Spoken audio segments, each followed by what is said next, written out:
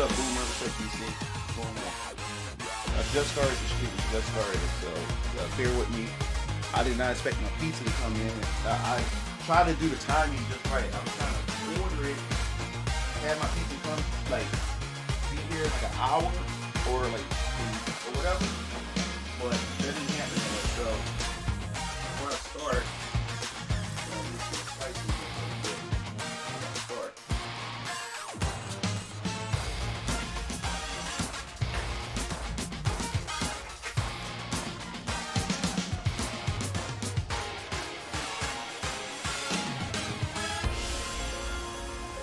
going on? You want to test out the new gameplay?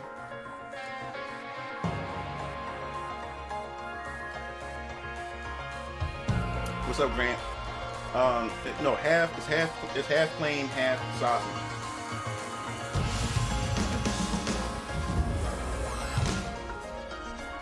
I wasn't expecting the pizza to come so fast. What I did was I said, you know what I'm gonna do? I'm gonna order it. It should be here in like an hour. They shit came in here in like 20 minutes for me and my daughter. So I gave her, she got her slices, her three slices, got her something to drink.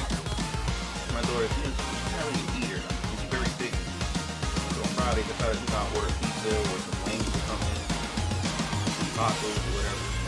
Friday.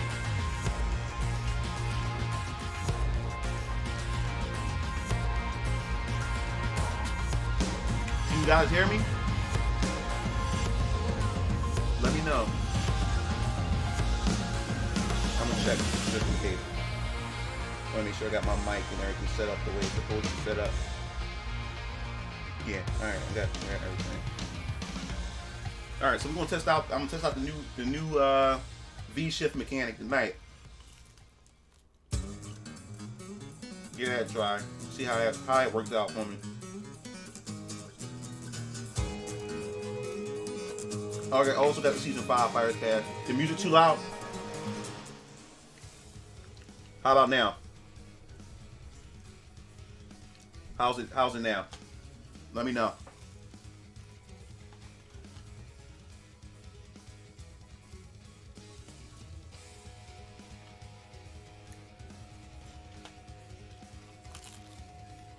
Alright, after I finish the crust, we're gonna get started. Alright, so tonight we're gonna play some Street Fighter 5. And then we'll top it off with my the waifu tier list. So I got the tier list maker.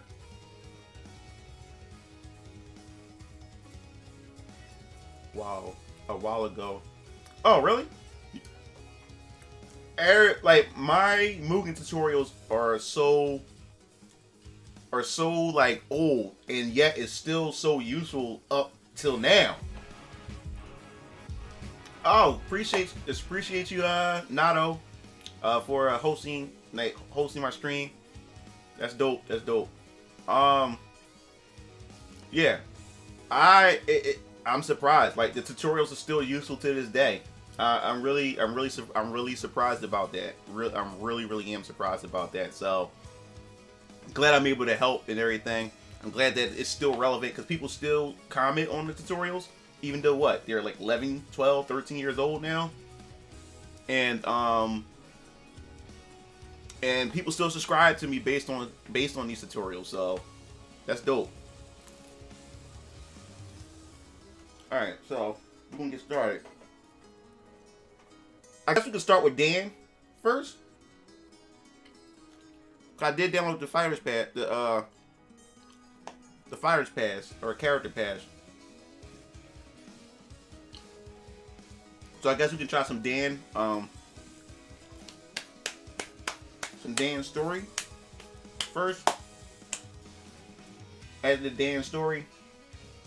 I guess we can go through some of the Dan. We can go through like the Dan tutorials or to see what he has, and then I'll actually go to training mode and pick my girl Jory and see how she works out in this new patch.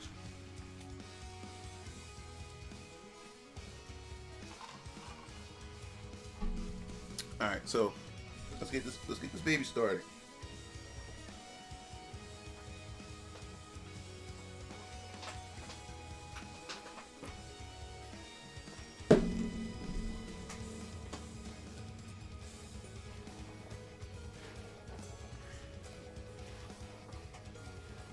All right.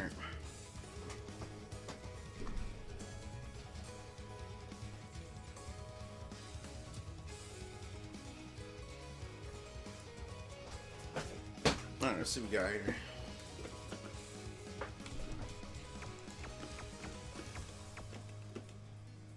All right, what we're gonna do is go here. All right.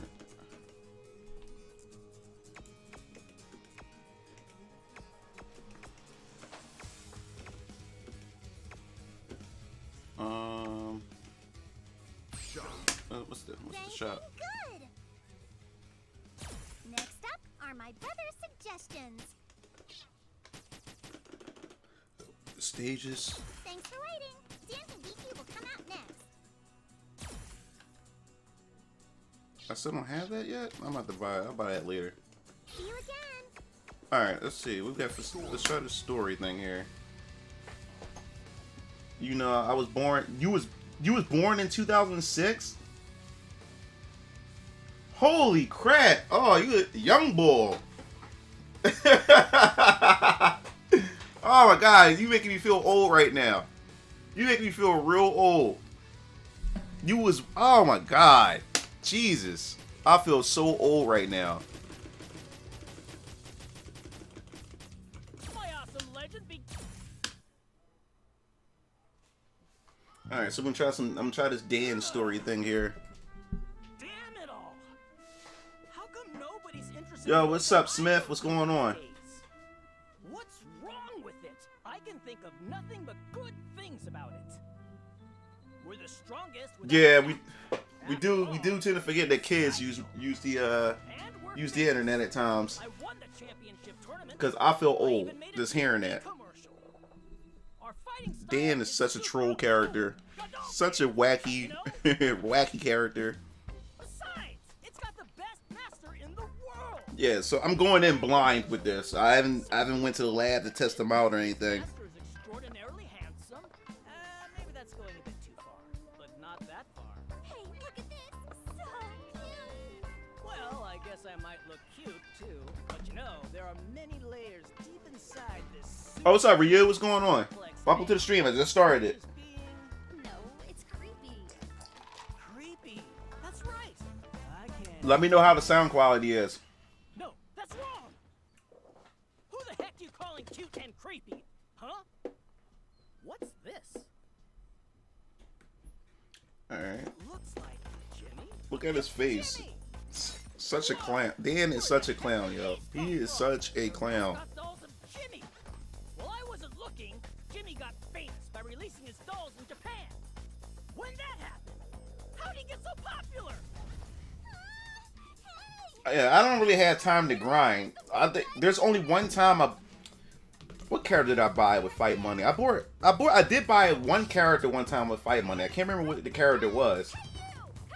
But that was a long time. I just had money. I just had fight money that just overpowered because. And the thing was, I wasn't even I wasn't like sitting down for hours. It was just like it took me a whole year just to get that one particular character because I was just playing occasionally here and there.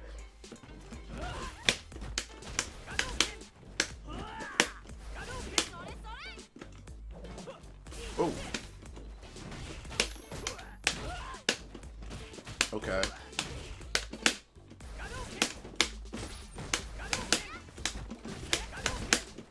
Okay, so ah.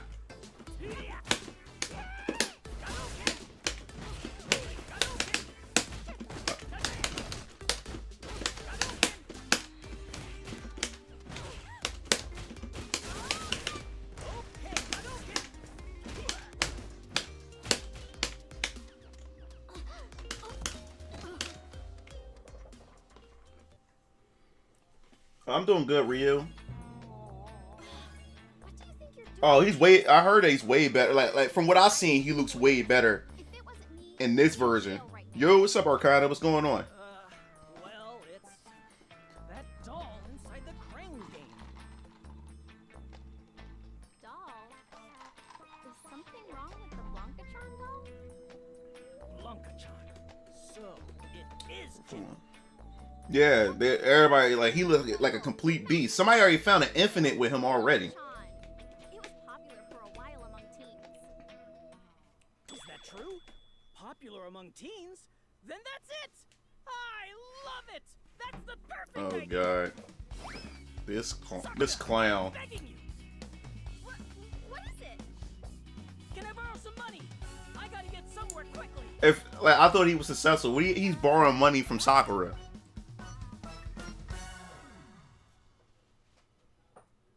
So you playing with Dan too? And the style's right there. That's neat that they did that. Oh crap! Hold up.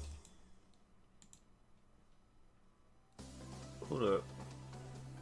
I gotta fix that. Hold up, guys.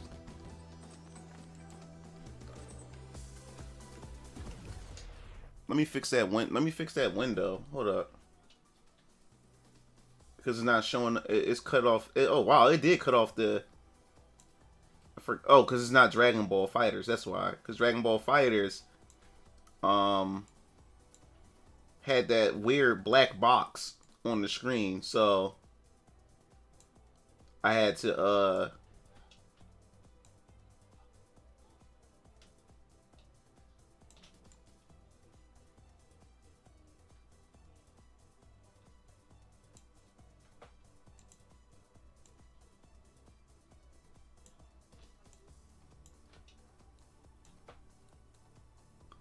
No, hold up, guys, hold up. This gets weird every time. Gaming overlay. It's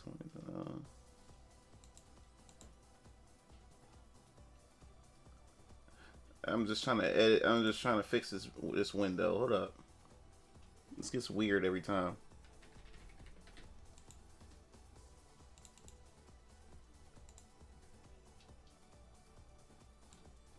Because then there we go. Perfect. Now, fix it. There we go. That was weird. Alright, I'm back. Just had to fix it. Yeah, Dan is the lovable character. What's up, Orpheus? What's going on?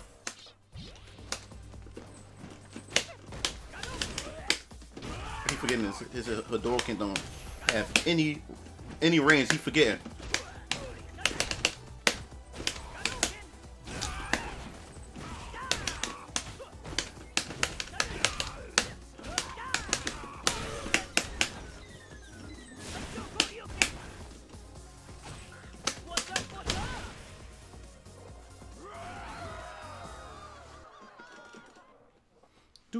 Do. I love that song, that Brazilian song in this game. Long time no see. You're still strong. Yeah, Jimmy, you too. That's Psycho style as we... I'm not Psycho style. Well, it doesn't matter. like you about to F him up. Yeah. By the way, Jimmy, you really I can do have me Dan like Infinite. one Okay. Who is my main?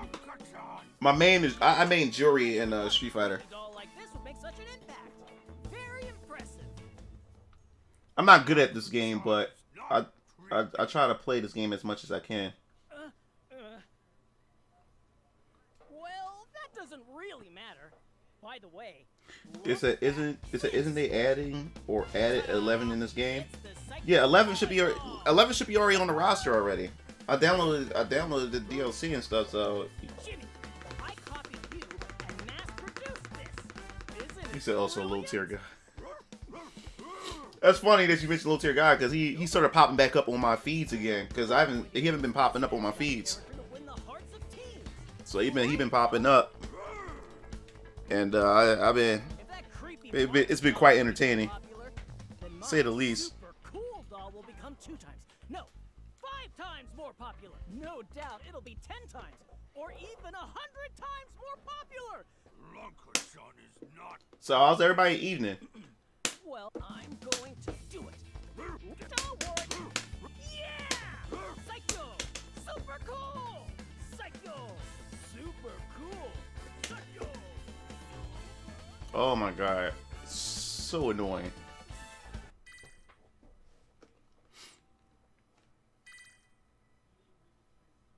Yeah, so I'm either gonna you know what, that's what I'm gonna do. I'm probably put tape over there so I know where to place my webcam when I move my webcam a lot.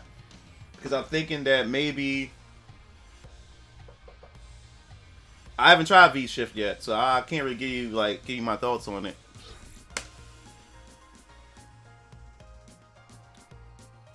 I mean, it's going to change the meta for sure. Most definitely will. But I haven't tried it yet. So yeah, I'm gonna try Dan real quick in the training mode before I go to Jury in training mode to see how she works out with this new balance patch and everything.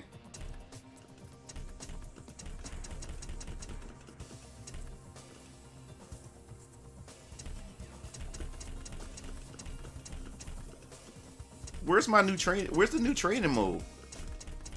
Don't we get a new training mode too? Cause I don't see it. Oh, okay. There we go. The grid alternative. Yeah, that's my baby right there. That's my waifu right there, Jury. But we gonna try Dan real quick. Be my rival, and let's do this. There's 11 right there. There's 11.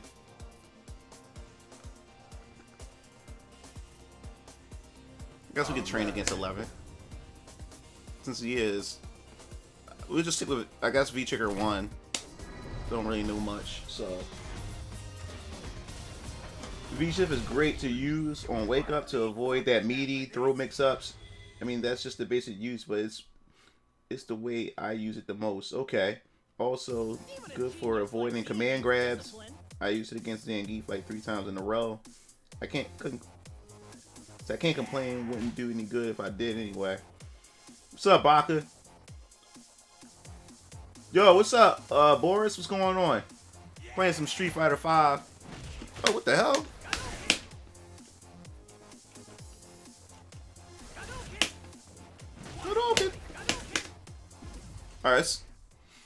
Alright, so we don't need the frame advantage yet. I don't need any of that. So let's see what this man have here. Kadol can't and trigger.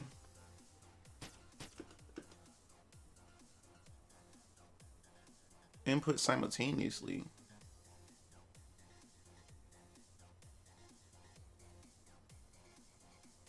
That's weird.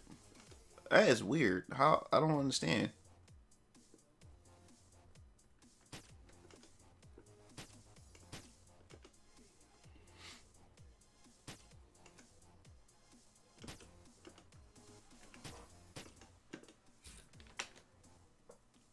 Alright, so we got command on commands.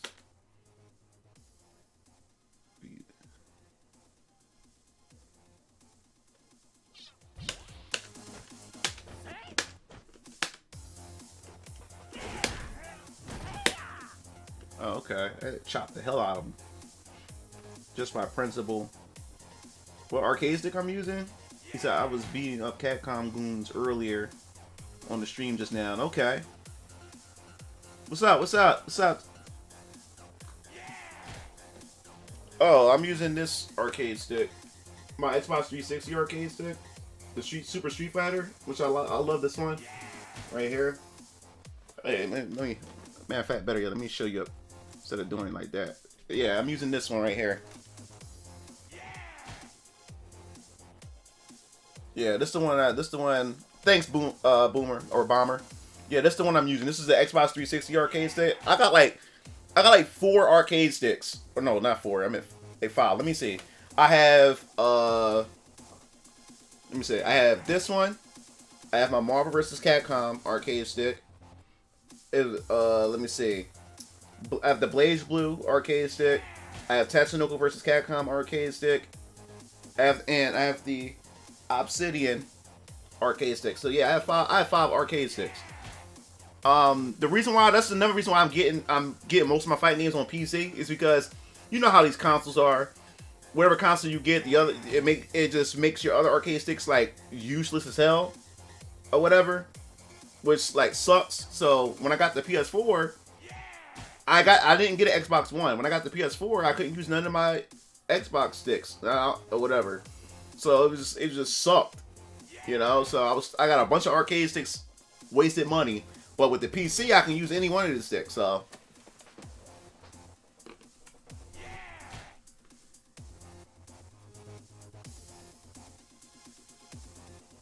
Oh yeah, I know. Yeah, I know that Arcana. Yeah, I know that. I know it's hentai in Mugen. All right.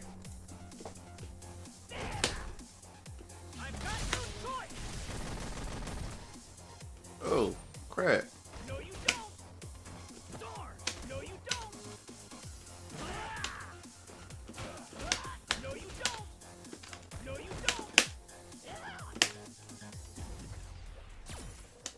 All right, let's see. V Trigger 2. That's when V Trigger 2 is on.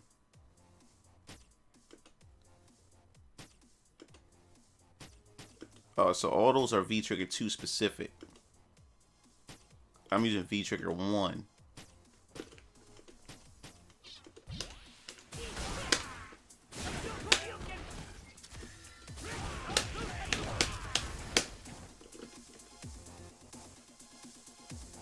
Yeah, it does. PC it does accept almost anything.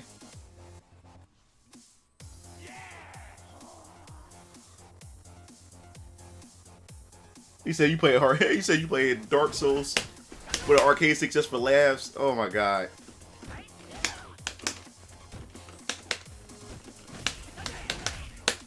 Somebody's this Final Fantasy 14 group that I'm part of.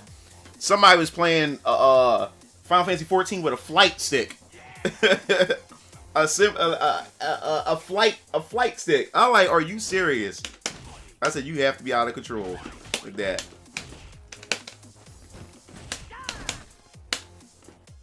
No, you don't. No, you don't.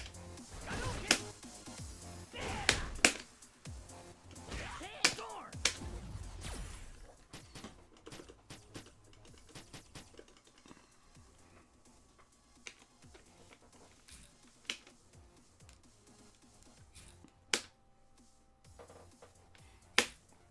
That's the critical art. All right, the V skill 1.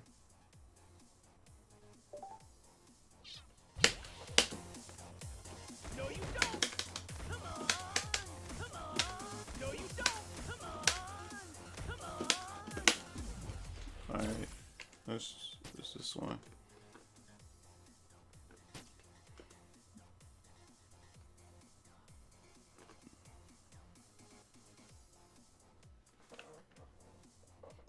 During jump. Okay.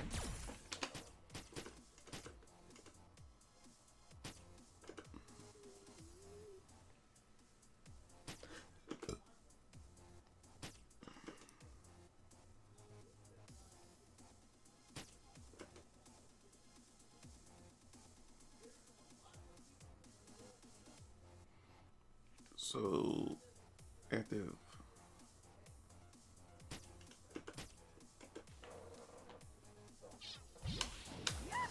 No, you don't. Come on. Hey.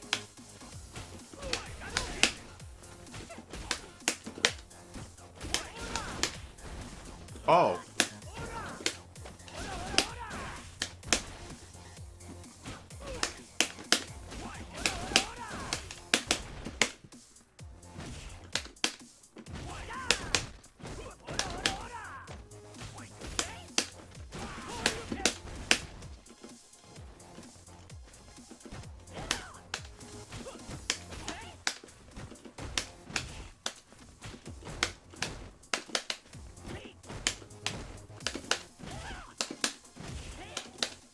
So yeah, so you can't cancel after that. But yeah, all right.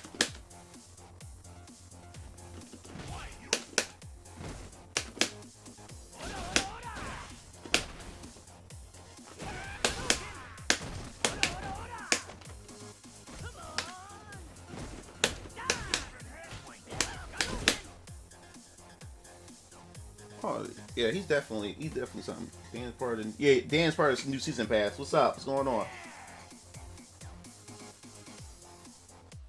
What's up, Akko? What's going on?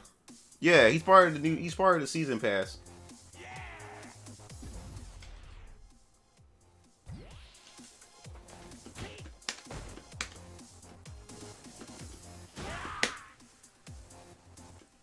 No, you don't. Eat this. I've got no choice. Right?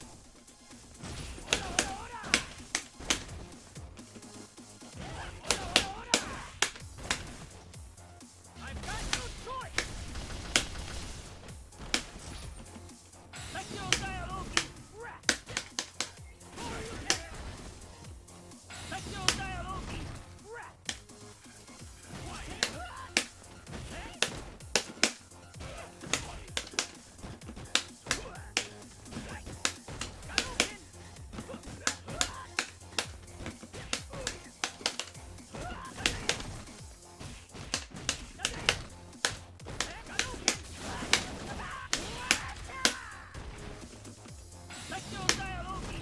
Rat.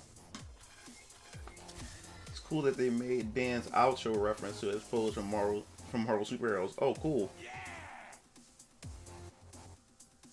He said, "I see you working out those buttons." Shut up, Boris. Yeah, I'm just messing around just to see how Dan feels. But I'm about to try out my girl Jury.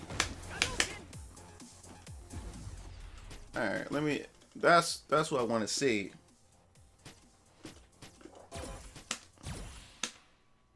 But I'm giving more. I'm definitely try Dan much later. See how he feels on long.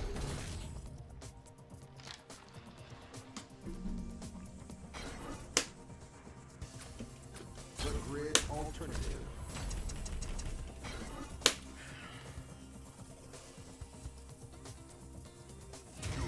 Let me hear you 11. scream.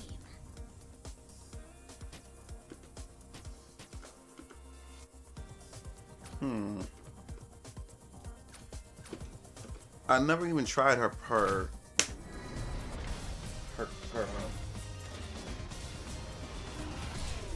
Be my rival. And Oh yeah, most definitely. John and Radioactive, most definitely. But yeah, yeah. What? Oh, that advertisement. Oh my God. That you see Ryu face? That advertisement is ridiculous, y'all. That looks stupid. All right, so let's see what she got. It's been a while since I played this. Anything on V's trigger Act 2 activation? Heavies? Let's try that.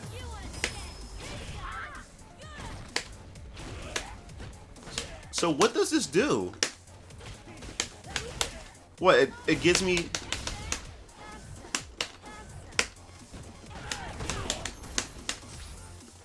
I don't know what that do. I don't have to mess with that. Like, yeah, I don't like that V trigger.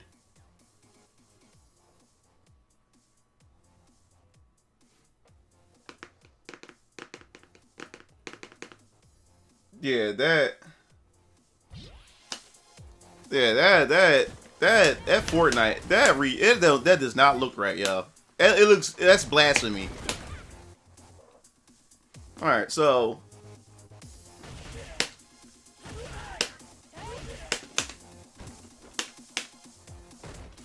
that medium, man, that.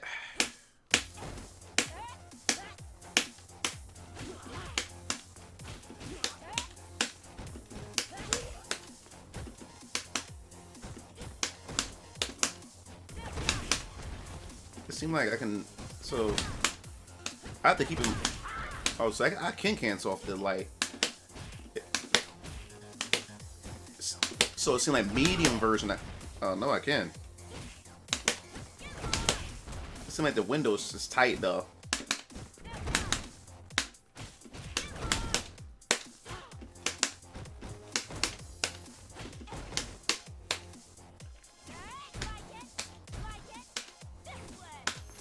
Ah.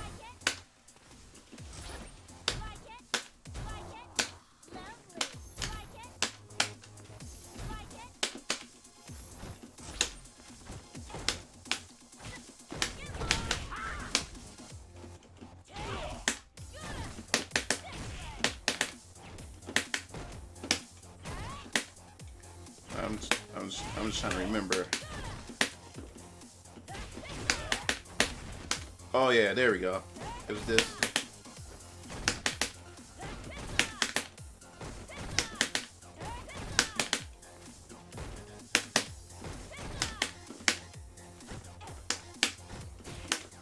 I remember yeah, I heard Yuri got buffed. That's what I heard. The V triggers takes the opponent meteor. Oh, it does. Thanks, Boris.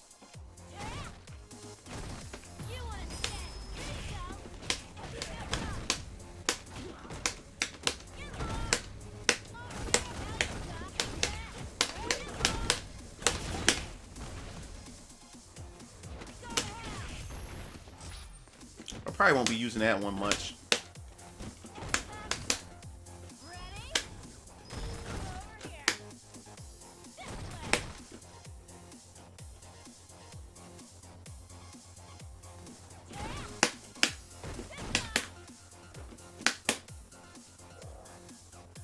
Yo, what's up, GC? Welcome back.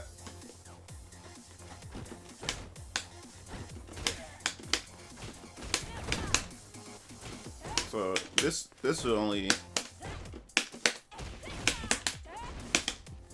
I should have had a cartwheel after that. Yeah, I can cartwheel after that. Can I do it without the wall? No, I don't think I can do it without the wall.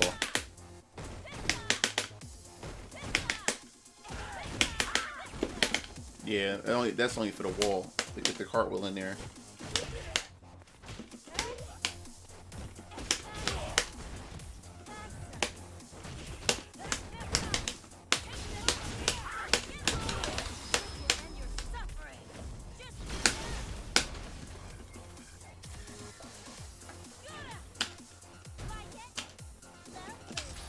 So how do I the V was it the V shift break, I believe it's called?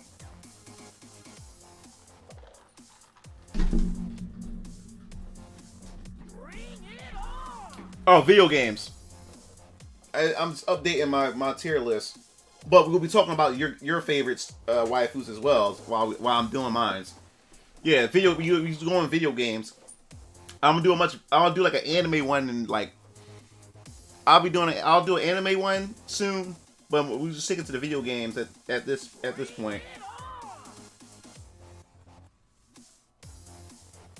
Oh, what's up, Dark? What's going on? So how do you do V shift break? Or it's only when you make contact? Oh, when you V-shift attack? Okay, I got you. The buttons, again, can only do it if you V-shift and time slows. Okay, I got you. I got you. All right, we'll head out online.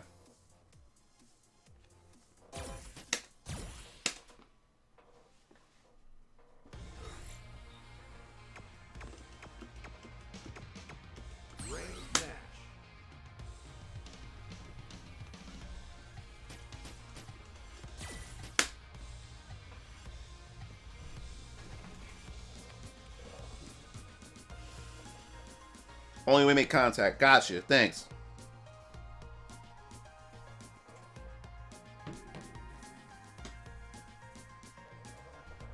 Yeah, I know. I saw Daigo yesterday. It was some videos of Daigo using Ryu. Oh my god! Like they buffed the hell out of Ryu, and like he's using the V shift and stuff. Like he was like, he was getting perfects on people.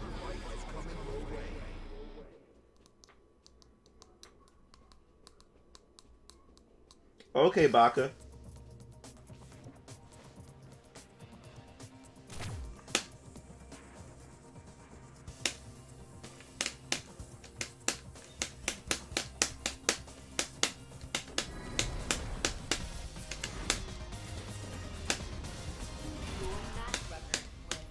Jury is 30 wins and 15 losses.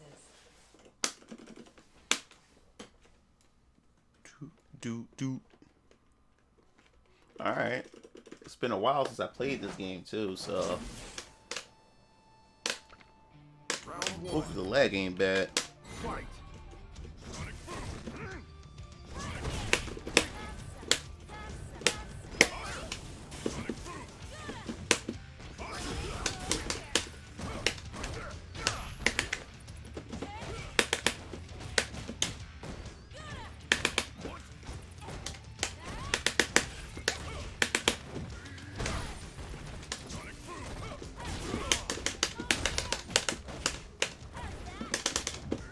Oh, nice. Ah! Ah! Round 2. Fight.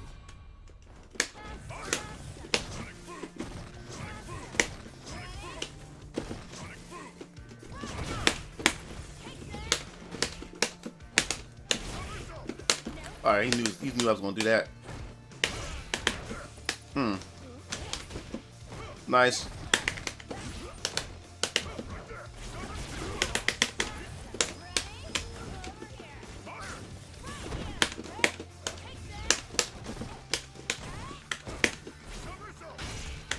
Not this time, son. Ah, crap.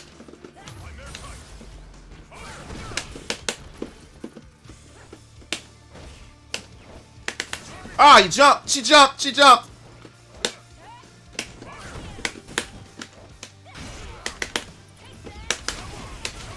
Oh!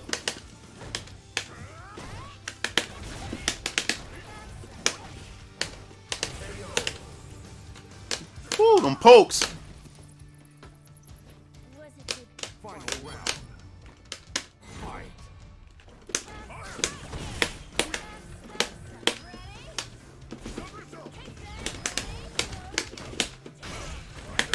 Ah, nice.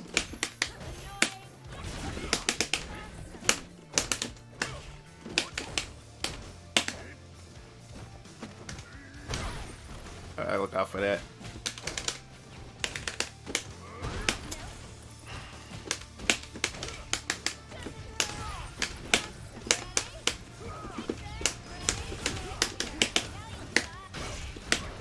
Ah!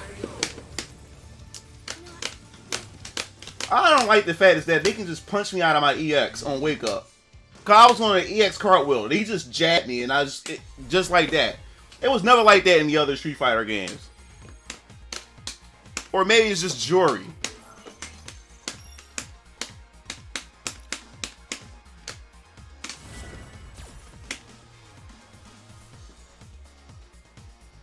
Alright, let's go. Fight. Yeah, of course I did.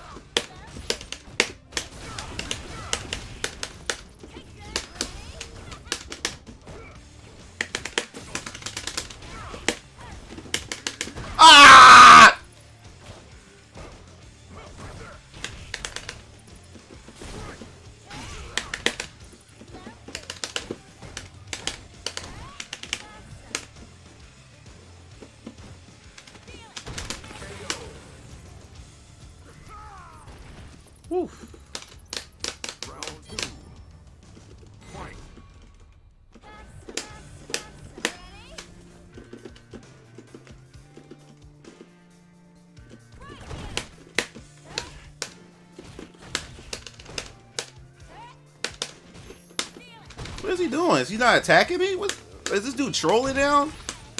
What is he doing?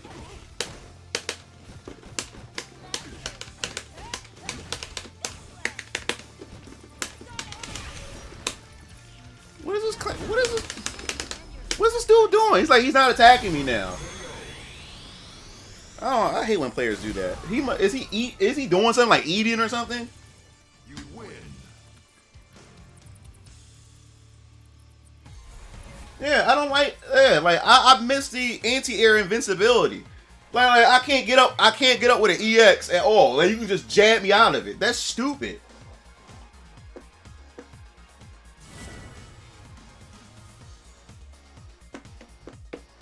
What's up, Chris?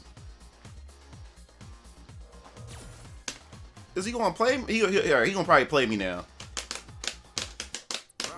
Maybe he was doing something. Okay. Nice counter.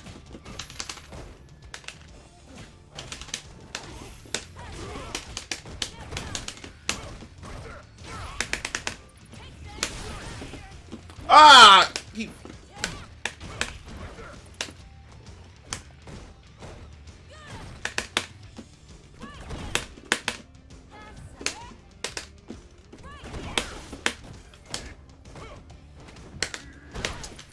Nice.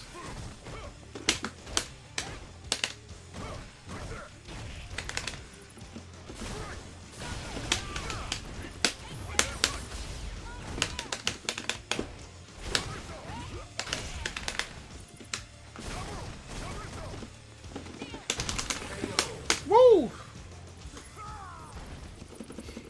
Let's go. Round 2. Fight. Oh! I saw it.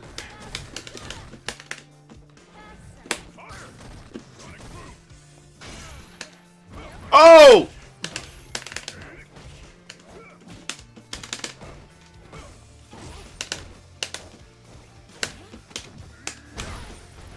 Nice.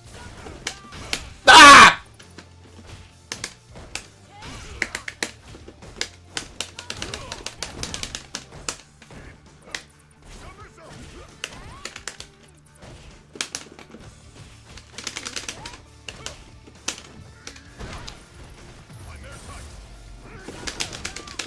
He got me.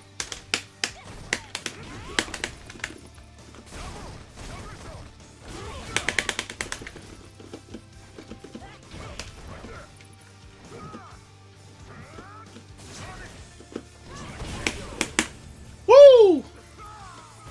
Let's go. You win. When's Marvel 2? I don't have Marvel 2 on PC.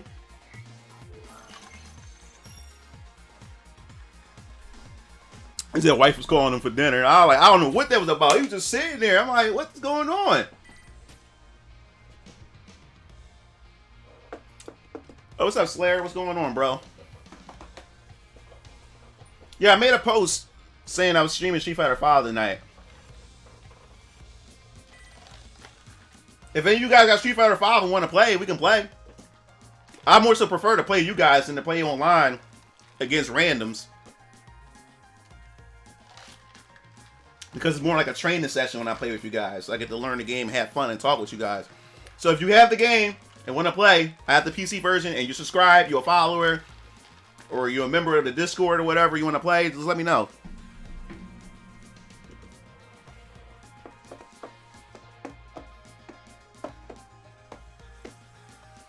No, I'm not going. Baka, don't do that. I'm not saying that. What I'm saying is, I'm not good at the game. I feel better practicing with you guys than going online, getting frustrated playing against randos. You get what I'm saying? Yeah, so if you guys want to play, just let me know. We can get some lobbies going on. He said, damn, Mugalore Corner's free.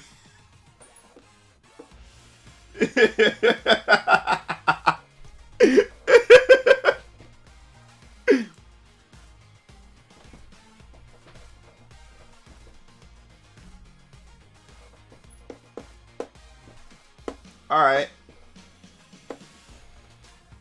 Yeah, let me know when you guys log on, and then I'll make the lobby. Anybody else that want to play, we can definitely set some stuff up here.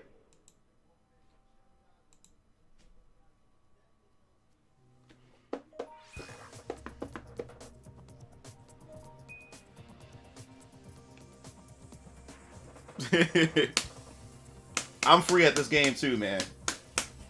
I am definitely free at this game.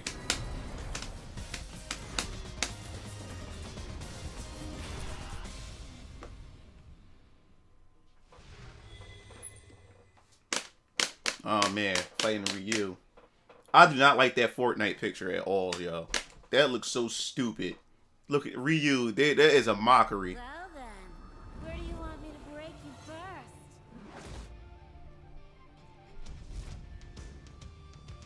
This is the path of my destiny.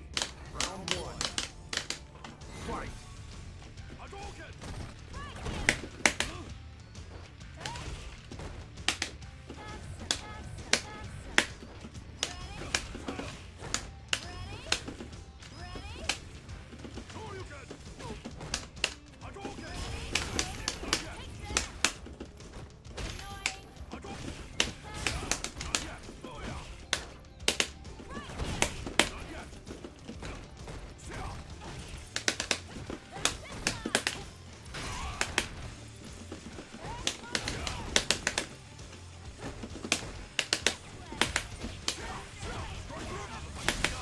Oh! He couldn't wait. He couldn't wait to try that out. He couldn't wait. He was in the lab all day trying to get that out. Round 2. Fight.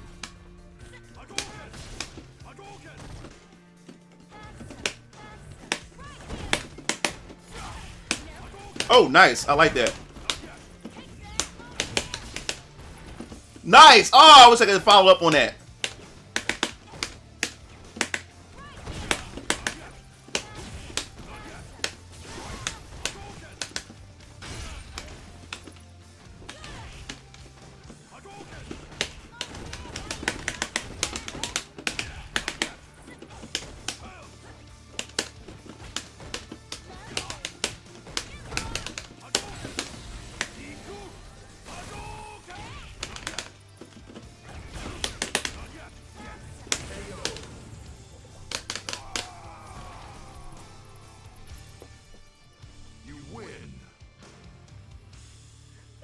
He said, F these Catcom goons up.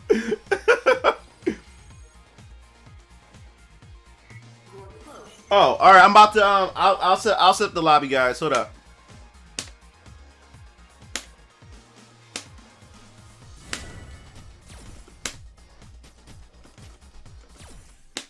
Yeah, I'll set up the lobby. All right. Battle Lounge. Battle Lounge. All right. Create a lounge.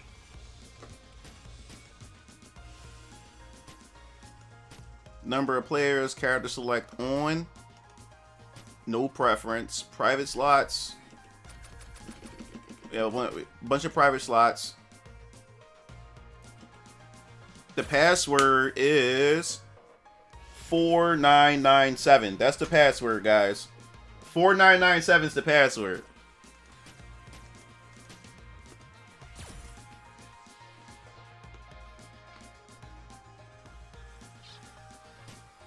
Alright, so we're gonna I'll create the lounge. I guess my name is Mugen TV. So if you guys, yo, what's up, Mars? Anybody who got Street Fighter 5, if you're a follower, subscriber, you're a member of my Discord, you guys can come jump in, join this lobby. I'm using the PC version. I know it's crossplay.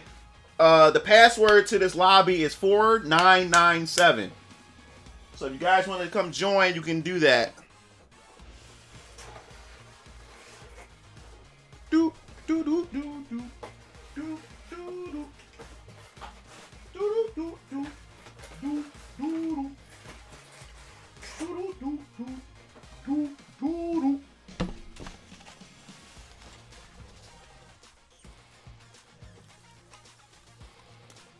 What's going on, Mars?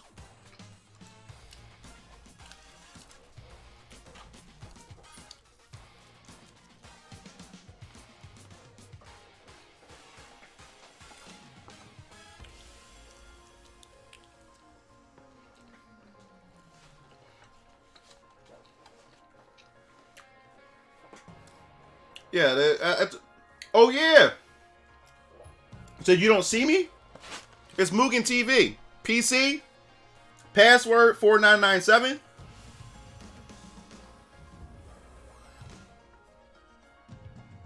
Yeah. Oh, it doesn't appear? Oh, maybe because I made it private? I don't know. Hold on.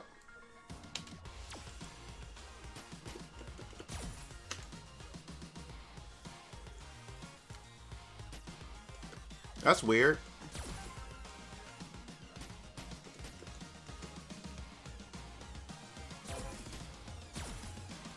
Hold up. I'll try it again. Hold up.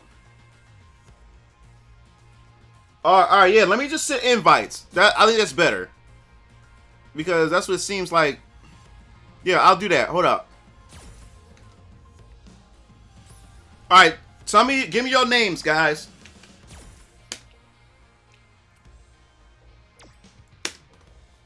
All right, give me your names.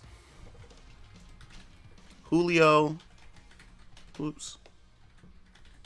Sotomayor.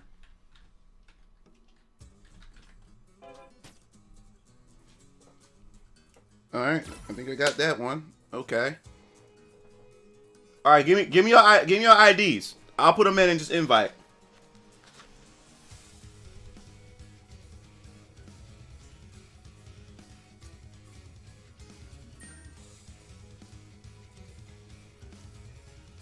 All right, just send me your IDs. Look, I'm just started playing again. This is my first time coming back after this very, very long time, so.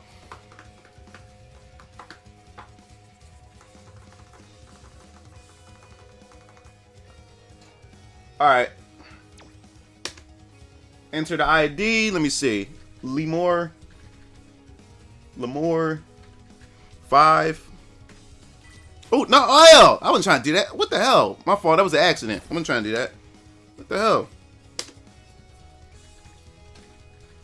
Yeah, what the hell? Lemore 5. Yeah, there we go. Alright, who else?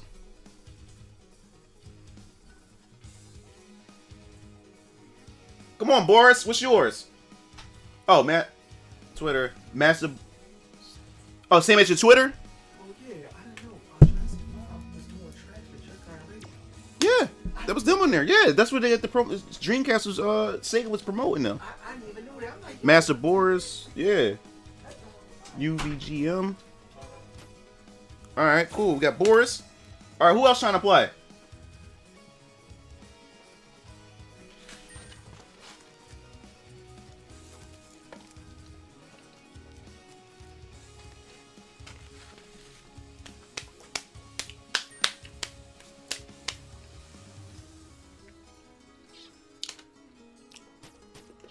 It's go time.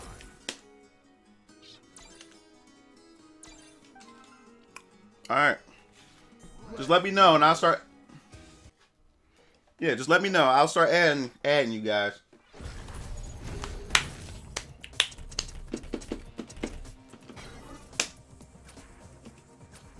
Oh wow, okay.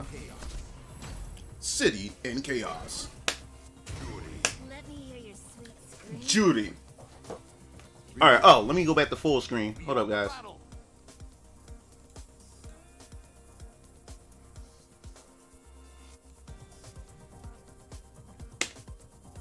Oh, my fault. Alright, I just wanted to set everything, make sure everything's set right.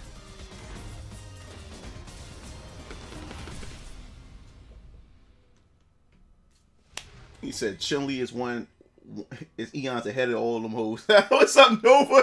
Nova coming in here with that. What's up? She got the most costumes out of all the hoes. Capcom love her. She the queen bee. She Beyonce.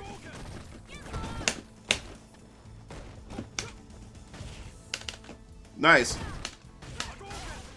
Why did I do that? Woo! Ah!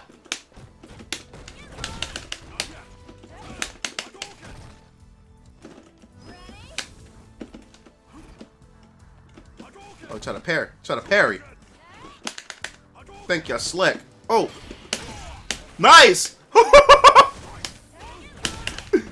Here we go. Ah, I couldn't finish it. Ah! Ah! Oh! Oh! Oh! I did the heavy version. That was my fault with that one. Ah, EX. I should have waited. That was a good round. Good. Round 2. Fight. Why did I do that? I set myself up with that one. Nice one.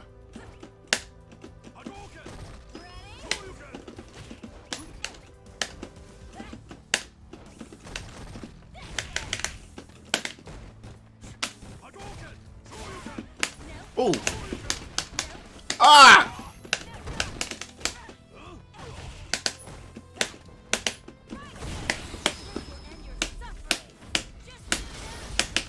Whew. Oh! Ah!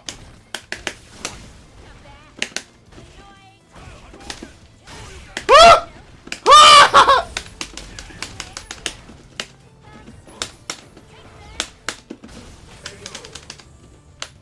Whew.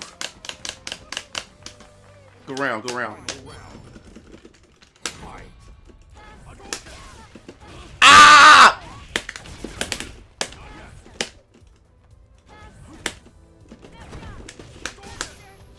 Nice.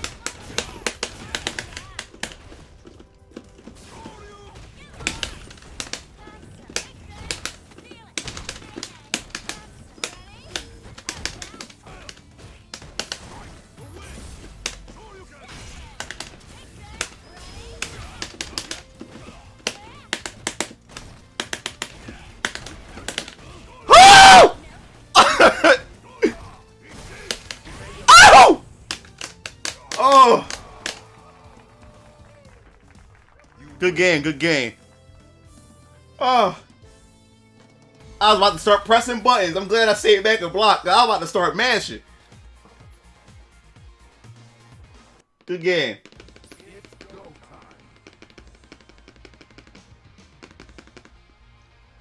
Oh. Oh my god. We got Boreas next.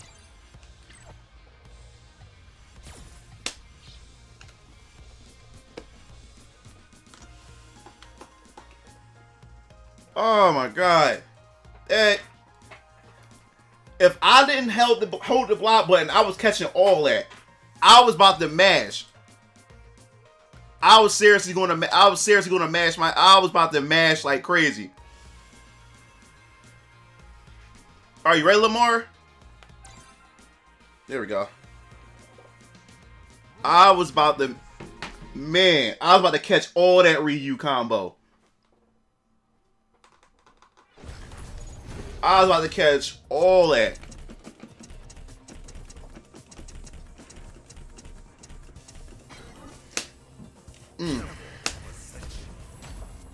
Okay. Let me hear your sweet scream. Oh man. I was about to start pressing buttons. Fun. How about a double dose of poison? Oh man. Fang. Fang is annoying to fight.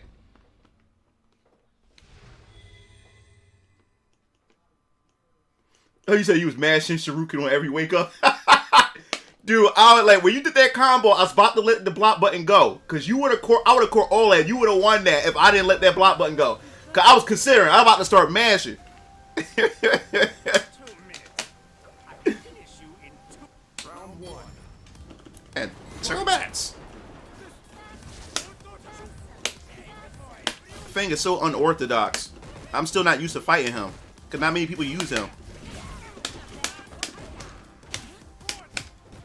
He was supposed to be a Darkstalker's character for like a newer Darkstalker game, but it never happened.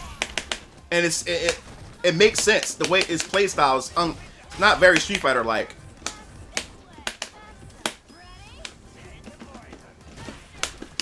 Oh sh.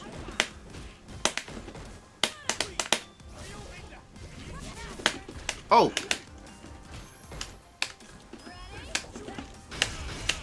Ah! Ah! Nice! Ah! Ah!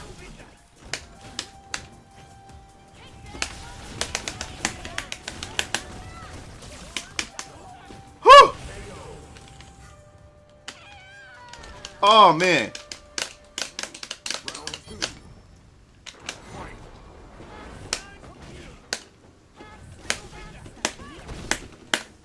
Oh, that damn poison.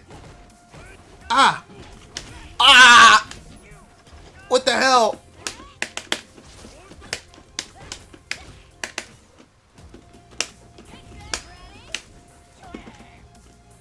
What the hell?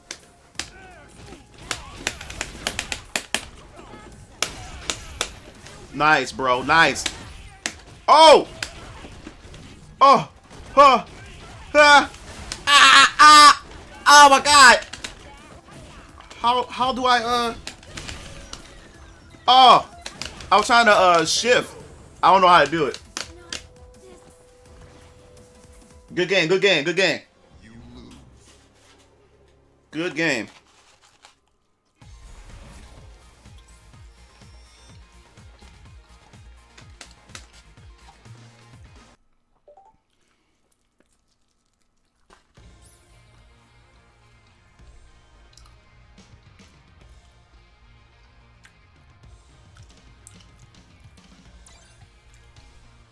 All right, here we go.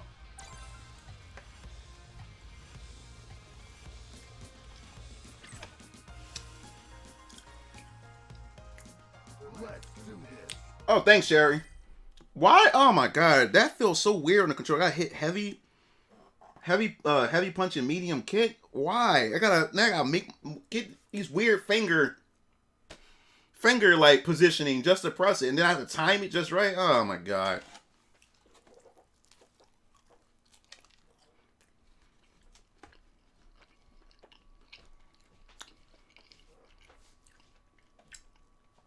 All right, let's see.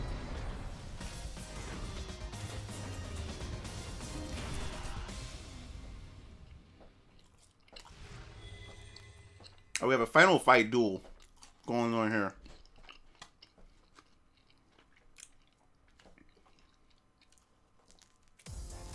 Can't start the show without Star. Round one. Fight. Sweet. Tornado. Sweet. On your knees. Right there. Not done yet. Oh. Not done yet. Now I'm excited.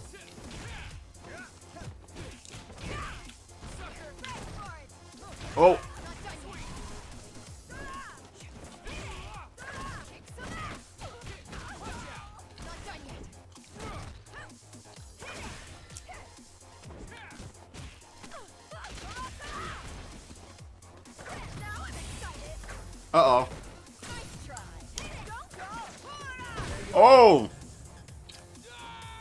I forgot. Is that a command grab? Round two. Fight.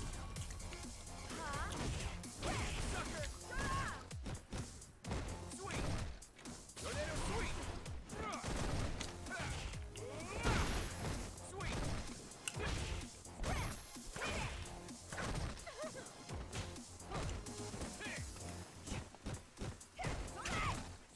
Mm. That pressure.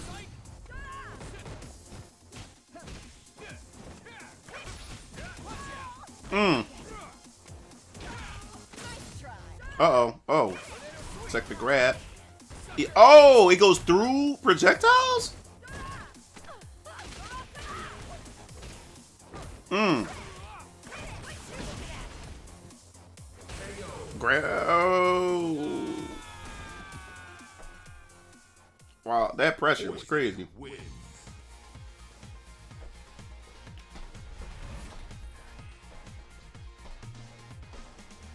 That pressure was crazy.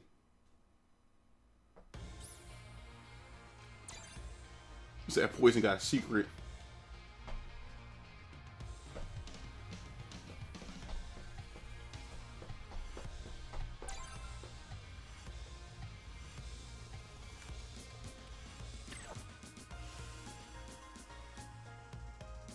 Let's do this. Oh man, I gotta look out for those command grabs from her. That's wild. Ooh, excuse me. Doo -doo -doo -doo. It's been a long time since I played this game. Seriously. I'm just wondering how Street Fighter 6 is going to be. That's what I'm curious about. How Street Fighter 6 is going to be. I'm not a big fan of some of the animations for some of these characters in this game. Like Cody, he's kind of stiff. Falk, I don't like how stiff her design is. Like when she moves her pole arm or pole staff, she should be like one of the most fluid characters. Have you considered your destiny? Do you believe? Round one. Fight. Hadouken!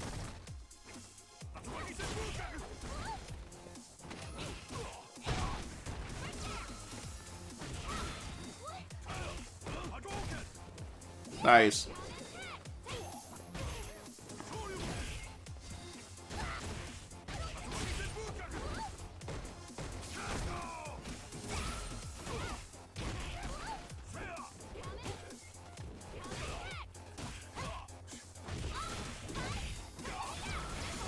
Oh!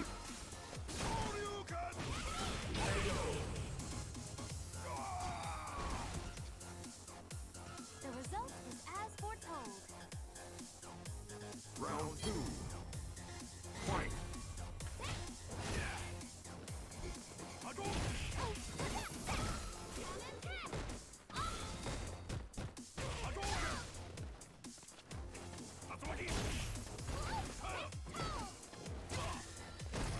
Nice.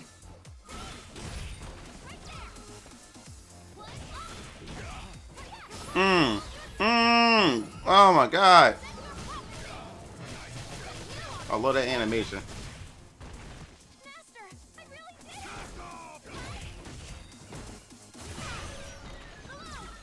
did. Jesus. Oh my god.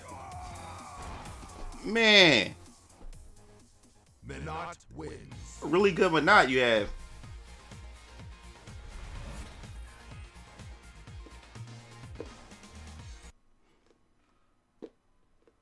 Yeah, that Minot, his Minot is sick.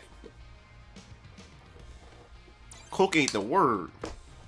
Dang. I gotta be ready. Let's do this. I gotta be careful.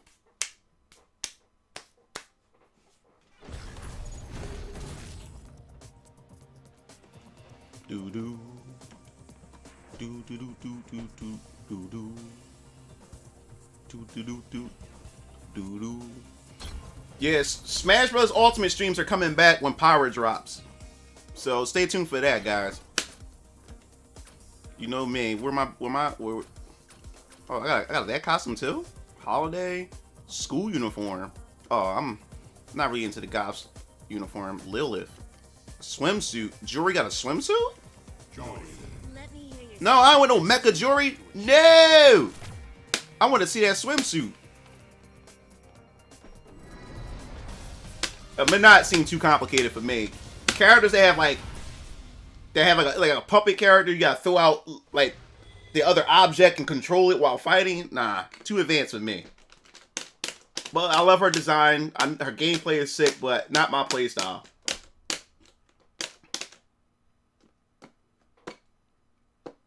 I was not trying to pick mecha jewelry. I wanted to see the swimsuit jewelry. I am not very fond of conflict. Oh, Dalsim? Well then, where Oh my god, I hate fighting Dalsim. Round one. Fight.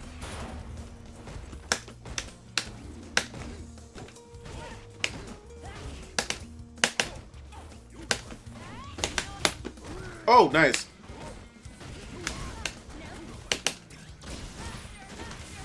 Ah! Oh! Oh, what was that?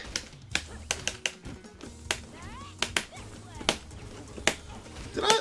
Oh, that was weird.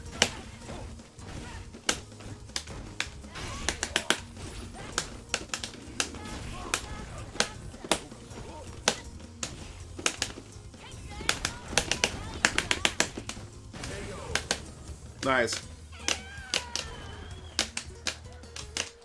Round two. Fight. Oh. Oh!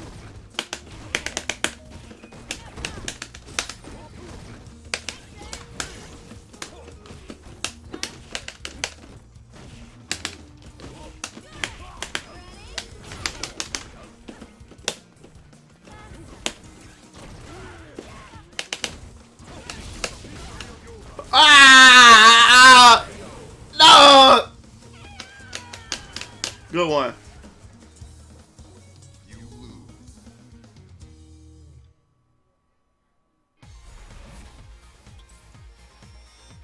Good game, good game.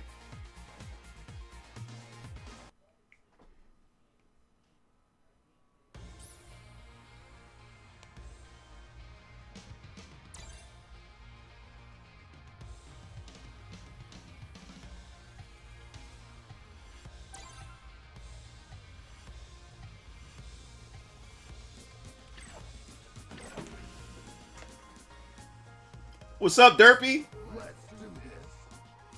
Said the mysteries of yoga, indeed.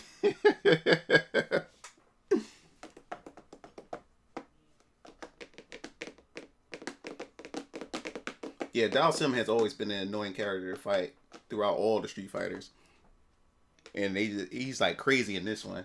Even though I heard they nerfed him in this one, in this new balance patch.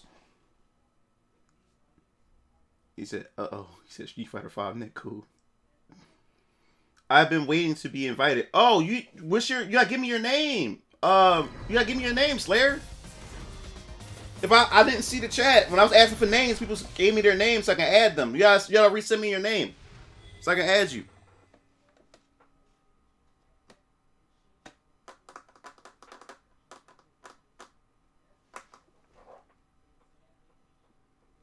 Yeah. No prob, Dirt. No prob. Can't wait to play some Smash Brothers once the Pyra fighter pad character drops. Fight. What to do?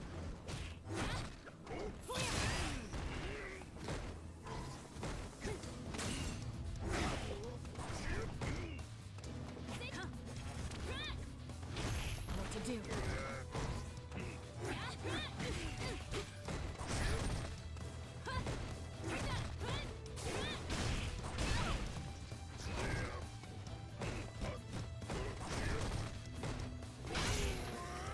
Nice. What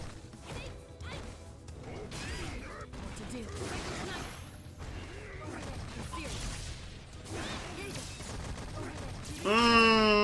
Oh. What's up, Keith? What's going on? It's Slayer. It's Slay Raptor 64. Okay, I got you. I add you right after this.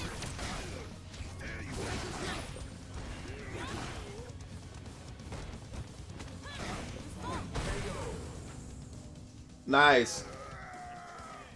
You wouldn't. Round two. Fight. Some good matches in here. What to do?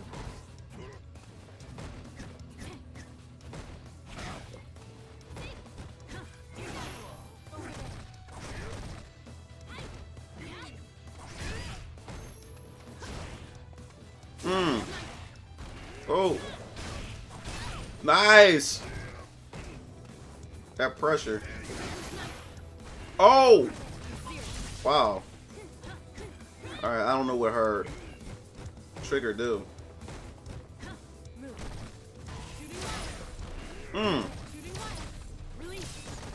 Y'all getting it in. Fiends. Oh!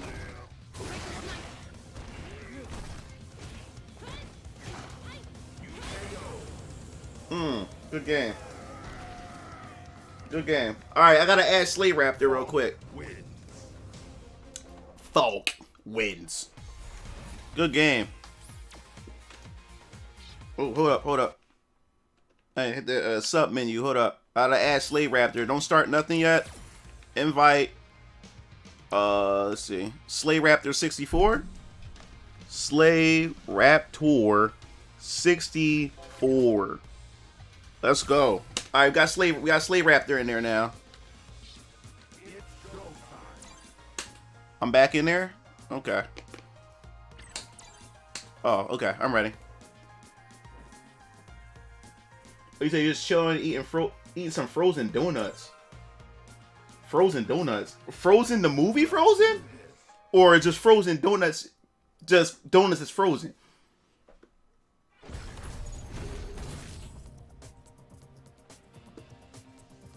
Okay. No problem, Raptor. As long as I got sent as long as you have the invite, that's all that matters.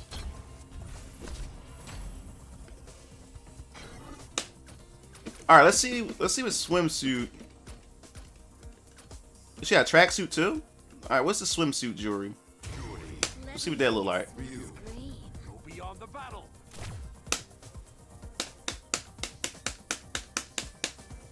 But my favorite one is the battle outfit the most, with the sweatpants that she got.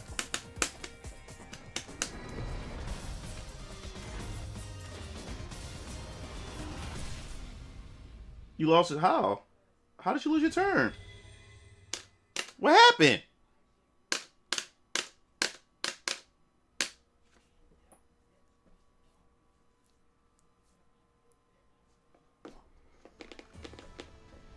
Round one. Fight. That swimsuit's alright. I don't know why they gave her boots for a swimsuit. It's kind of backwards.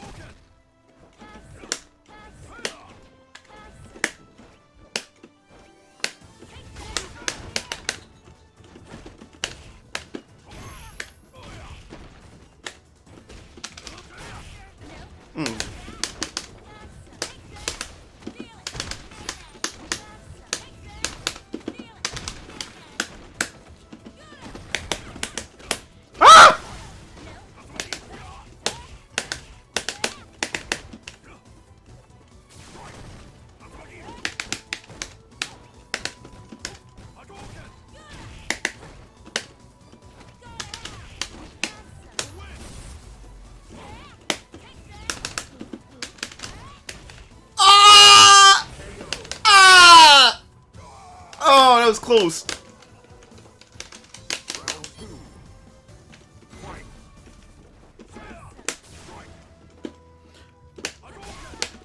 Oh, what was that?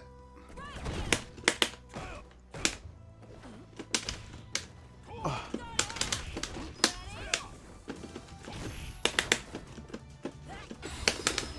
No!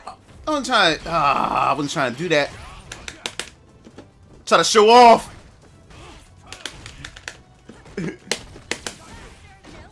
Nice.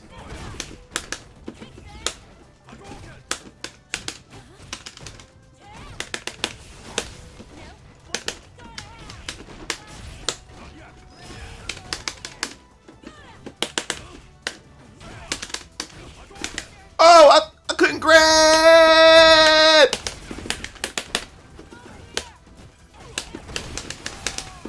Ah!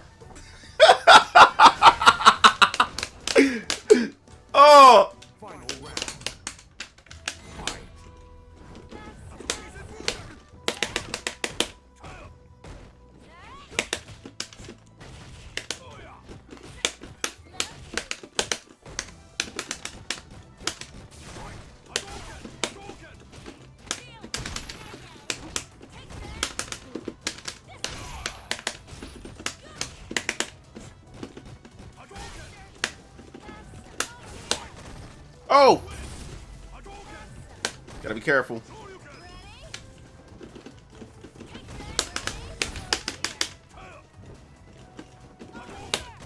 Wrong button! Whew!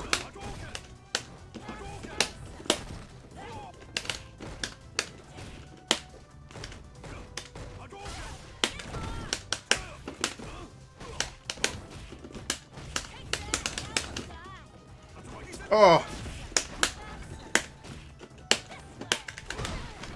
Nice.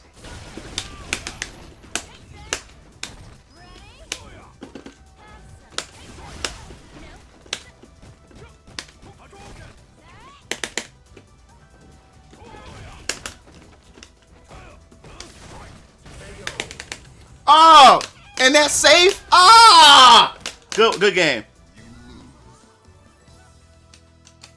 Good game.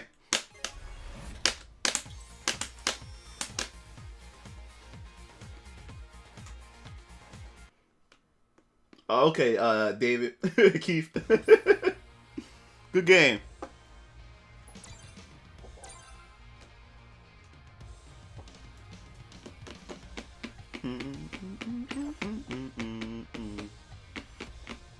What happened? Oh, okay. Do do do do do do do do.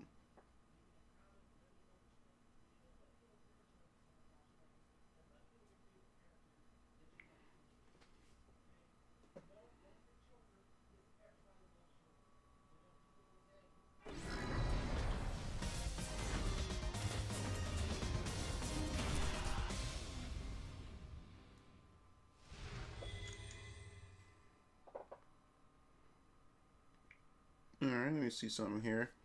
Oh, I can't stand that advertisement, yo. That advertisement really gets under my skin.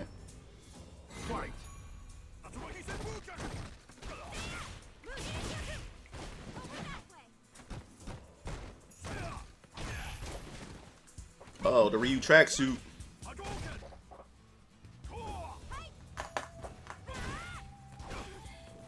Oh, Karen. Okay, okay, Boris. Let's see what Karen is like.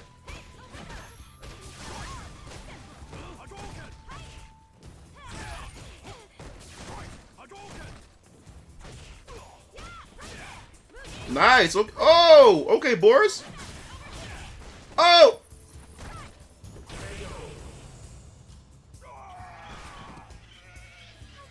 Round 2. Fight.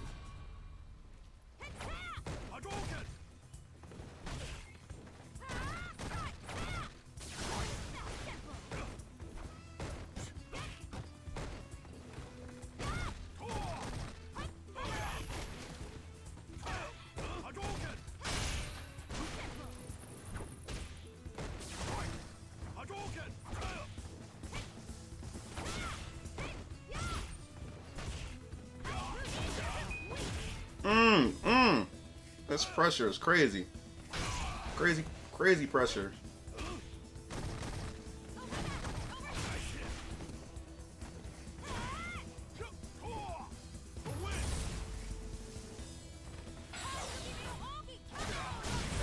Oh, wow. Good game, guys. Good games. That Karen is sick. Derpy, shut up!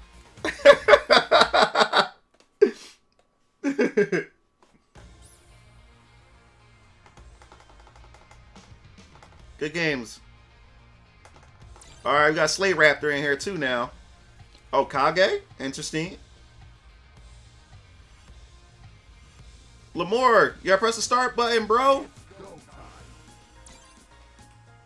Unless he's busy.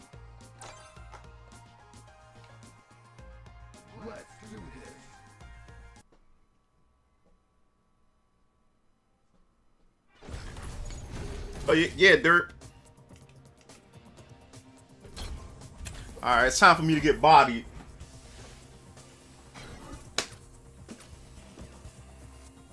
You know me, I gotta go to my... This is my favorite outfit. Hey, I was waiting for you. This is the worst design of Ken, yo. They really screwed Ken up as far as his design is concerned.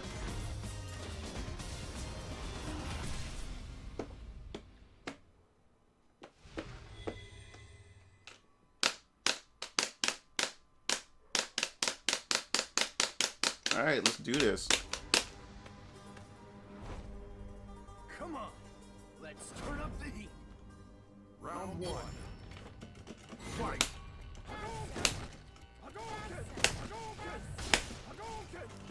Whew.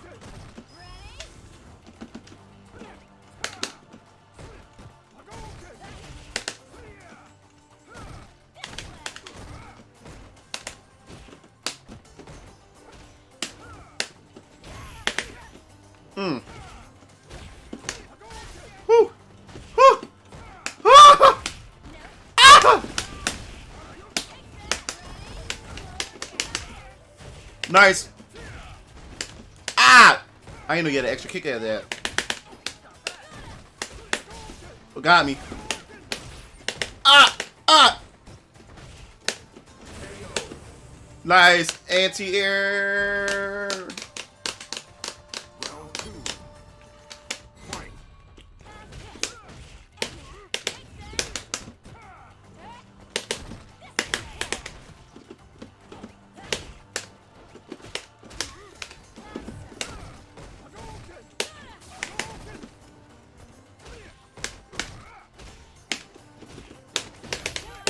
Nice grab. Oh! Ah! Oh!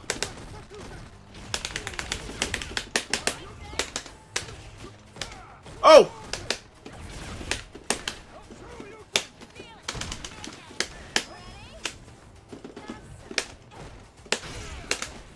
Nice. Counter hit.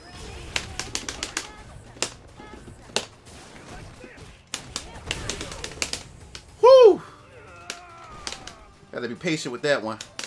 Good round.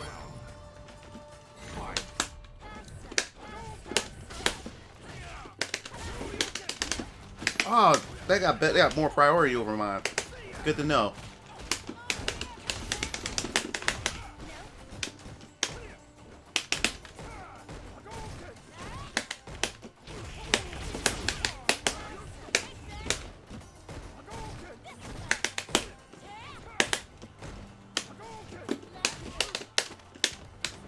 Ah!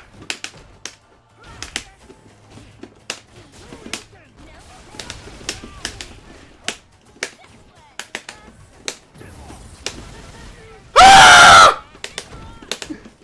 No!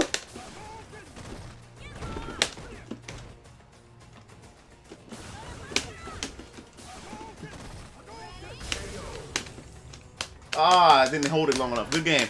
Good game. Oh, what's up, Age? What's going on? UPS was at the door. Good game, good game.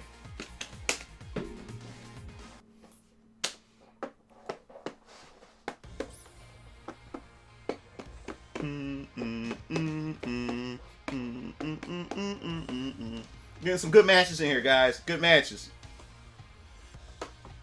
All right, we got Raptor up in here. Is he going to use Kage? Kage.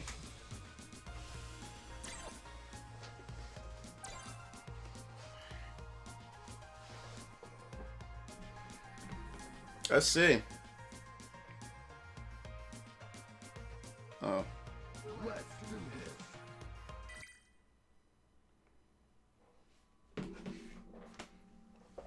Kage. Let's see who's going to use it. I do want to see some Kage action, too.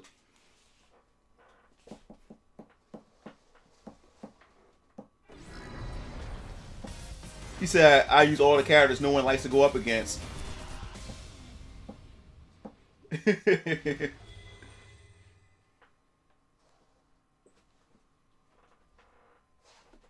Oh, come on. I can't stand that advertisement. Jeez, they look so Round one. Fight.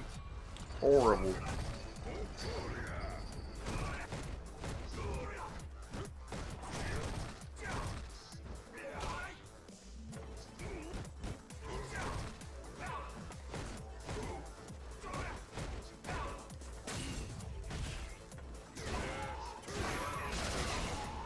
Hmm.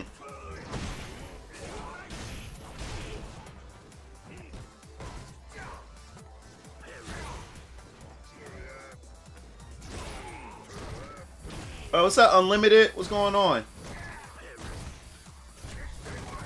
Welcome to the Street Fighter 5 stream. Got a lobby. I'm playing with my subscribers.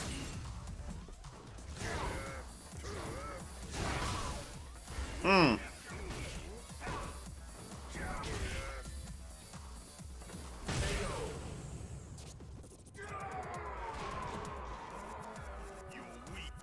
Round 2.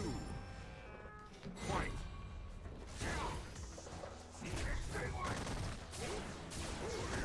Of course, you a anime game, fighting game fiend.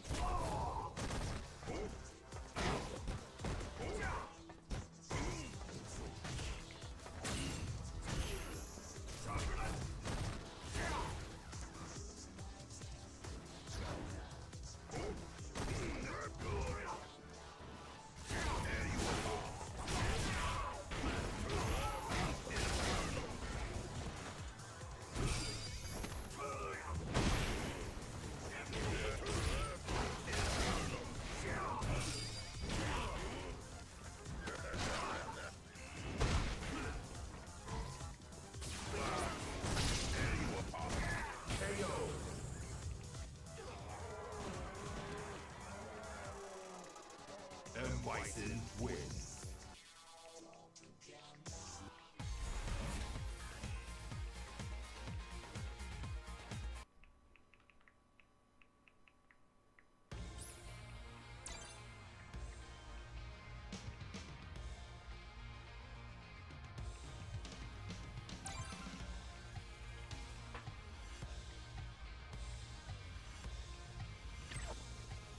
Oh, is that? Oh, good games, guys. Good games.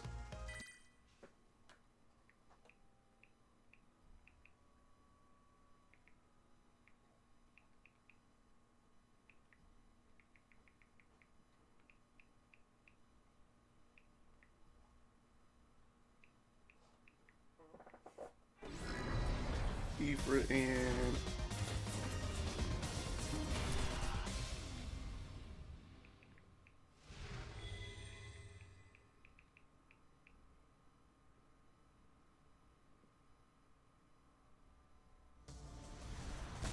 Round 1. Fight.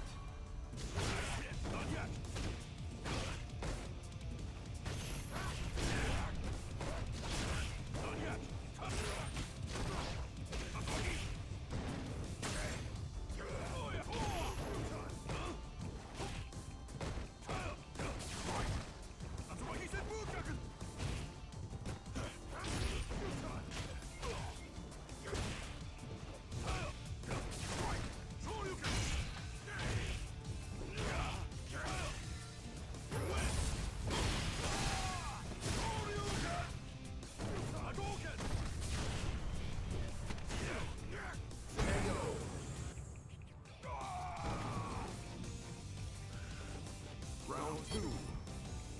Fight.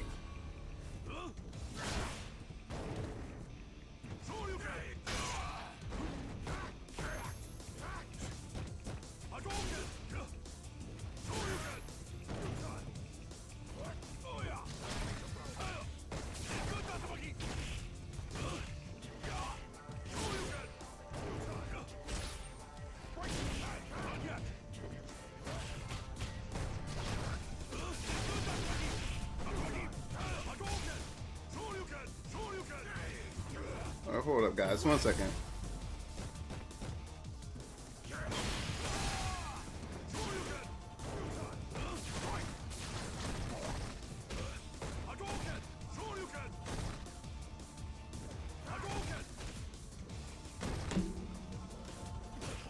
Boris using Nikali?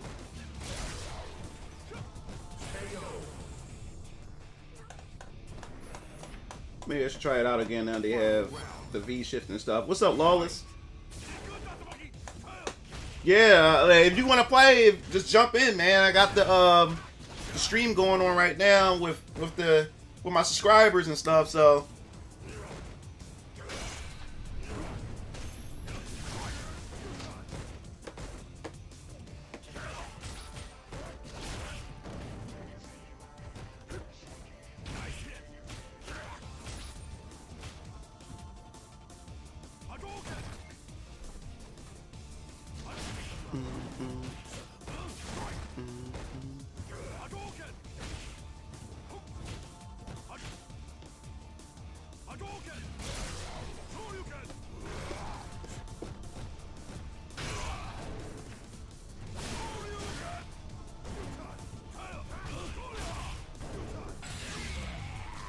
oh damn.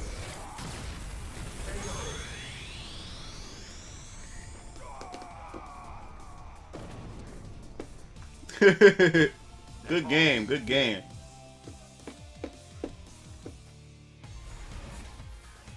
Yo, why you got one eye out like that open?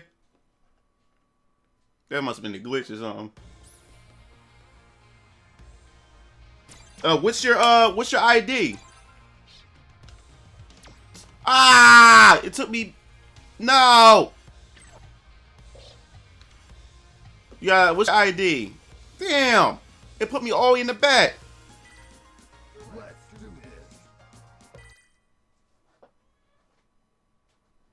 Yeah, tell me your ID so when next time I jump in, I'll when the lobby comes back up, I can add you, Lawless.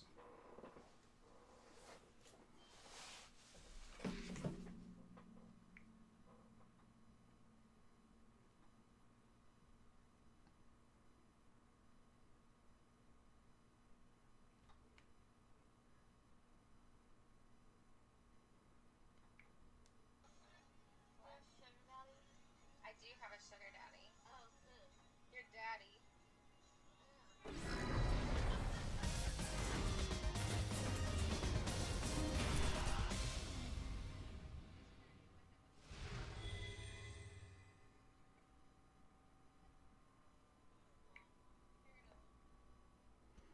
All right, let's see.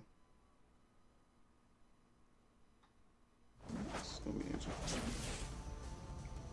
Round one. Fight.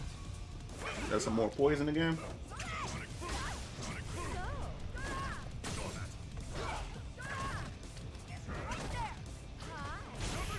Not done yet. Hit it.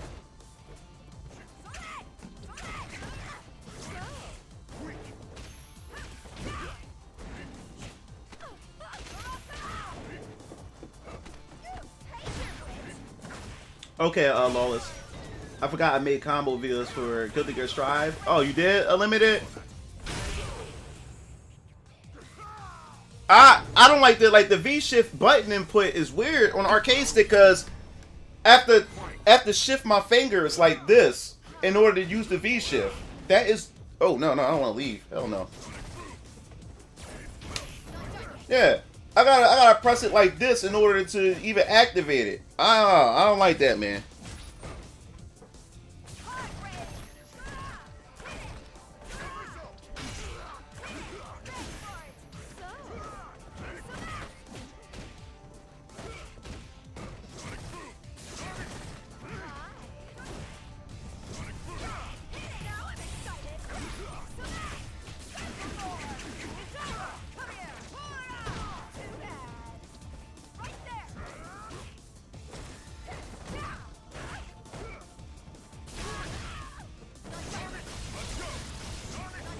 Oh.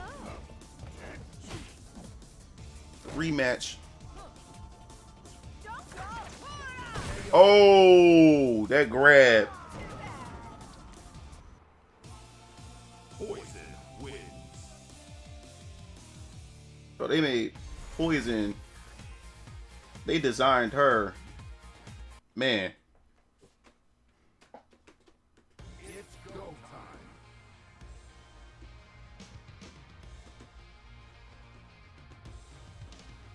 Good match. That was an intense stare down. That was crazy, bro. Oh, I'm in there? I'm in there like swimwear? Alright. Let's do this. I'm in there. Let's go.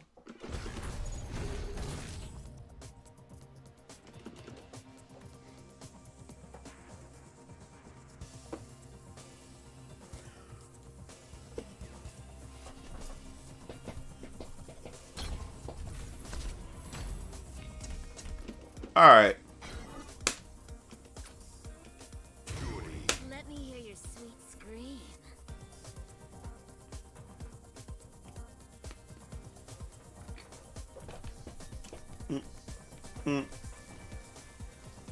This is my favorite costume. I love Jory. I love this costume on Jory. Wanna know who wins? Oh my god, Manat. Oh my god. Oh, she got a yarn ball. That's cute.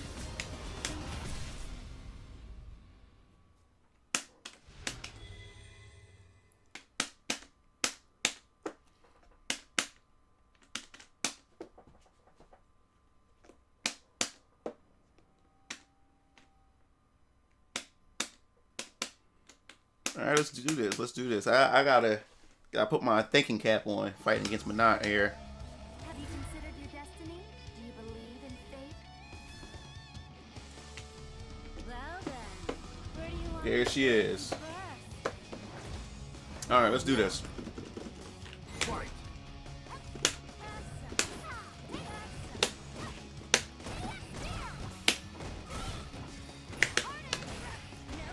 Oh.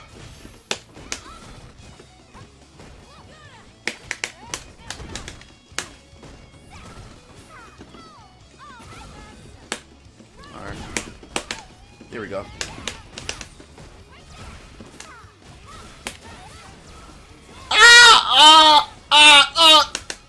Come on.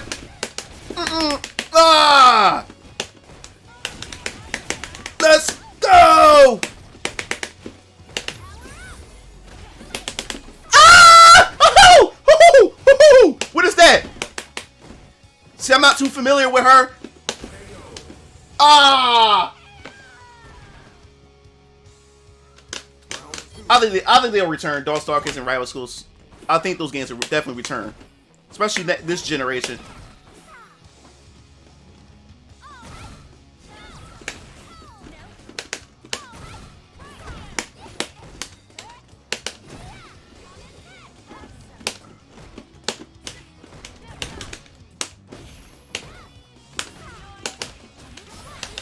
Oh! Oh no! Come on, girl, we can do it.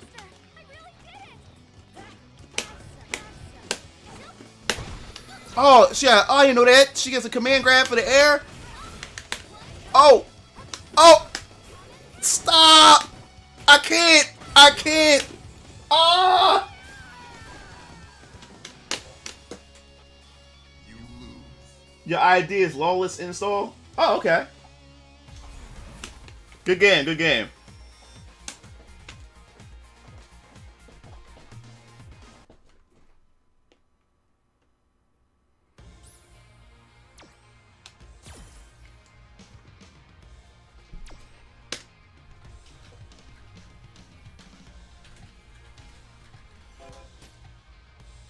Yep, there we go. Lawless installs in there.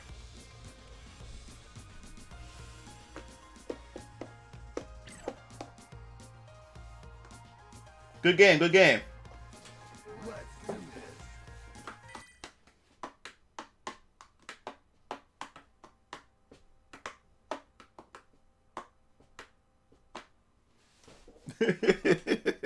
this. Oh man.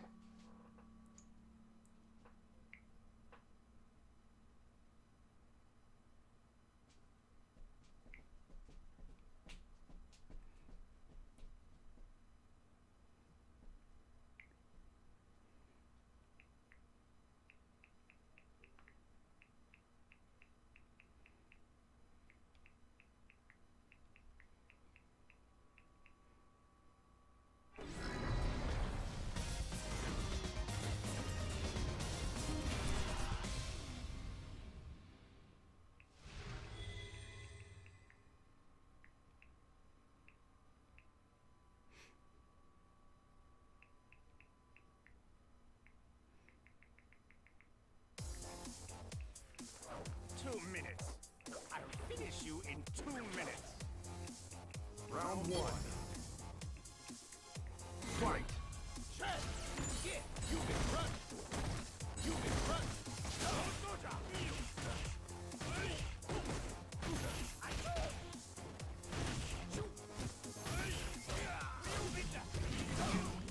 All right, we got G. We got G.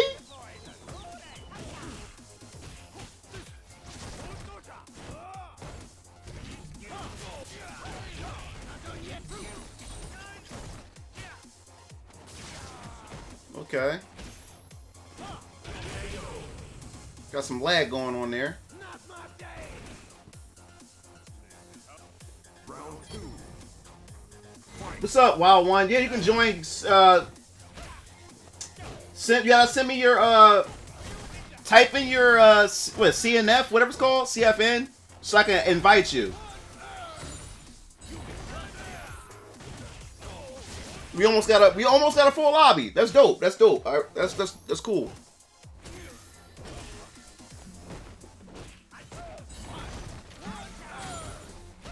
Yeah, I'll probably be doing Street Fighter for a whole hour, for another hour, and then cause right now it's 6:55. Yeah, so 8 o'clock. I'll be done Street Fighter at 8 o'clock. So 6:55 right now.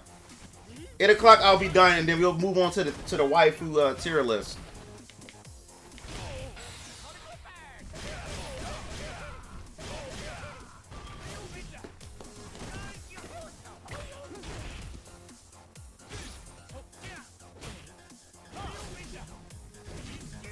Yeah, I got NVIDIA. I got an NVIDIA 2080. I gotta upgrade to i7 though. I got an i5. That's why once I get an i5, I can better crank up the settings a bit more so it can look a lot clearer. Because the settings are low. The bit rate and everything is low is because my processor can't handle it. I got an i5. I gotta get an i7. I got a high. My graphics card is really good though. I got a 2080.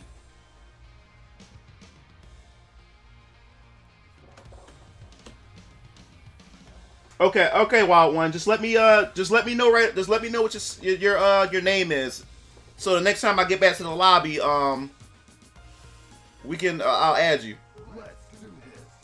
All right, we about to have a full room because once Wild One get in here, we'll have one slot left. Guys, I'll definitely be doing Tekken 7 soon on the live stream, but that's gonna be on PS4 though because I don't have the PC version.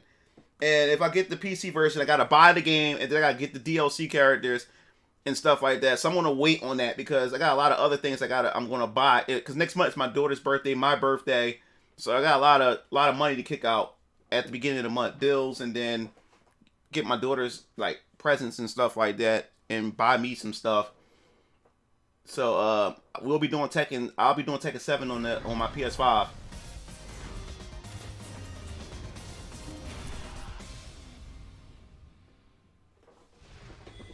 Oh yeah. I do it sometimes, Boris. Like you just never get it. You're never around when I do it though. But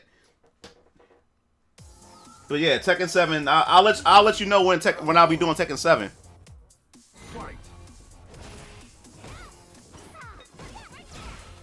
Oh, it did get nerfed. Oh, I like that Alpha Monarch got.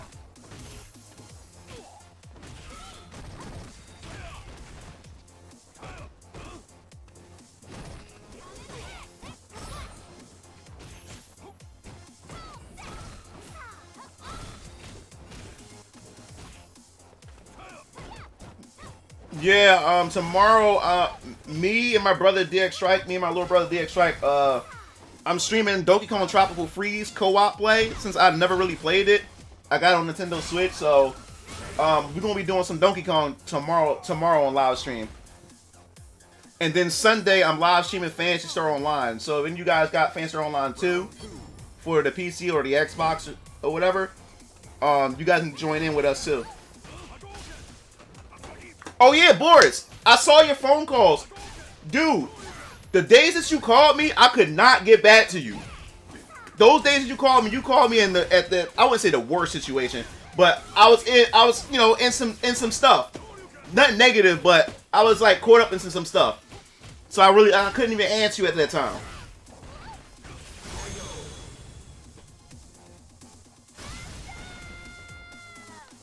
It shouldn't take an hour. It shouldn't take an hour to install.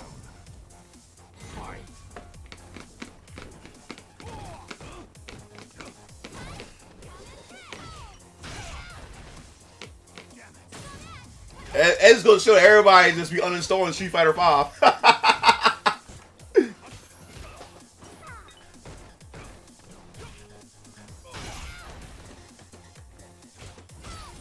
Okay, Slay.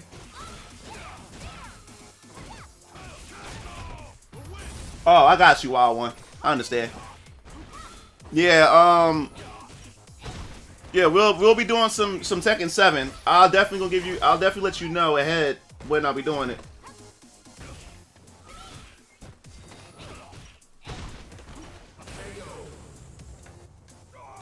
Yeah, it's not sick. I love those shoes and those leggings y'all on.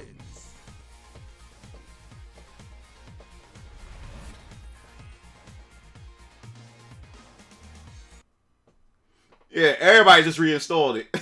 Street Fighter 5. Everybody hit that reinstall when this update came out.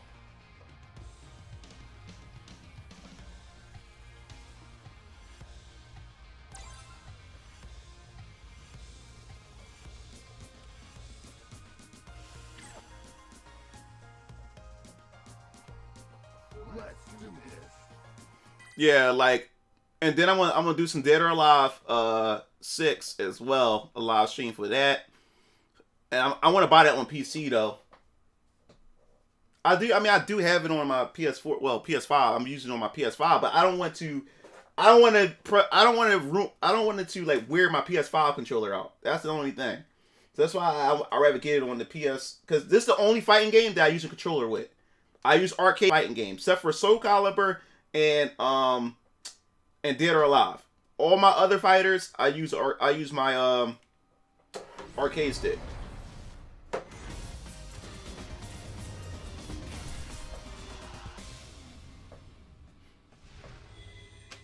Wait, Jury, is that me? No, it can't be me, because I didn't select anything. Who else using Jury? Have you considered your destiny? Round one. Fight. Oh, we got a barefoot Menard? Didn't know that. I didn't know that she had a costume like that. Oh yeah. What's up? Welcome back, Chris. Man, it's been a year for everybody when it came to Street Fighter.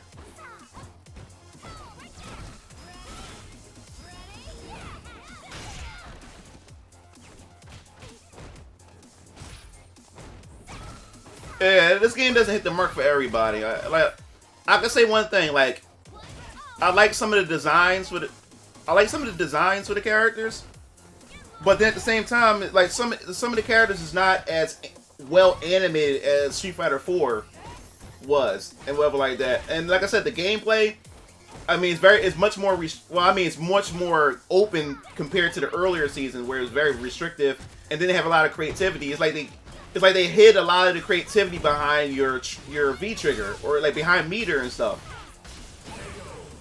And then they got rid of proximity normals. So it was a lot. It was a whole mess at the beginning. It took at the end of the life of this game to actually put them to sharpen it up a bit.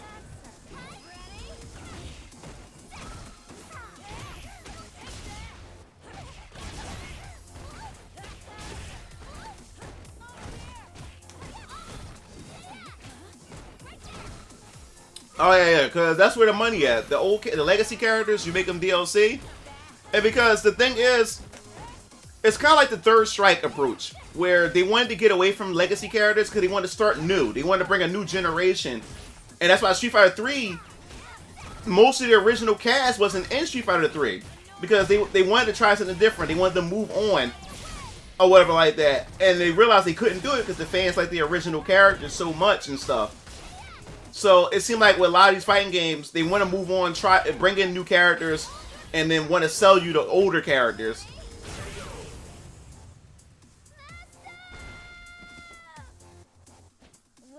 Final round. Fight.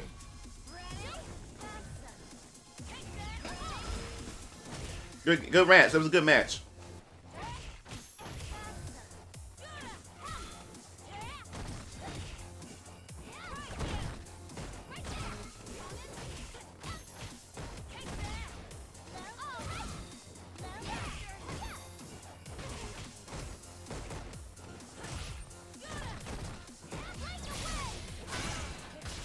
Uh-oh. Uh-oh. Here we go. How this is gonna end. This is gonna, oh my god. Oh, here we go. Okay. Did he drop it? Oh no. Ah my god. Oh Jesus. Ah! Combos is sick.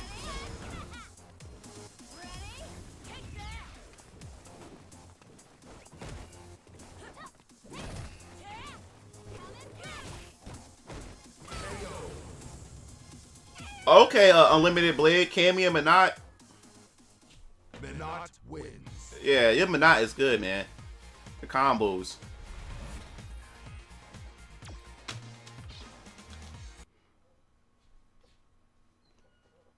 It's go time.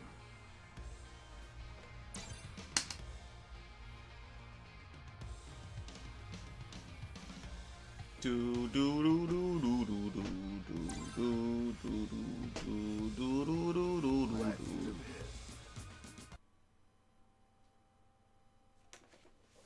All right, I'm gonna try another character.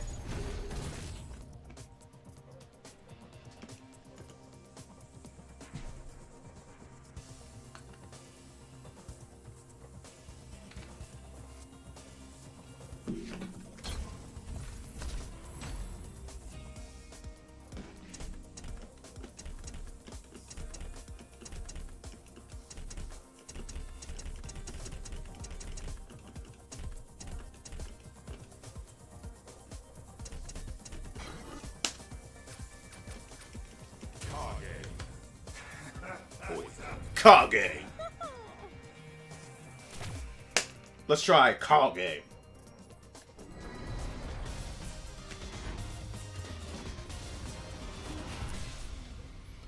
In my opinion, man, characters shouldn't be like purchasable. They should be free because those characters overall change the balance of the game. It affects the game, the gameplay wise, when you add in new characters.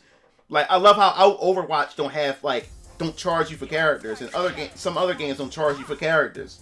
Right?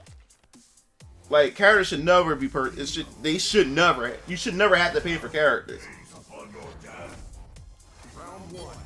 The only thing they should, like, is like cosmetics, music, and stuff like that. I understand that, but come on.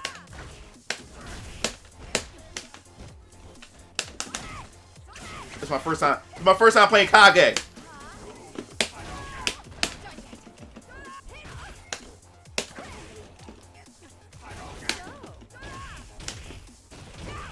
Ah!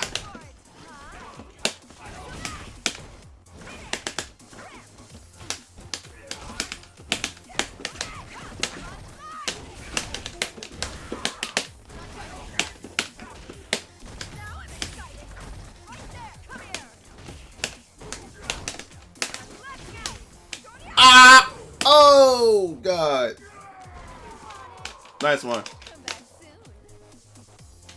soon. Kage. Oh! I need to stop doing that.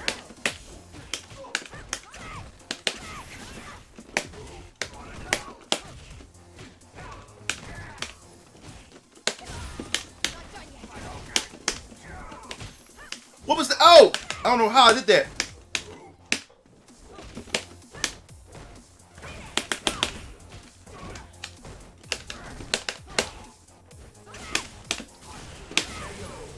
Nice.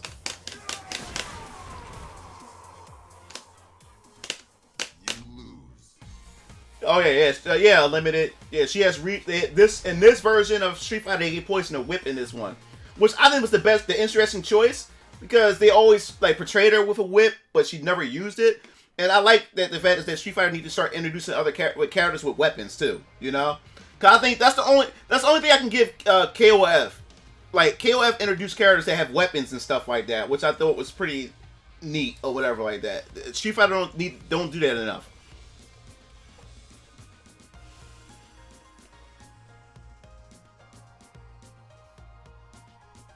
It's not the fact that you jump.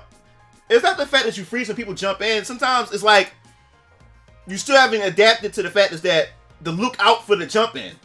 That's the thing with me. Like, I always get caught by people's jump-ins. It's because I don't look out. Like I don't look out or react in time. Like, the moment I notice they jump in, it's too late already. You have to anticipate jump-ins. You have to read those. And the thing is, I don't read them like I'm supposed to. And every time I don't think that person's going to jump in, because I'm saying, man, they're not going to exploit that. They're not going to do it. And they end up doing it. And I get caught every time. When I should have said to myself, you know what, that person's going to jump in. But I overthink it. I'm like, yeah, they ain't going to do that again. No way in the world they're going to do that again. Because I'm just going to catch it. And then they just do it again.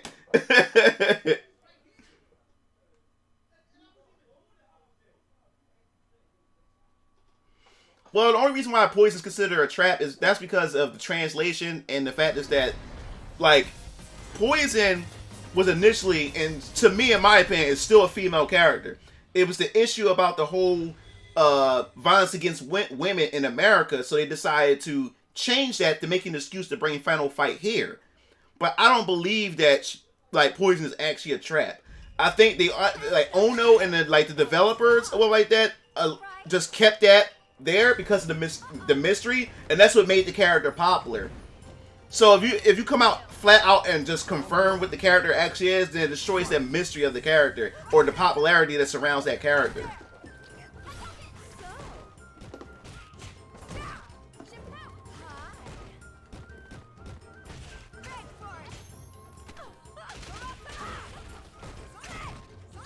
Even the original creator of Final Fight said Poison's female. And now I was watching a video on that whole thing. But like I said, Capcom after a while, they just kept it ambiguous. So they would say Poison's whoever can be whatever you want her to be. If you into traps, then that's your fancy, then Poison's a trap. If you think she's a female, then she's a female. Come back soon. Round 2. Fight.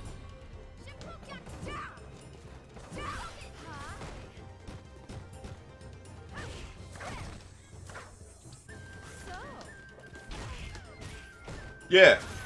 It's a whole history on Final Fight and Poison. Final Fight is based after an 80s it's based after an 80s movie. I can't remember what the name. I'm gonna find I'm gonna find that movie again because I watched it growing up as a kid, and the name of the character is named Cody. I think it's called Streets on Fire. I think it's called Streets on Fire. That's what Final Fight was based after or whatever, and they took inspiration from that, and the main character was named Cody, and they based everything around that, and it was a corrupted city and everything, and they based the Final Fight off of that 80s American film. I think it's called Streets on Fire, I believe it's called. And like I said, they really wanted to hit the American market with Final Fight because beat 'em ups is starting to become a big thing, especially in Japan. It's very popular. But beat 'em ups such as Final Fight, I think was the first that actually had female characters that you could actually beat the hell up in the game, besides the male characters. So when they were trying to bring it over here, it was a big issue about violence against women. They really said, no, you cannot bring this game here. So they said, no, they're not really men. They're not really women. The female models in Final Fight are actually transsexuals, or they're actually like men dressed up as women, or whatever like that. And that's what they did. That's how Poison ended up. Roxy, Poison, and all of them was considered like traps and stuff like that. That's the only way he's able to bring it here to America. But the creator of Final Fight said she's originally female or whatever. But once it got here, and most Americans never knew how it was in Japan, so everybody just knew what it was here or whatever like that. So it got popular. She became like Poison being a trap became popular. So when Ono took over Street Fighter, they started asking questions. Ono pretty much said Poison can be whatever you want Poison to be or whatever like that. They kept it ambiguous because Poison got popular because of the whole ambiguity of the character. So why change it? That's like taking Q and removing the mask. I don't think they would ever remove the mask off of Q. They may make Easter eggs or spoil that a character may be Q or whatever like that. But removing that mask off of Q will ruin the whole like uniqueness of the character.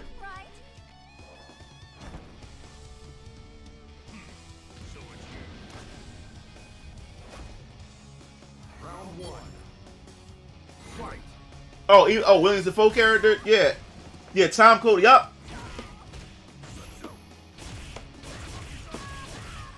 Yeah, thanks, Raph. Yeah, Streets of Fire.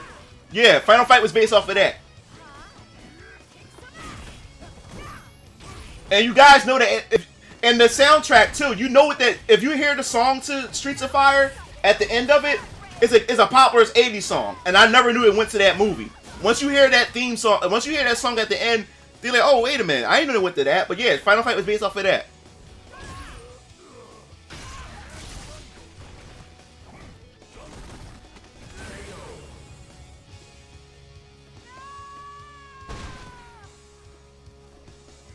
I hear you, Smith. I hear you, John.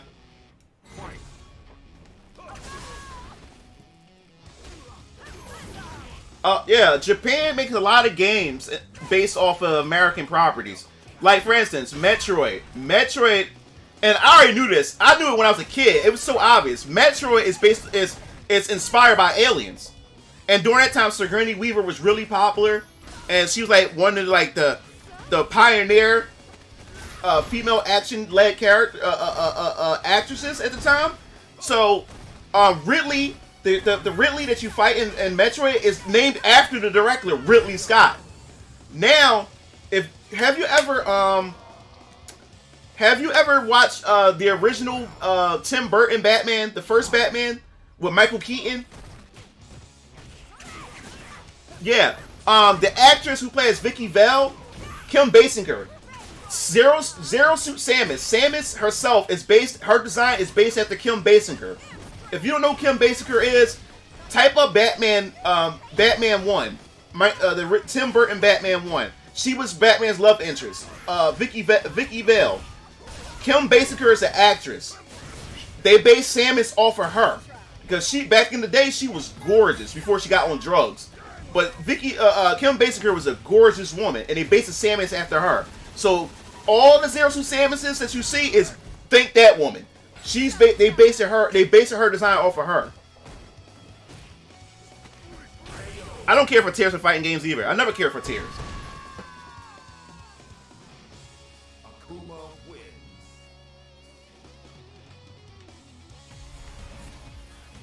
Yeah. So if you don't know who Kim Basinger is, look for Vicky Vale in the original Tim Burton Batman. You look at her, they based the Zero Suit Samus off of her. And back in the day, she was a gorgeous woman. She was a model. She was really gorgeous until she got on drugs. And she appeared on 8 Mile, the Eminem movie, and that was Eminem's mom. And she looked so horrible. Them drugs really got to her bad. But she was a beautiful woman. Zero Suit Samus is based off of her design. Thank her. Because Zero Suit Samus, I think she's hot too. Her design. But yeah, she's based off of Kim Basinger. Welcome back. Yeah, Slade got that lag. Every time I notice when Slade play, that lag just creep in. It just sneak up on you like that. That lag.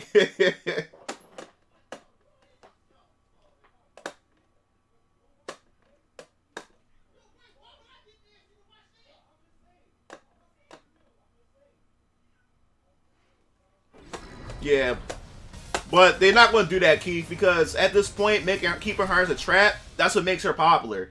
Like I said, that's some dudes are into traps. Some people are, so they realize that character brings them money by just keeping her ambiguous. This is the round one. He said he got that rising router. So he got that rising router.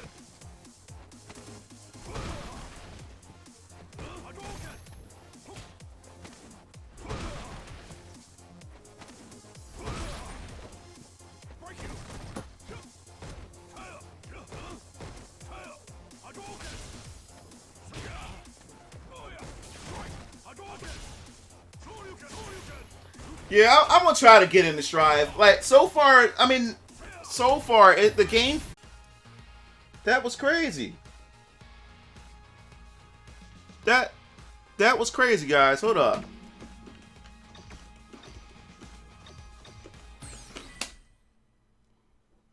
I think I'm back.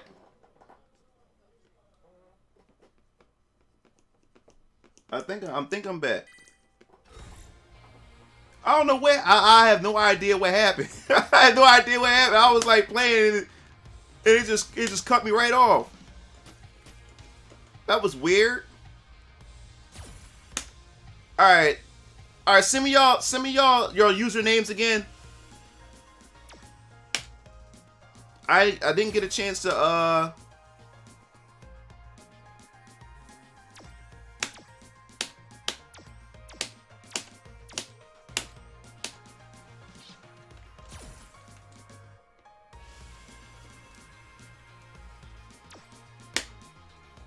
Alright, I need your fighter IDs again. He said you gotta turn off them BitTorrents. I ain't using no BitTorrent.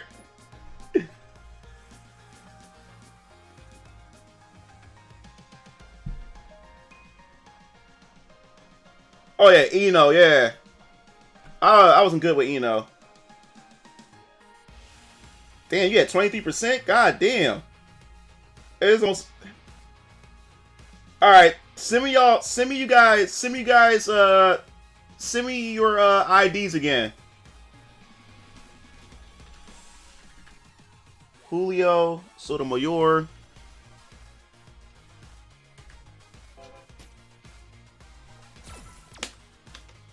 And who else?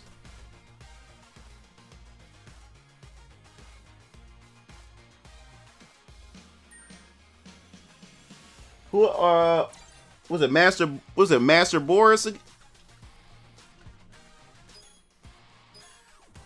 Was it UGVM? No, wait, hold up. Let's go.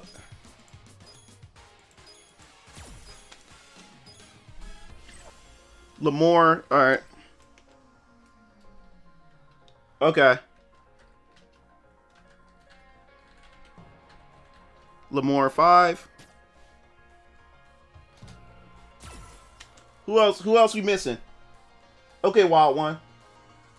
Oh, yeah, Master Boris. Yeah, there we go. I see Master Boris. Master Boris UVGM. Okay.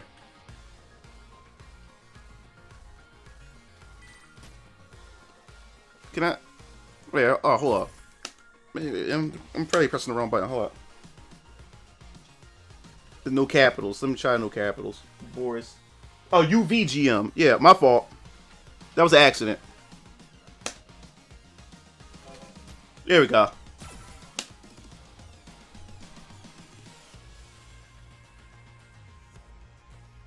I also gotta put y'all on my friend list too, guys, so I don't have to keep going through this. Hold up. So we're not gonna start the matches or anything yet. Let me Super Shoto.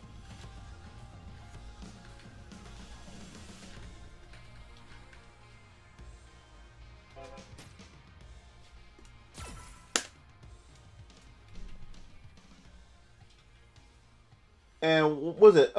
It was Slay Raptor as well. Slay Raptor 64.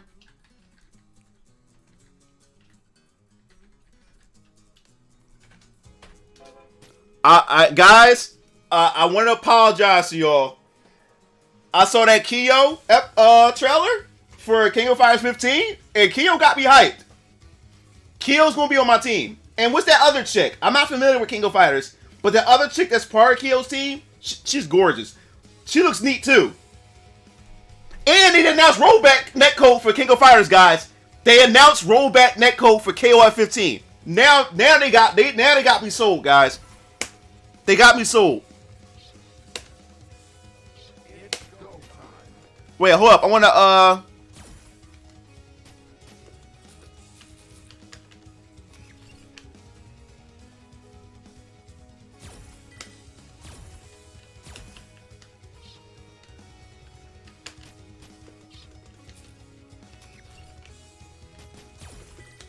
I'm sending out friend requests, so it'd be a lot easier. So I don't have to keep typing your names in and stuff like that. I can just send you guys a friend request. Add to favorites. And send a friend request. I'm sending out all the friend requests, guys. Add to favorites. Send friend requests.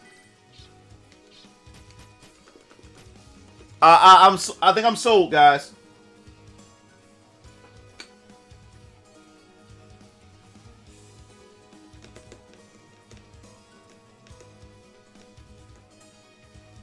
I don't play it. No, I didn't know, Boris. I don't follow on SNKs. I didn't know they was doing it on the older games. So don't try to hold me accountable for that.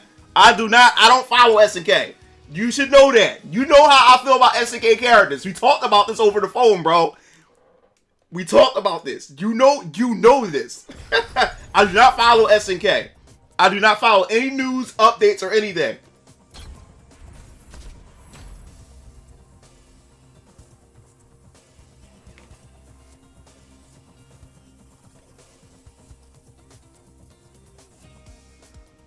Yeah, I need you to be on my ass, Boris. I'm trying to get into a KOF game, but I'm not gonna lie.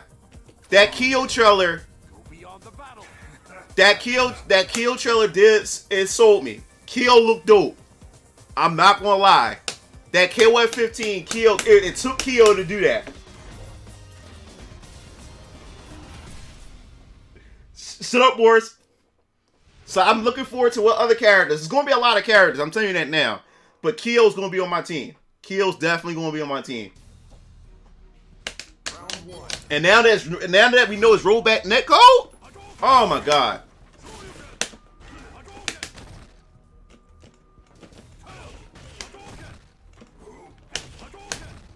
I don't know what I'm doing with.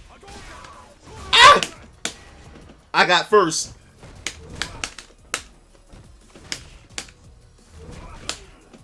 Okay.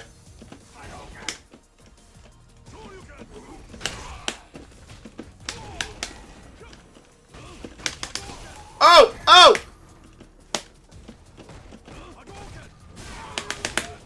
What? Woo!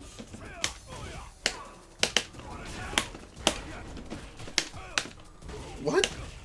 No range with that one.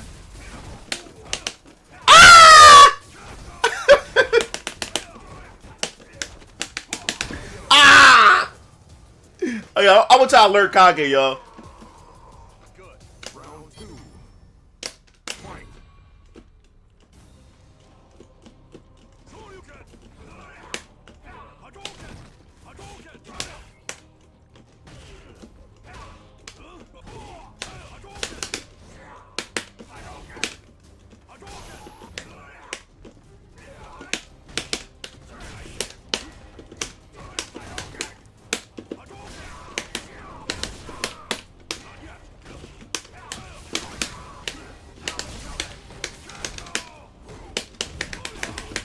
I don't know what it is.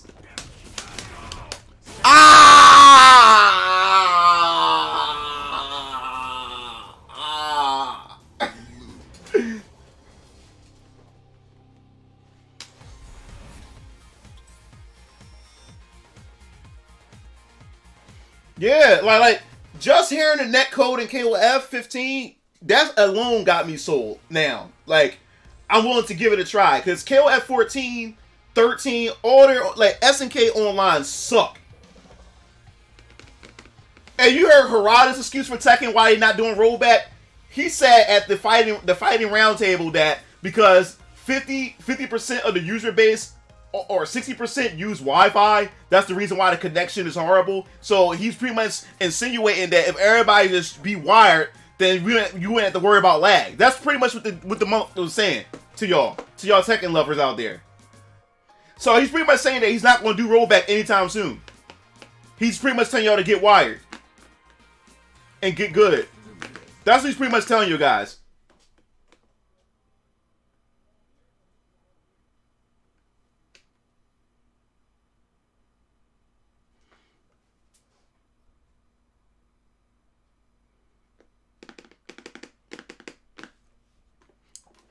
Yeah, that's what Harada's telling you guys. All your Tekken fans out there, Harada's telling y'all to get wired.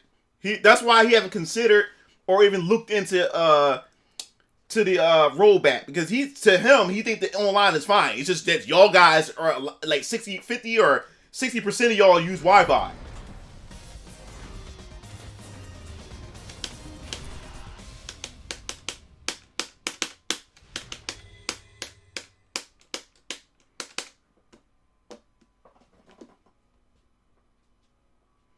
I think Street Fighter 6 is going to be on rollback. I truly believe that. Round one. I think Street Fighter 6 is going to be real bad. Now, Marvel vs. Capcom Infinite netcode wasn't too bad at all, actually.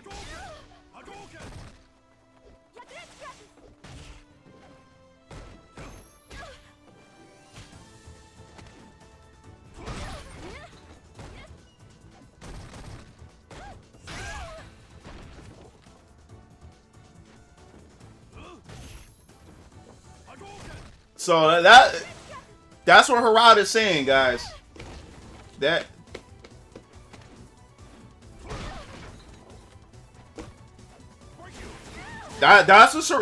what he's saying to you guys. And you see that teaser of the new it's gonna be a new female character on Tekken 7. She's the Prime Minister of Poland. They just teased her, but also was pantyhose legs and shoes, and a nice classy coat. That's all I saw. That's all I saw in the teaser. They ain't show nothing else.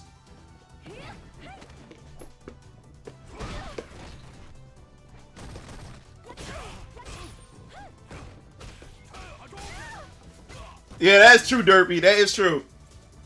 Yo, Raptor internet connection. Jesus Christ.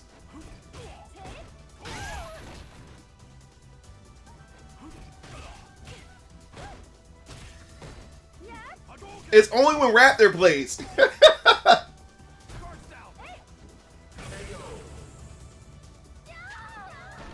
Oh, he said, why what?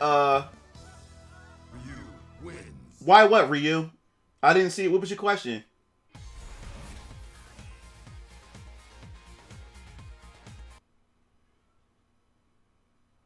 Yeah, Raptor. Yeah, Raptor. Your internet, bro.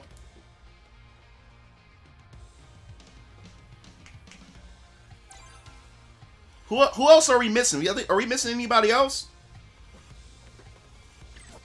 I think Tekken. I don't think we're gonna get Tekken 8. I think that, in my opinion, I could be wrong. I'm just going out on a limb with this. I think the next Tekken game is Tekken Cross Street Fighter. I don't think there's gonna be a Tekken 8 right away. I really believe it's gonna be Tekken Cross Street Fighter, then Tekken 8 for this generation, for the PS5 and maybe the PC and Series X. That I'm going out on a limb with this. I could be wrong, but I truly believe that Tekken Cross Street Fighter is the next Tekken type of game. Oh, why? Because at the Fighting Roundtable, they asked Harada about rollback netcode, and he made an excuse because, like I said, a lot of people want rollback netcode. Rollback netcode is superior. It's the superior for fighting games, and everybody's asking about it. Especially now you have Strive, and you got KOF 15 implementing it, and I think what's the other game? EX Fighting Lair got rolled back, I believe. So they was asking Harada, like, yo, what's up? What's going on? And he's pretty much saying, oh, there's nothing wrong with the netcode that we currently have. Like, they're not really, like, looking into net. It's not, like, netcode, rollback netcode is not really a priority to Harada right now. And he's pretty much saying that their netcode is fine. It's just that yo guys keep playing Wi-Fi. Because he showed a statistic showing that there's a lot more players playing Wi-Fi than wired. So he's saying that the issue is not the netcode, is that a lot of you guys are just playing Wi-Fi. That's what he's saying. That's what I'm. Oh, nice.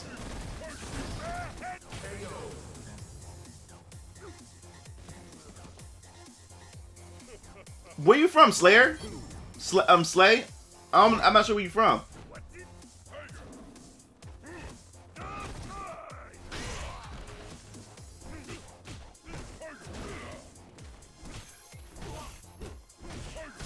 Oh, it does, Derpy? I didn't know that.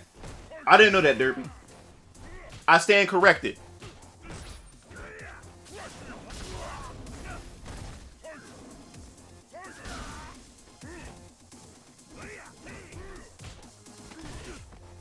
Now, with Smash Brothers, if Harada said it about Smash Brothers, I would agree with him. Because I'm part of this Smash Brothers Ultimate group on Facebook. And a lot of players show off their setup or show off them playing Smash Brothers, like using their camera, focusing on the screen. A lot of these motherfuckers be playing Smash Bros. Ultimate in handheld mode. If you're playing in handheld mode, you know damn well it's not wireless. No, it's that it's wireless. It's not wired. And then you got a lot of players in the Smash community that you play online. A lot of motherfuckers play wireless. There's more. That's why, like, I'm not saying that the Smash Bros. Ultimate online is perfect, because it's not perfect. But when I do play against players who are wired, the experience is way better. But I have more situations where there's delay, because there's a lot of players in Smash that plays wireless and play in handheld mode.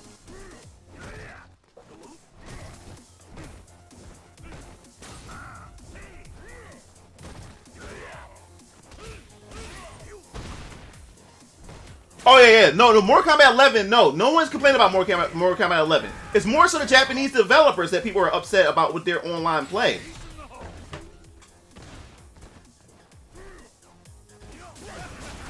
Oh, okay. All right, I got you, John. I didn't know that.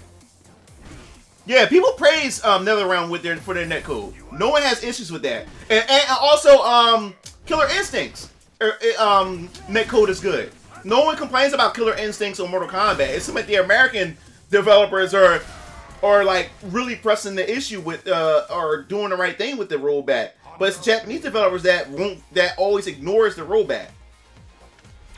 Or they try to create their own rollback code, which sucks. It's go time.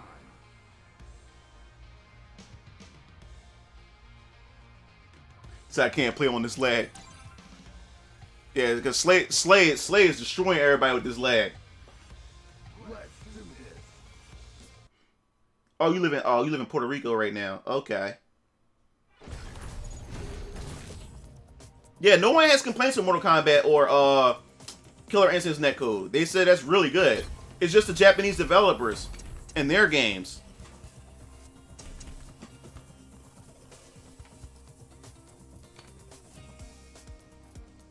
Let's see. Let's try some. I'll try another character. Let's try Cammy. We can go with the Jack and Daxter setup.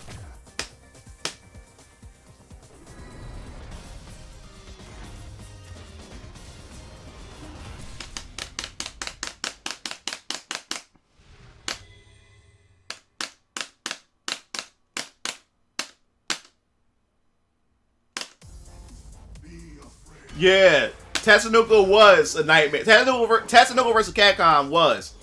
Yo, is there a way we can play Tatsunoko vs. Capcom on PC? Is there a way? Because I'll let to play you guys in that game.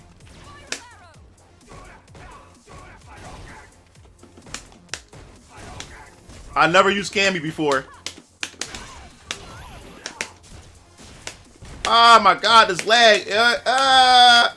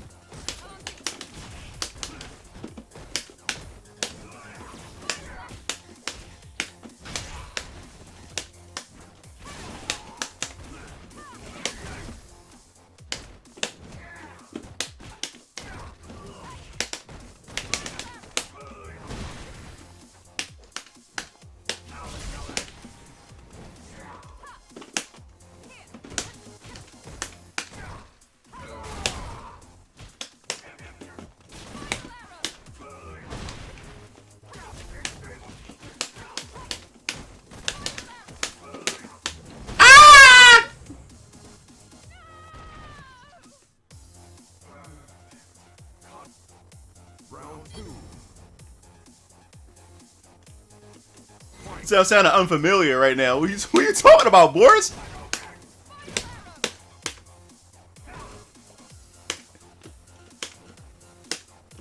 Ah!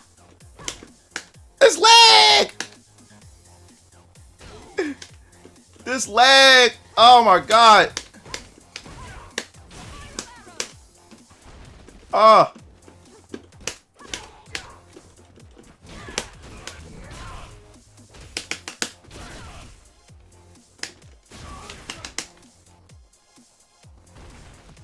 Jeez.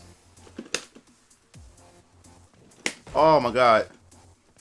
Yeah, we can't be doing this. This lag is horrible, dude.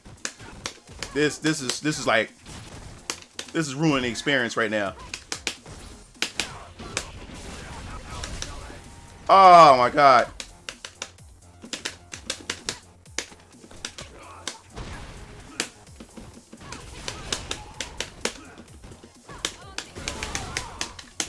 Ah! Oh!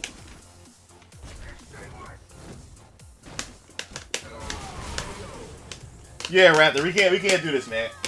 this lag is ridiculous. You lose.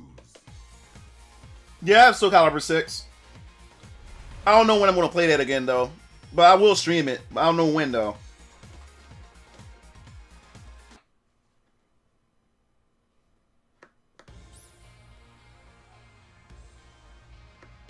It don't have to be online as long as we use what's that, Parsec, we should be able to play. I'll let her play some TVC with you guys.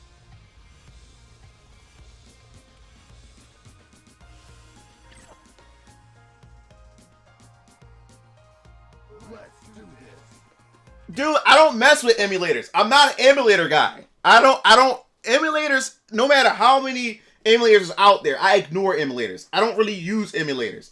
So that's why I'm asking, like, is there a way to play Tatsunoko, on PC? Like, I really don't, that's like foreign for me. I don't really go in that, I don't dab in that area. Normally my boy PJ normally be in here. PJ is the emulator fiend.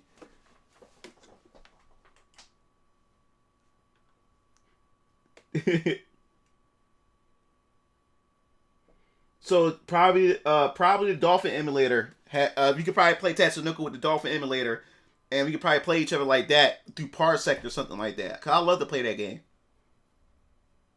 Maybe I'll look into it.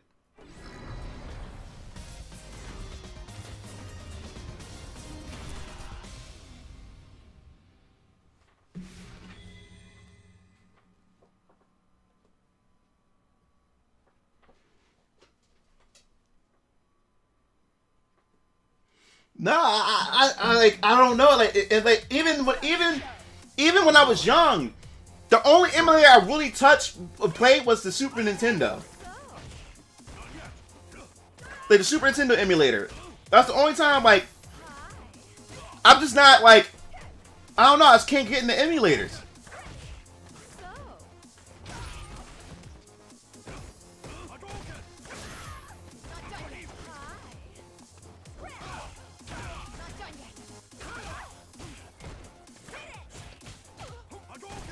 Yeah, I'm sorry, Slay, man. It's just that the connection was just horrible, man.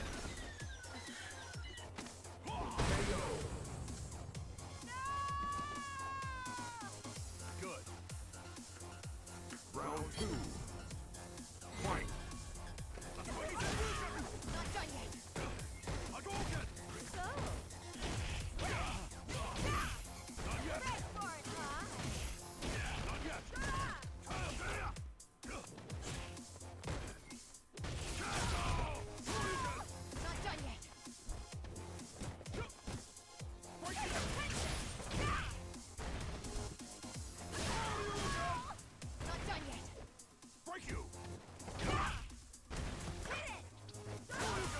Yo, I don't know, guys. I don't know. Capcom and SNK might have something going on here, because for some reason they really pushing the hell out of SNK versus Capcom Neo Geo for some reason with the advertisements. And I think also Capcom was advertising it too. And plus, for them to even bring that, there had to be some agreement with Capcom and SNK in order for them to even bring that title back. And to even put it on the Switch all together. They both had to come to some agreement. Now, there was some people speculating that the final character may even be, for Season 5 of Street Fighter, may even be a SNK character. It may be like Kyo or Terry or Iori or somebody. This is just everybody just guessing. And that maybe that KOF 15 may even have a Street Fighter team or something as guess or something like that. That's what people are just guessing. This is all guess. But that would be crazy. Okay, I got you, Ryu.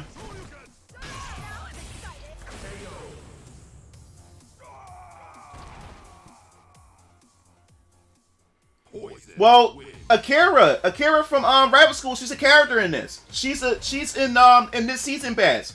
That's why I believe even having her here may be a hint to a new Rival Schools. Because remember, I said the whole time that they need to put Rival School characters in Street Fighter. Like you got Final Fight characters in Street Fighter. Why not Rival Schools? It's in the same damn universe. To me, it's more closely related to Street Fighter than what Final Fight is. Yeah, there is. We got Akira, the chick with the motorcycle helmet. Yeah, she's gonna be in Street Fighter 5, and she's the most popular. She's the most popular in Street Fighter in Japan. That's why they put her. They're gonna put her in there instead of Batsu or whatever. But that's fine. Cause Akira was on my team in Rival Schools. It was Roy, Akira, and Hinata, and I also had Hideo, the teacher with the glasses, with the tie, with the necktie. Hideo, Roy, and Akira, or it'd be Hideo, Roy, and Hinata. They were my characters.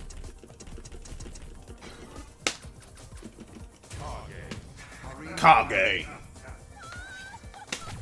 Oh, I hate fighting Karen.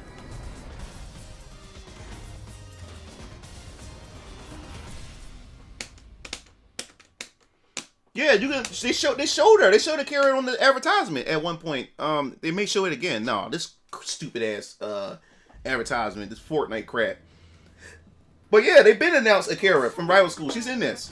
She's next to the last character, secret a surprise character. Round one. Fight.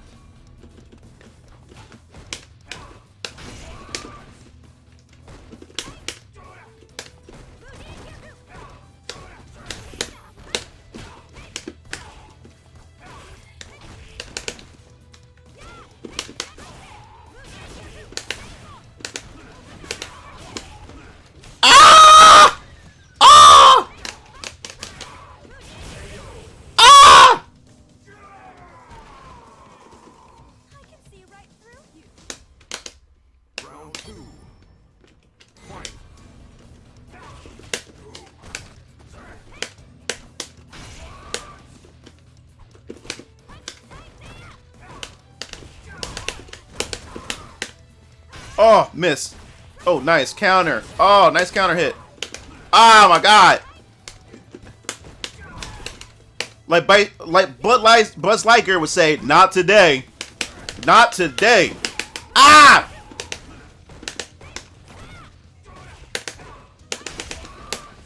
Ah!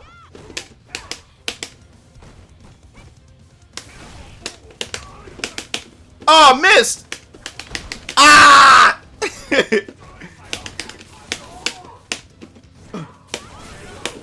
Ah! Ah! Good one.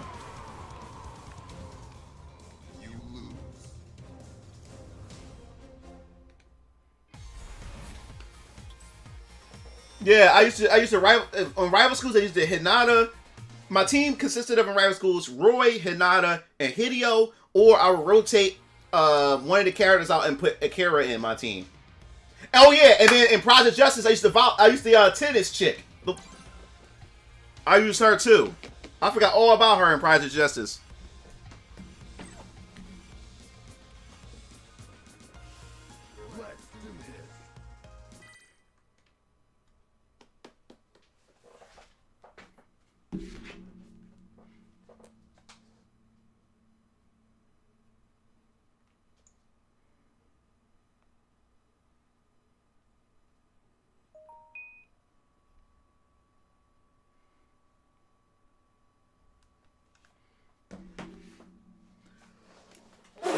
Excuse me.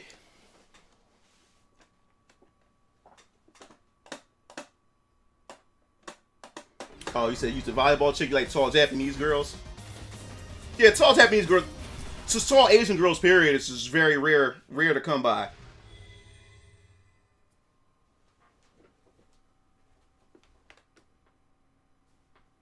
Oh, Monster. Well, he picked Monster Hunter. Round one.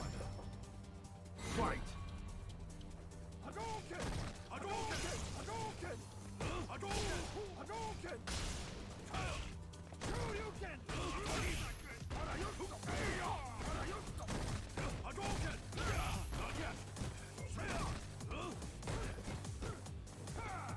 Oh yeah. Agree. All right, once my turn come up, then that'll be it for the Street Fighter, and then we're gonna move on to the the waifu tier list next. So don't go anywhere, guys. Don't go anywhere. I want to chat with you guys while we do the tier list, talk about waifus and stuff.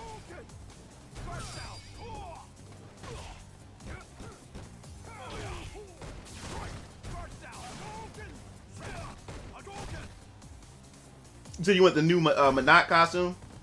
I never seen what's her new costume. I don't follow up on costumes much. Round two. Yeah, but like I said, Chun-Li got the most costumes. Like Capcom loves her to death. I mean, it makes sense, but she has the most costumes.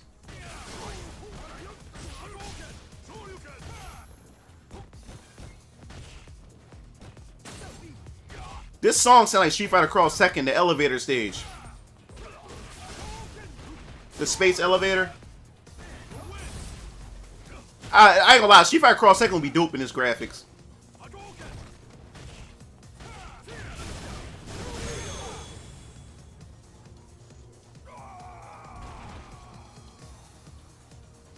Good game, good game.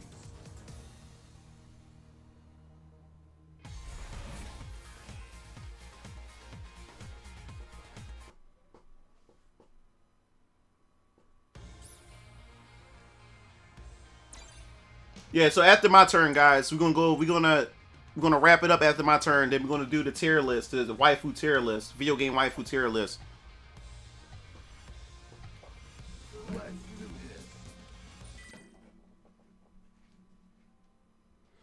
Well, the rumor is that she might be in Smash. She might be a reveal. They might reveal her, but no. Another leak came out regarding Smash that the last two characters may be Crash Bandicoot and Monster Hunter, because Nintendo's put together a Smash Orchestra next year in January or something like that to celebrate the completion of the second Fighters Pass, and there was a list that leaked out showing all the songs that they be playing. They're going to be playing all the stage music and all the character music, and they had Crash Bandicoot music on the list, and they had Monster Hunter Rise music. So people think there may be a hint towards that they may be the last two characters they're going to show off. Yeah, I didn't think it was going to take that long to, yeah, I miss Street Fighter Cross Second. It's still my favorite crossover game, man. I still love that game. People can hate me all they want for it, or say that, say the game is garbage. I love that game. Street Fighter, I have it for the PC, though. Round one. I have it for the PC. Fight.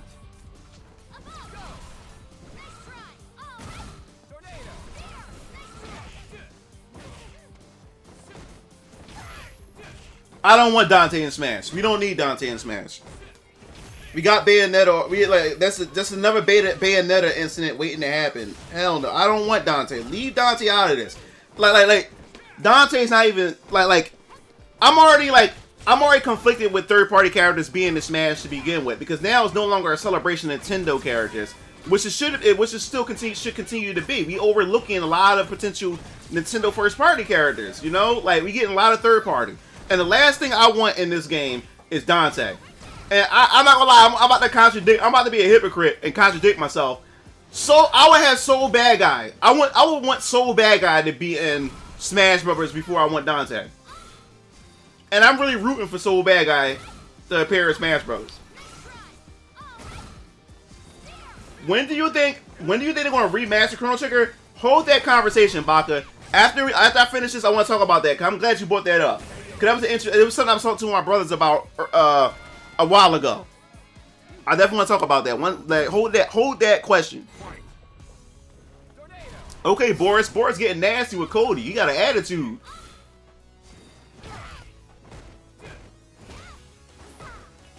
This is gonna be a good fight.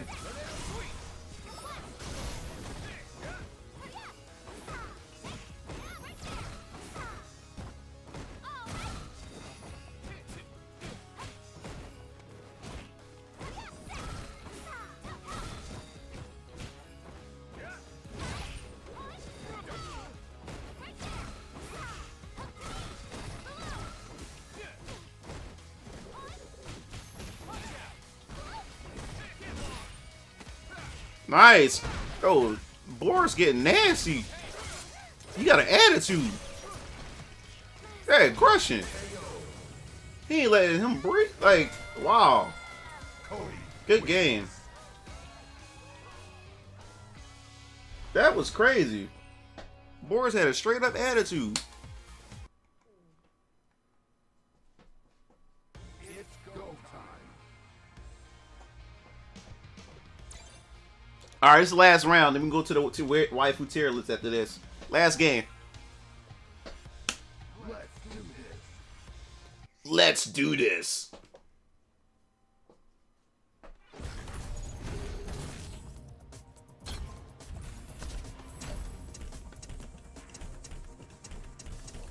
Where my jewelry at? Where my baby girl at? There you go. Let me hear your Come on. sweet scream.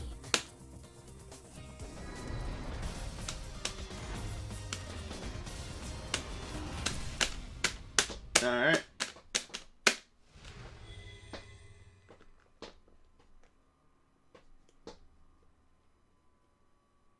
Remember they didn't know who Terry Bogard was?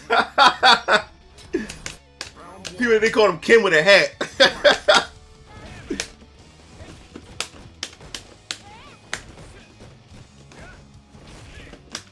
Nice.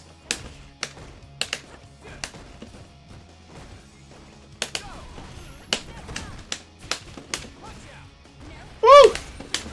Ah, I keep forgetting anti-air's not invincible and wake up.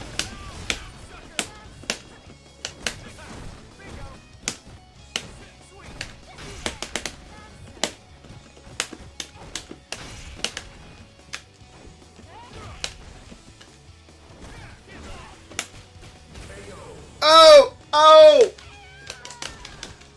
Good one. Round two. Fight. Oh! Nice. Alright. Alright, get it all ready. Didn't finish.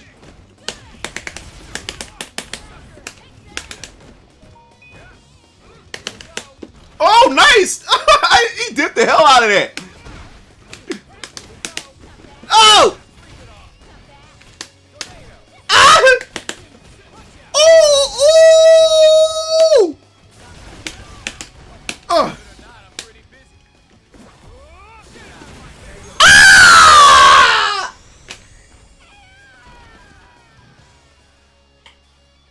You lose.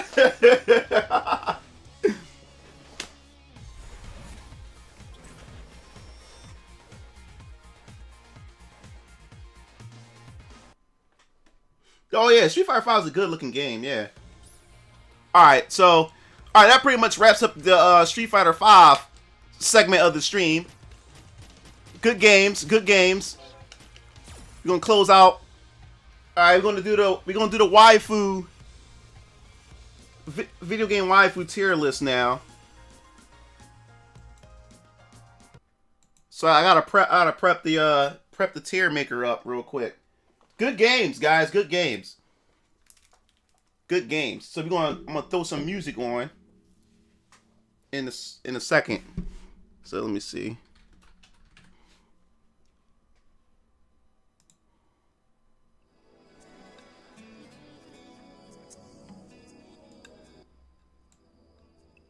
All right, cool. I gotta use the restroom too. So I'm gonna get everything started in a second. I'm gonna get everything started in a second. Let me get off.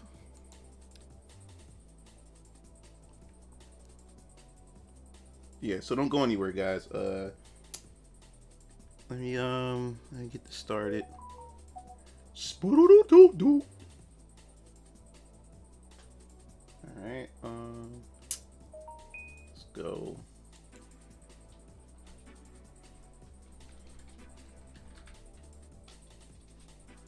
Video game waifus. The tier list right here. Here we go. And there we go. We got it. We're gonna get this. We can get this party started. All right. We have to put it over here.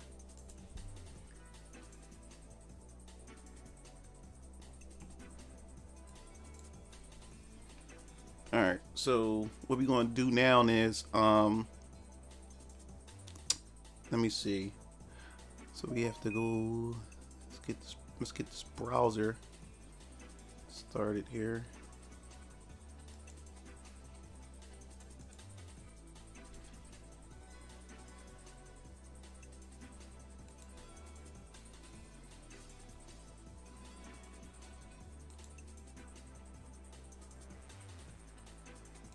Ew, why the hell did I? My fault, guys. I wasn't trying to do that. What the hell?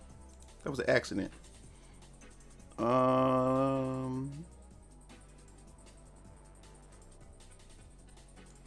Oh, why did I put it? Oh, what the hell? I put it over here. And you're supposed to put the tier list on this screen. My fault. I'm sitting here putting it on the wrong screen. My bad, guys. Hold up. I was wondering what was up with that. All right, we got to zoom.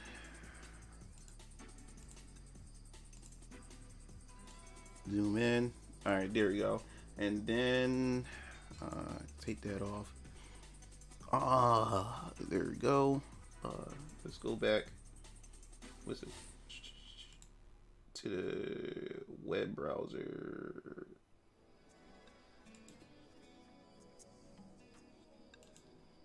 All right. Turn the web browser back on. Yeah, this is my new wallpaper I just made for my 3D hentai. I'm about to start selling wallpapers. I'm about to get it. I'm about to get it framed. I'm about to get this one framed, so I can put it on my wall. I got my VK poster coming that I'm gonna have framed, and I'm gonna have my VK poster on that wall. So I'm about to start filling the walls up and everything. But let's get this tier list going on here.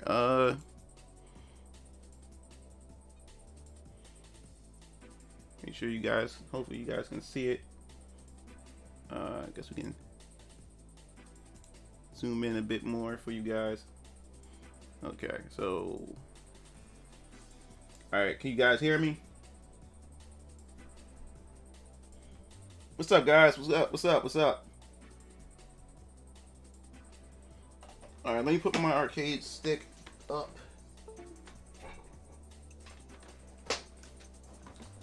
All right, so was it? It was Baka that asked me about the whole Chrono Trigger thing, right? Let me know if the music's too loud.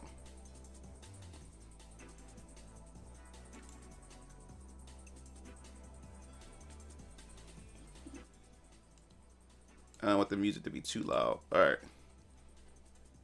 I'm actually gonna do the airport music.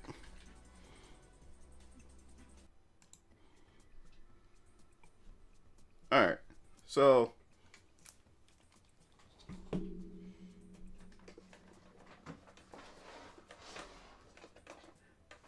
yeah, no. Like you don't like this is the thing. This is the thing. Square Enix made a separate division to go back and to remake classic or to go back and create a classic style role-playing games that they made back in the SNES era. They had a whole new studio. That's why they're doing Octopath Traveler. They're doing that new strategy game, Project Triangle Strategy or whatever it's called. And all right, Boris. And they did one of the remakes they did was a remake to the first Secret of Mana remake, which I have over here. Let me see. Where is it? 1 second. Oh yeah. So they pretty much remade, before we get to the tier list, Yeah, so Square had pretty much remade this, Secret of Mana, that was on the SNES. One of my, this was my first RPG as a kid. Growing up, this was my very first RPG. That's what got me into RPGs. It was Secret of Mana that did it. My very first game was Legend of Zelda, but my first RPG was Secret of Mana. It was on the SNES as a kid, and it was 3 players with the multi-tap. So the studio ended up remaking this first, right? Then, even though a lot of fans were upset by it because the graphics, it was kind of like a lazy attempt. It was kind of like a lazy attempt of a remake, right? So then, they decided to re-release. No, they decided to remaster. They decided to remaster Trials of Mana. I have it for the PS4, and let me see. It's also, let me see, Tales, Legends, Donkey Kong, Hyper. Yeah. So I also have it for Nintendo Switch, and I also have it for the PS4. So I have these. So they took these classics, and these are successful, especially Trials of Mana. Trials of Mana did really well as far as sales. They really did good with this. So we can expect more classics from Square to return. So now your question is, will they remaster Chrono Trigger in a way? And my answer is I believe so. That's my answer. I really believe they will remaster Chrono Trigger. When will they do it? I don't know. It's because just like Final Fantasy VII, how highly regarded Final Fantasy VII is, and how well respected it is, and a lot of pressure is putting a lot of pressure on the developers. I think Chrono Trigger is in that same position, where Chrono Trigger is also another highly acclaimed RPG made back in the SNES era for the from Square Enix. So I think they would have to be really cautious of how they approach Chrono Trigger. And like I said, Final Fantasy VII Remake is already putting pressure on the developers, because the thing is, they don't just want to just remake just to do a copy and paste. They want to mess around with it, or they don't want to compete against the original. They want to make something totally different using the original as a base, but try something totally different and try to make a new classic for the new generation. So as far as Chrono Trigger is concerned, they're going to either remaster it or do a full-on remake with Chrono Trigger because of how highly acclaimed it is. And for me, like Final Fantasy VII Remake, I have my skepticism about it going forward. I really hope they don't do like too much. If they was to remake Chrono Trigger, hopefully they don't do too much to change it or whatever. They will have to do some tweaks to it if they want to make this game, make it blow up to be something, Yeah, Chrono Trigger would be nice. Now, a Final Fantasy Tactics remaster or a remake, if they do a Final Fantasy Tactics remake, I'm on it. I am on it, dog. Like, Final Fantasy Tactics, like, if you was to include the spin-off Final Fantasy games and included with the mainline Final Fantasies, and you told me to pick my top Final Fantasy games, my top Final Fantasy games would be Final Fantasy 7, Final Fantasy Tactics, Final Fantasy 9, and Final Fantasy 4. Those are my top Final Fantasy games. Final Fantasy 7, Final Fantasy Tactics, Final Fantasy 9, and Final Fantasy 4. They are my favorite Final Fantasy games.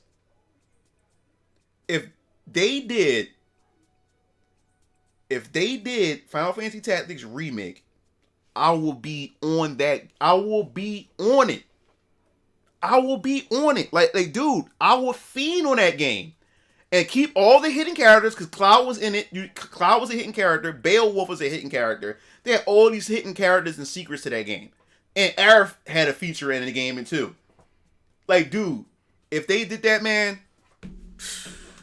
dog, I'll be in there. Like swimwear. So, anyway,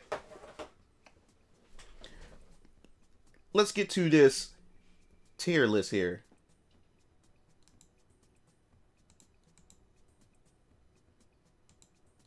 All right, so this is what we got here. The tier list that I'm remaking over again. And I like to hear what your favorite waifus are as we do this as well. You said what you need. You said you need and Lulu from Final Fantasy X. Yeah, bro. Trials of Mana it is top tier. Okay, so what I have here is my tier list, and the way I'm doing the tiers, I'm doing it based on like how I tiered it. Wifey status, potential is pretty much they reach that level to where they can potentially upgrade to wifey material. And then you have girlfriend, of course, girlfriend material. Then you have casual fun, that the type of, you have one night stands or you just have friends with benefits, whatever like that. And then you have crazy, the crazy chick, the crazy waifus. They just flat out crazy. There's something you can have fun with, or the ones that, like you can't take them to girlfriend status or like that. That's how crazy they are. That you can have a bit of fun with them, or you just flat out avoid them, but they still your favorite or whatever like that in a way. So let's do this. So as far as we're gonna start with Nico. We're gonna start at the bottom. We're gonna start with Nico first from Devil May Cry 5. I just started the game, but I think Nico is really cute though. I really like her design, and I like her personality. She's funny as hell. She's funny. She has that homie type of vibe. She's like your friend, but you at the same time she can let you hit. She lets you hit and stuff like that. And it's nothing more than that. Y'all just best friends, and y'all get it on every once in a while and stuff like that. And she's really funny. She's intelligent. She's very used. She's good with machinery and stuff like that. So she's cool. She's really cool to have around and stuff. So I think Nico would be. And the only turn off with Nico for me is she smokes. I don't date women that smoke at all. That'd be the only turn off. So I can't see myself having a girlfriend that smoke, and I can't see me marrying a woman that smokes. Because I don't smoke. I'm not a smoker at all. Or stuff like that. I mean, if I was the person that smoked, then that's one thing. But I don't smoke, and it's really unhealthy. And the fact that cigarettes get onto a woman's clothing, especially when she try to cover up with perfume and all this other type of stuff, it makes it even worse and stuff like that. So Nico, that's the only reason why, because of her personality and the fact that she smokes, she would be casual fun. Casual fun. She's like your homie. She's like your best friend that you have casual sex with here and there. And like I said, she's funny as hell. She fucks with you and everything like that. And like I said, she's good with machinery and all type of stuff. So she's like a bro girl, So yeah, so Nico will be casual fun.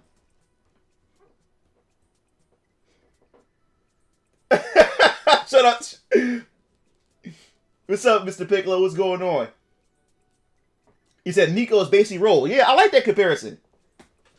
Yeah. Nico is a ride or die chick. She is a ride or die. She is ride or die though. Like you see how she just in the midst of danger and she gives no shits at all. She just ride that van right in the midst of danger. She is a ride or die chick.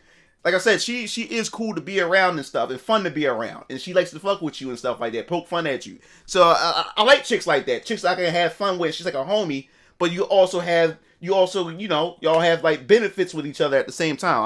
I like chicks like that, and she's the other one that I feel as though that she don't get attached either. That she just see the situation for what it is. That's what I get from her. All right.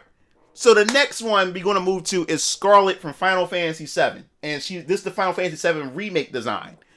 Now, when it comes to her, she's like top grade MILF material. And she's crazy. She's into domination. Which means, Nico's the forbidden sister. Yo, Wild One is crazy, yo. Wild One is crazy. He said the forbidden sister. Oh yeah, so Scarlet from Final Fantasy VII. She's top grade MILF. She's top grade MILF material. But the only thing about her, she's an older woman, and especially if you're a young guy, She's like a cougar. She's the chick that would turn you inside out. She would turn you out. For her to be an older woman, she would get you hooked. And not only that, like I said, she's in the she likes being dominant. So which means like when it comes to like pleasure and everything, she's the one that want to take charge and want to be on top. She wants to dominate you and stuff like that. So like if you look at Final Fantasy VII Remake, she likes guys on their knees and stuff like that. She likes to rest her legs and her foot on their backs and stuff like that. So if you're a guy that like to be dominated and stuff like that, you'll definitely enjoy her. And the fact is that me, like I said, we talked in the last video, I have a foot fetish. And the part of the foot fetish that I engage in with a lot of females, like my girlfriends or friends with benefits and stuff, when it comes to foot fetish, I do enjoy like foot worship and stuff like that, and I do enjoy some of the dominating parts. I don't like being stepped on. That's something I'm not into. There's some guys that like being stepped on, but I do love, when women use their feet to like, do certain, like, to dominate me in some way, like smother their foot in my face and whatever like that, and put their foot in my mouth and all this other type of stuff, or they put their heel on my chest or whatever like that, but they don't they don't hurt me or whatever like that. So I do like that form of domination and stuff like that, just a little bit, and them just talking like really like hot to me while they do that type of foot fetish type of like act on me and stuff like that. So her and the type of attitude, and she's like very aggressive and stuff, I will put in crazy. Like I will put Scarlet in crazy. That's where she will be at. You said I'm already anticipating Zelda being wifey tier, and I gotta disagree. With selected female characters. Well, yeah, this is my I'm remaking my tier list. This is my selected female. No, I made this list. I made these selected characters. I like with this tier list, you're able to add your own characters into it. So that's what I did. I add my own characters into it, to my own, my female choices to it and stuff like that. He said Moogler about to pop off. Kanye's there. Oh yeah. Ew, John. Ew. I don't even want to think about it. So, now, so Scarlet, like I said, MILF material. She has a dominant attitude and she's very kinky, but I know she's crazy. Especially if you young. She looks like she prey on young men. So yeah, that's crazy material.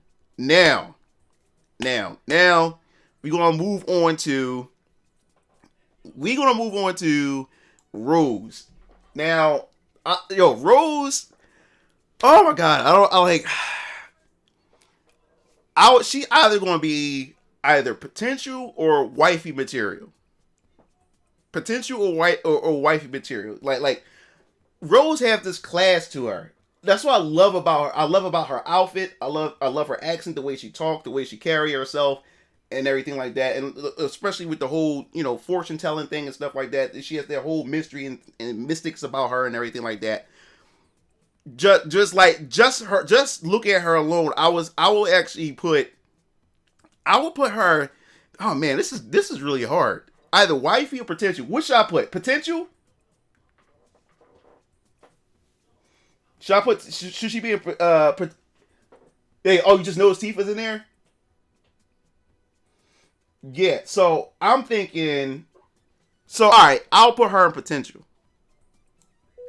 I'll put Rose. I'll put Rose in potential. She can upgrade. She has the potential to upgrade. Yeah, like that's why I think I would fit Rose. Rose, like I've been a big fan of Rose since I was young in Street Fighter Alpha back on the PS1. That's how long I've been a fan of her characters. She said she's only gonna want one night stand. Now you do have a point, because she looks like she's the one. She looked like she would be the one, like because of her profession and what she does, that she ain't gonna have no attachment. Rose, because of who she is, it would seem like that she would be the one that wouldn't want to take anything any farther either.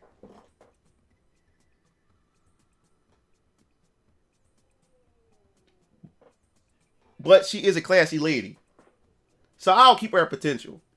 All right, this is another one that's hard for me. This is another one, Aerith. Because Aerith, she could either be a girlfriend, potential, or be wifey. Now the thing is what I like about Aerith. Aerith has a homely type of a homely look to her, and Aerith doesn't like that. When like in the Final Fantasy VII remake, when the guys was at Don Corneo's mansion, they were saying that she's cute but kind of homely. And then Madam M was talking about her outfit and stuff like that, and she got kind of offended because she didn't like being called homely. But I love homely women too. I think I love homely women, and the thing about her too about Aerith, she's very high spirited. She's very outgoing, and she can be pushy, but she's pushy in a good way. She's always trying to like Cloud. When Cloud's trying to debate something or he don't want to do something that is like the right thing to do, she pushes him in that direction to do the right thing. So that's the type of girl that you want to have in your corner. And she has this, and she's good with children. If you look at with Marlene felt comfortable around her. And that's something that I like in a woman that's good with children. So she has a nurturing vibe to her. So she has like a mother. She has that mother nurturing type vibe. She's homely, which means she'll definitely make a good girlfriend. She can also make a good wife, a good partner. And like I said, she's very pushy in like pushing you to do the right thing.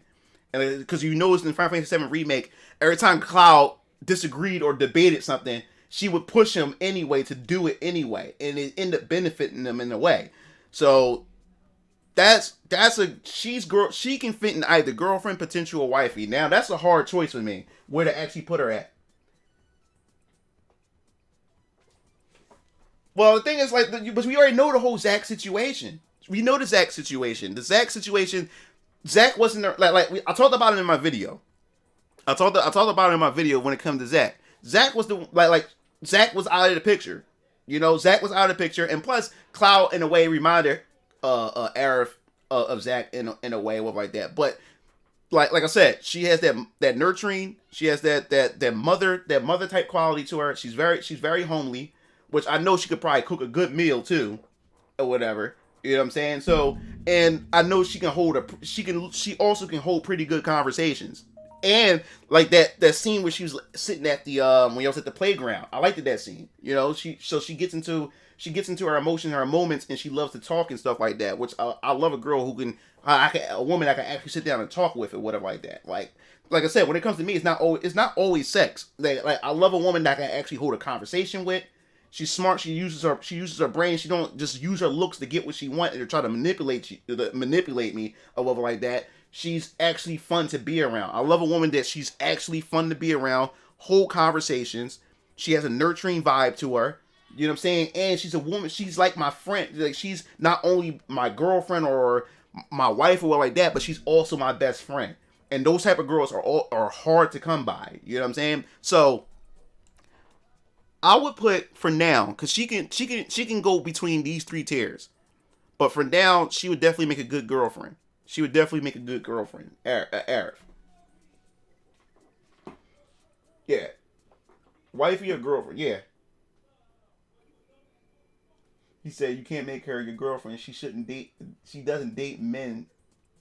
Shouldn't marry. While I really don't like her compared to the other Final Fantasy girls, she's girlfriend. Yeah, I'll say her in girlfriend. Also, she has great limit breaks. Yeah. So I would start girlfriend, and then as you mature with her, she can climb up to potential, and then she can climb up to wifey. So I'll start her at girlfriend level. She would make a girl. Aerith would definitely make a good girlfriend. Definitely, I definitely agree. I definitely see that. All right, now what's her name? Lu Ang from King of Fighters 14. I like her design. Like, I don't really know much about her backstory. Yeah, I really don't know much about her backstory, but she also gave me that Jory vibe or whatever. And the fact is that like my foot fetish kicks in when I see her design and stuff like that. So I think she will probably be either on the crazy, or I'll put on the casual, probably like the casual side with a random choice. I don't keep up with SNK games black. Shut up, Boris. So where should I put her? Should I put her in crazy or casual? He says going to change soon. He said, "What a random choice." Yeah, it is a random choice, but I've been thinking about this. I've been using her. I've been using her in 14. Where should I put her?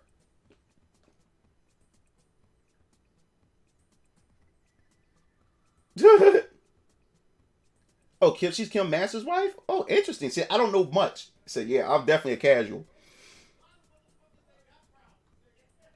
He's a casual friend. Trust me. All right. She'll go to casual. All right. Next, Zero Suit Samus. Zero Suit Samus, bro. Zero Suit Samus. Now, Zero Suit Samus, she's like, I can tell you right now, if she was a girl in real life, she would be like on some form of athletic team, probably track. She'll probably be like on the track team or gymnastics team. So she's so I can see her being very active, very athletic. And because of who she is in the games, she's a loner as well.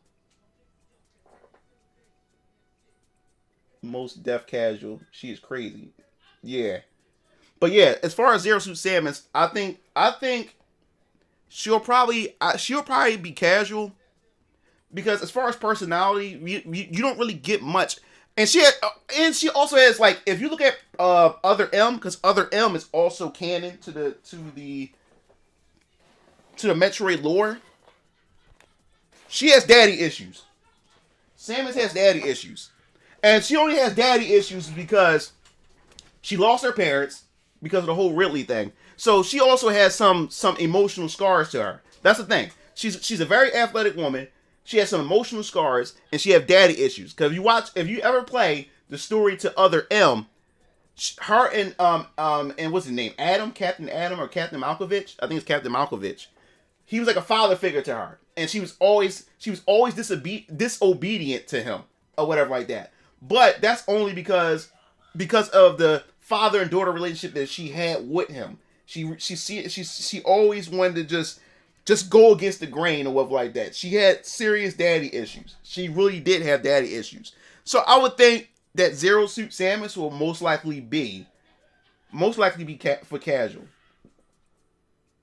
Yeah, she's a loner. And like I said, that's because of how the story is. She lost her parents. Like I said, she was raised by the Chozo, the bird-like people. They gave her, she learned to be more athletic and stuff, and they gave her a suit that allowed her to be more flexible and all these type of other things. She became a bounty hunter, and then in Other M, she joined the military and stuff like that. And she always went against in the game. She always had these conflicting emotions towards Captain Malkovich or whatever, because like I said, he was like a daddy figure, and she had a lot of daddy issues. If you really dig deep into Other M and whatever like that, so I can really see her being more of the casual because of her emotional scars from the loss of family, her having daddy issues. But she's very athletic, got a nice body to her and everything. And since she's a loner, and it seems like she won't allow people to get too close to her or whatever, and because the only Malkovich is the only guy that she did let in because that was like a father figure. So I will put her in like the casual. Have you seen Peach's Zero Suit Serum cosplay? It's pretty good. No, I haven't seen it. Yeah, so Zero Suit will go to casual. She will go to casual. I'll definitely put her there. All right, next up is Zelda. Now I know a lot of you disagree. I know a lot of you disagree, but either Zelda will be girlfriend or wifey. She will either be girlfriend or she will be wifey. He said Samus would leave midnight in the hotel and you will wake up seeing she's gone. That is true, Radioactive. That is definitely true. So Zelda, she will either be girlfriend or wifey. She either going to be one of those, because in the thing about Zelda, especially in the Breath of the Wild, Zelda's another one. Zelda's another one that has class. She's very regal. She's very distinguished. She has class to her. But in the Breath of the Wild version of Zelda, or whatever like that. She's a person that was looking to try to find herself. She wanted to fit. She wanted to fit in. Like I said, her mother passed away, and her mother was supposed to teach her or show her how to use her powers, but since she passed away, she could never do that. So she kind of felt like useless. So she tried to make her useful in other ways, and that's where she got into the whole. She was getting into what they call those the ancient ancient technology in the Breath of the Wild universe and stuff. So she tried to make herself useful in other areas. I love a woman who don't let her. She don't try to be a burden on you. Even though she knows she has problems, she try to take those problems, keep them within herself, and she tries to make herself useful in other areas. You know? So in Breath of the Wild, I'm more so harping on that one because I think that's my favorite Zelda, is the Breath of the Wild Zelda. Zelda, like I said, she's dainty, she has class, she's regal, she has royalty to her, and she tries to make herself useful in some way. And she also has that and she's soft spoken. I love a woman who's soft spoken. I love like that, because when people don't understand this, I love a soft spoken woman, because when she's soft spoken, that also calms me down, especially if I'm frustrated, if I'm upset about something above like that. And when she talks to me, her soft voice, it's kind of like how Betty Ross is to the Incredible Hulk. Women don't understand, like, nowadays, like dudes love girly type women. A lot of guys don't like more women are becoming more masculine because society is telling them that in order to fit in, you have to have these male type of characteristics when they don't. And then they wonder why they're alone, because men don't like women acting like men. Men love women being women and stuff. Girly, dainty, soft-spoken and stuff like that. And that's how I like women too. And, you know, some guys have a thing for women with a hard edge to them that speaks hard, you know, but, you know, that's so very far in between and stuff like that. But when a woman is more nurturing, she's more woman-like and stuff like that, and they have more feminine characteristics, more men on average tend to go towards those type of women. And like I said, with the Incredible Hulk and Betty Ross, like Betty Ross was that solitude for the Hulk. You know, and she had that soft-spoken voice, and when he was mad, he was tearing shit up. And Hulk is one of the most powerful Marvel characters, but it just takes that one woman, which is Betty, and to calm his ass down. That's power right there. She can take a powerful ass being like the Incredible Hulk and turn him into just a regular Bruce Banner. That's power. So I see Zelda like that too. She's very soft-spoken. I love her voice, and she's very soft-spoken. And a woman who's very soft-spoken and nurturing like that can it also put me back on my focus and love like that, especially when I'm frustrated. And that's how my last girlfriend was back in college. She's very soft-spoken and stuff like that. And when I was going through those things with my baby mom and stuff like that, and she was there, you know, and if she talked to me and stuff like that, it really calmed me down, and I was able to readjust myself and focus. So I think Zelda would either be girlfriend or wifey, but I would put her. Yeah. So I will put her in the wifey category. Now, like I said, we may have some other wifey material here. We're not sure yet, but definitely let's go through. All right, next is Tina. Tina from Dead or Alive. Tina from Dead or Alive. Oh boy, this is a country girl right here. Strong country girl. And from her storyline, she wanted to be a rock star, but her father wanted her to be a wrestler and stuff. So she already like from the start, she got daddy issues from the start. Like when little girls, they always want to go against their father just for the hell of it or whatever like that. And the father's always chasing them around and everything like that, and always trying to put them on some type of track or whatever like that, and they just want to go off and just do their own thing and stuff like that. Daddy issues. Tina would definitely go in casual fun. Tina is casual fun for sure. I definitely agree that she's casual fun. She got daddy issues. She want to be a rock star. Country girl. I love country girls. Like I said, I dated a country girl. Very, very different. Very, very different. Different experience. Different personality. Different experience. Especially if you're a city boy dating a country girl or whatever. So I dated a country girl before. Very, very different experience. I liked it. I enjoyed it.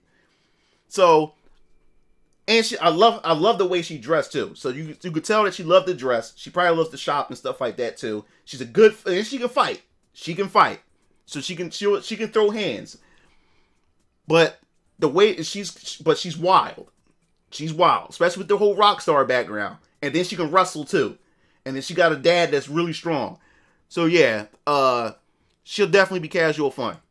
And no matter what you do, her daddy won't approve either. So she would date you out of spite. And plus Zach, the brothers like her too. Zach been on Tina for a long time. The brother been on her for a long time too. So she pulls in the brothers as well. So yeah, she'll definitely be casual. She'll be casual fun.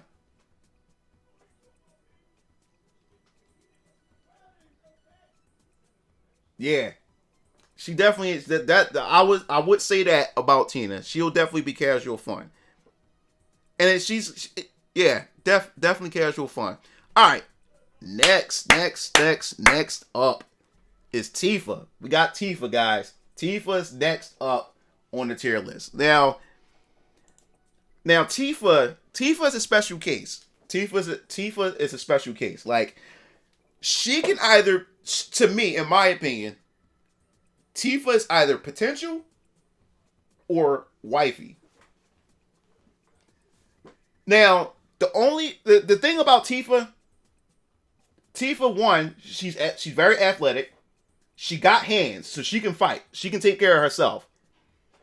She's a ride or die chick, pretty much. Oh, thanks, Radioactive. She's also a ride or die chick. She would go down and throw hands with you. She would go down and fight with you if push came to shove. She would go down and she would fight alongside you. That's what I like about Tifa. She's a ride or die chick. She's very athletic. And especially back in Nibelheim, she was like the popular girl as well. So she's really good with people. And you see all the simps? You see all the simps in Final Fantasy VII Remake? When you be walking around with Tifa, when you be walking around Sector 7, when you walk around, you see all the guys, hey, Tifa! I mean, she got simps everywhere. And even the women likes Tifa. They call her, oh, like, there's Tifa, there she is, right there, and stuff like that. So, she's very popular. That's the only thing about, with Tifa, yeah, Tifa, you do gotta commit. Tifa, you gotta commit, because the thing is, behind that exterior, she's a fighter, but behind that exterior, she has a lot of baggage, a lot of emotional baggage, because of what happened in Nibelheim, when she lost her father and everything like that. So she's always worried, and unlike Aerith, like, what I think about Aerith, when things are bothering Aerith, that's what I'm saying. Like, Aerith is wifey material too. Because the thing about Aerith, when things are bothering her, you would never know. She keeps that to herself. She don't allow that to burden you as a partner or whatever. And she always changes the subject when things are bothering her. She keeps it to herself, but she don't pour it on you. She don't like that to worry you and stuff like that. Tifa, on the other hand, she's very emotional. And when she's emotional and she's upset about something, hey, what's up, Tao? When she's upset about something, she will let you know that she's upset. Because she was worried the whole time, especially in the Final Fantasy VII Remake. She was debating whether or not that she's going to blow up the reactor with Jesse and them. She didn't know she wanted to go through on it or whatever like that because of all the other people it's going to affect. You know? So, there's a lot of things that... And then the part where Aerith got kidnapped and then you go outside of Aerith's house, you see Tifa there and she start crying and you get to... And she was sitting there like, yo, Cloud, I want you to hold me. And Cloud finally... The light bulb clicked in and he holds her and stuff like that. She's the type of woman that... I do like women that express their emotions, especially if something's bothering them. But at the same time, I can see that also, because when she opens up like that, that also means that's more weight that I have to carry too. And I don't mind carrying the weight for my partner, for my woman or whatever like that. But it all depends on how much, like if she's constantly always worried all the time. You know? Like if she's constantly worried, and if she's always going to constantly worry, that will be a problem, because then it start becoming a burden. Because you become like a therapist or a psychiatrist. But I don't really get that from Tifa, because like I said, she does hold her own. But when she's ready to bleed out and cry and stuff like that, you know, like she's willing to open up like that, and I do appreciate that. So I think Tifa would most likely, she's either potential or she's either wifey. I would for now, I would put Tifa for potential. She has potential to be wifey material or whatever like that. Like I said, she has the ability to, she can fight, She's very athletic. She's very popular amongst her peers. Like, everybody loves her. And the dude simp over her. We seen it in Final Fantasy VII Remake. The dude's simp. Straight up simp for her. That could also be a problem too. But she's not a woman that's stuck on herself. You know? So, and even though she's a fighter, she's very feminine. Which I like. Which I like about what they did with the character. She's very feminine, but she can hold her own. I love women that's like that. They can be feminine, but they can be strong. They're not just strong and have masculine traits. She's actually strong and she's feminine. That's sexy and love like that. But I think she has the potential to eventually climb to wifey status. And like I said about Aerith can go across potential and wifey. She has that potential. But I think, like I said, Aerith does make that good girlfriend or love like that. And you grow with her to those different levels from potential to wifey or love like that. To those stages. Yeah, so wives always worry because they are motherly at heart. That's a nice one. I like that. Wow, you do have a point. They are motherly at heart because, like, even that's what I love about women too, man. Like, the women, like I said, like, that's why I'm saying, like, hell with this feminist bullshit. Hell with this, you know, like, we can do what men do too, man. I love a feminine woman. There's nothing wrong with a feminine woman who's you know, close to her feminine side. You know, dainty, has class to her. She's motherly and stuff like that. And you're right. Wives are like motherly in a way because, like, that's the ability of a woman to nurture. She even nurtures her husband. A girlfriend even has the ability to nurture her boyfriend. That's her special ability.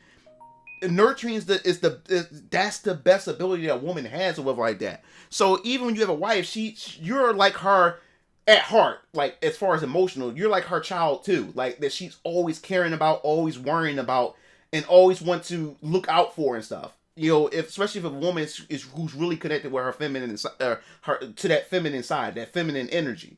You know? Alright, the next character.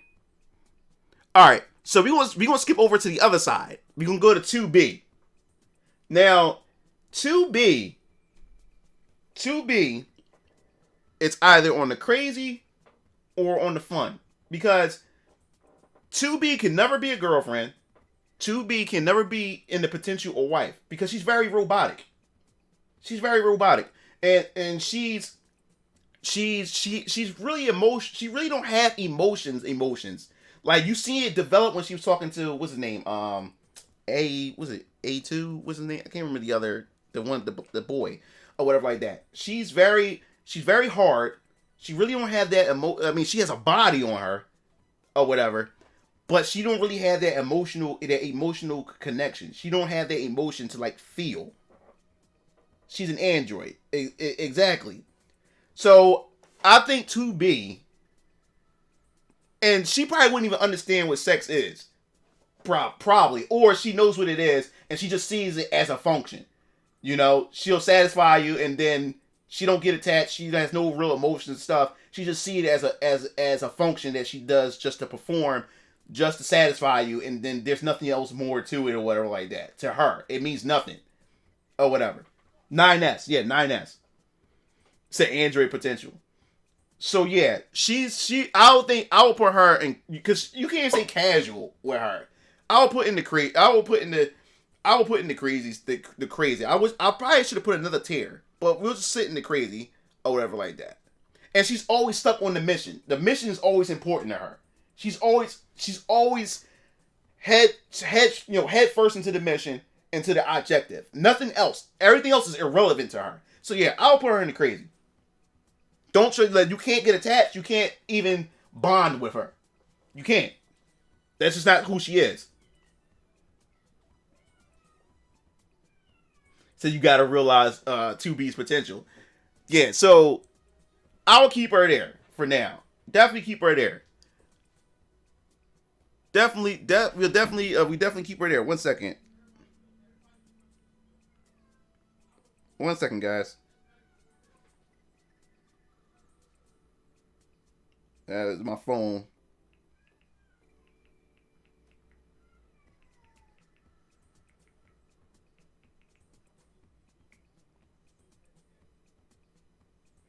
1 second.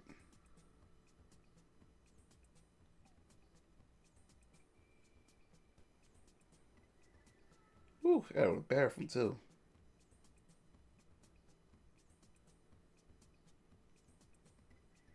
One second. I'm just. I got a text message. I don't want to. It's important, so I don't want to. I don't want to miss it.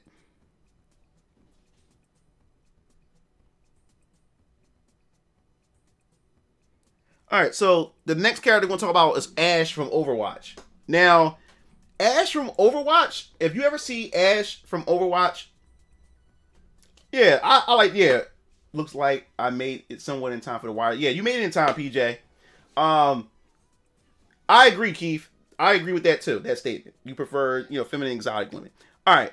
Now, have you seen them cakes? He said 2B will prefer her work over her kid's birthday. Exactly. You can't make that your wife or anything. She don't have time. She's like I said, 2B only sees like sex or something as a tag, something to just do and get out the way. Like there's no emotion connected to it at all. You know what I'm saying? So if she was to have your kids or whatever like that, like I said, she will put whatever objective, job, or whatever like that before you and the family or whatever like that. So no.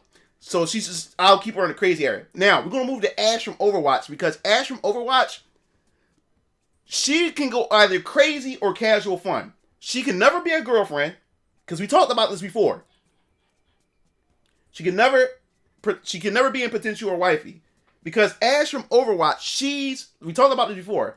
I don't like to have relationships with women who see you as a competitor rather than a partner.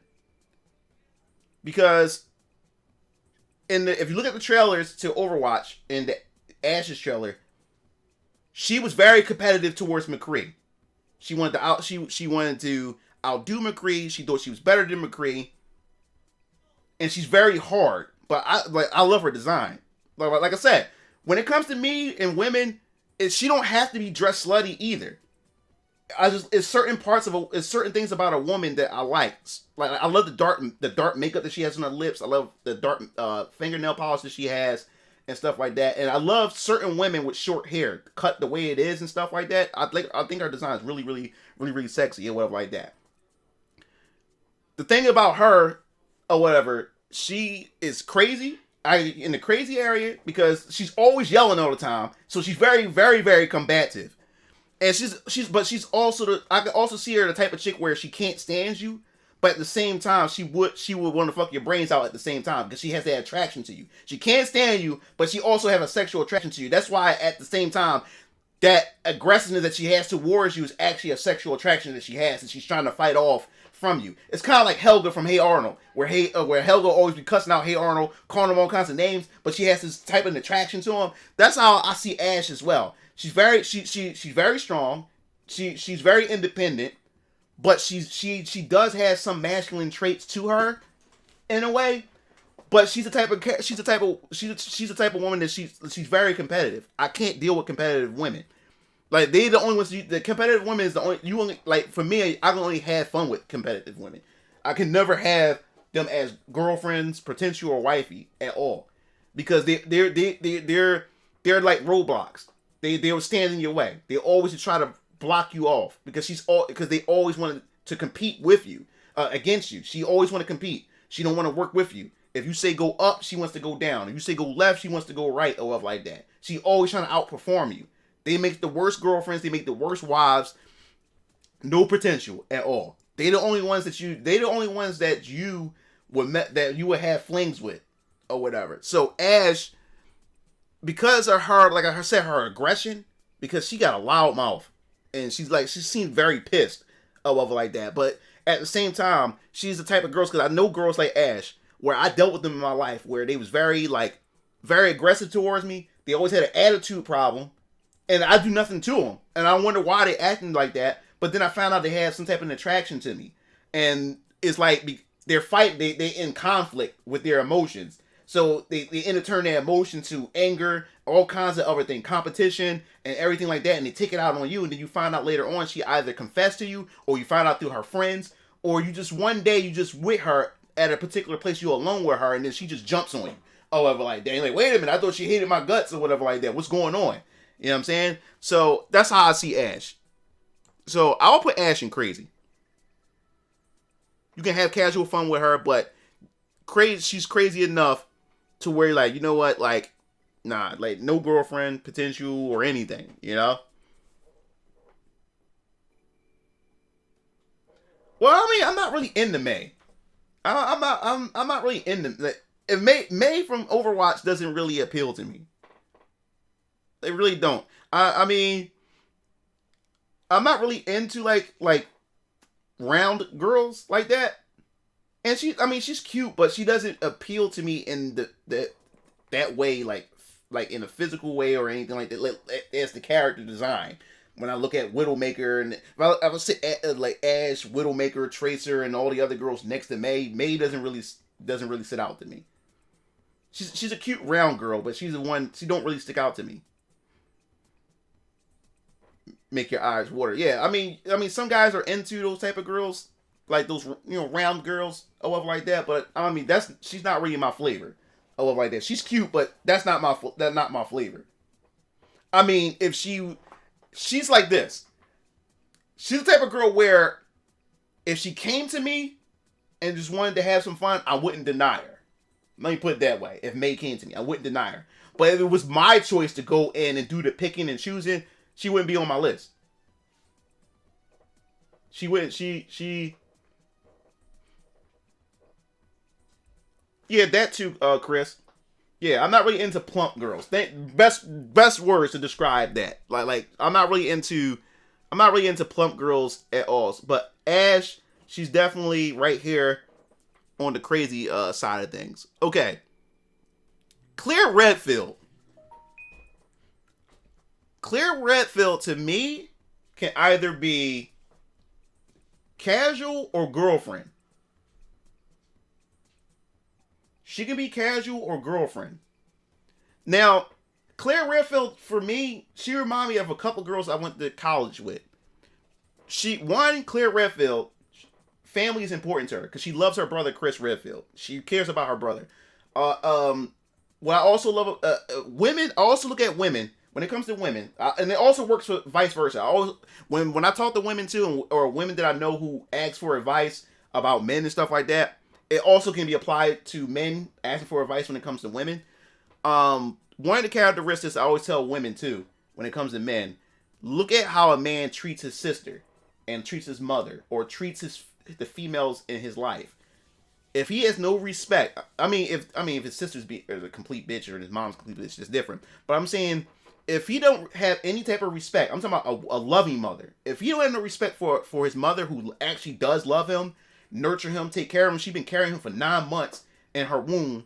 And even now that he's an adult, or even as he was growing up, she always been there for him. She always supports him and stuff. And he treats his mom like trash and treats his mom like crap. Or he treats his sister like crap. Or he's abusive towards his sister, or he's abusive towards his mother. Especially if there's no father around and stuff like that. But I'm talking about genuine women, like, in his life. I'm talking about genuine women. I'm not talking about just, like, bitchy women or just women with no respect. I'm talking about respectable women. I always tell women to look at how those men treat their sisters and their mother. If they don't treat their sisters and their mothers with any type of respect, what makes you think he's going to treat you with respect? So you can apply that same way and vice versa. Like, if a woman don't even treat her mother with respect, or even treat her brothers or any of the men in her life with any type of respect, I'm talking about men that actually look out for her and care for her and stuff like that. If she don't treat them with respect, what makes you think she's going to treat you as a man with respect? And what I like about Claire Redfield, she loves her brother Chris. She loves him to death. I mean, in the whole entire game, she's actually riding around looking for the motherfucker. Like, she's looking for this dude. You know what I'm saying? So that's what I dig about her. So family is important to her. So and she's also she know how to use a gun. So she know how to handle herself. So she's independent in that way as well.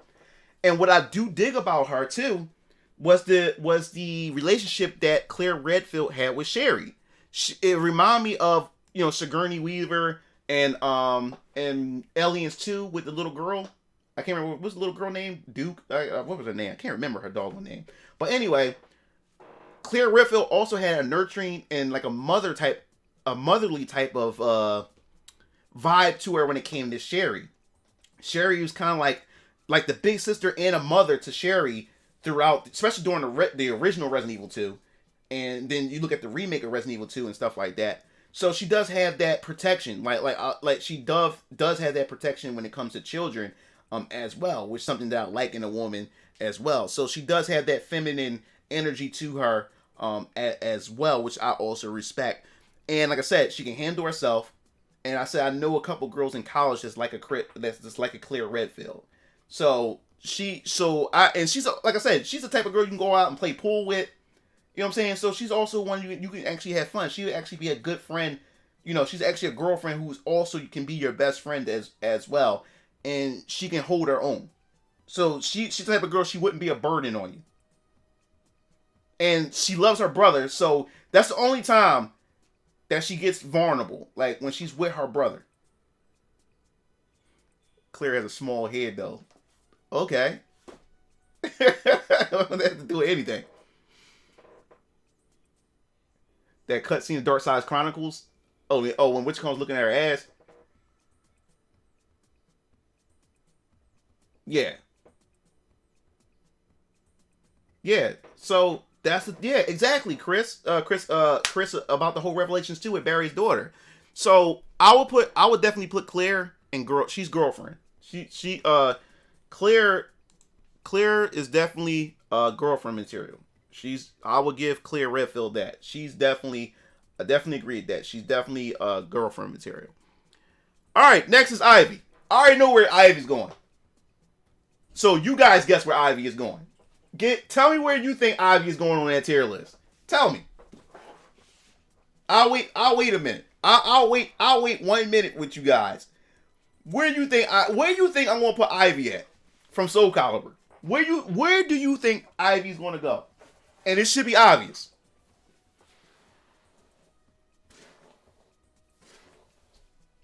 It should be obvious with you guys.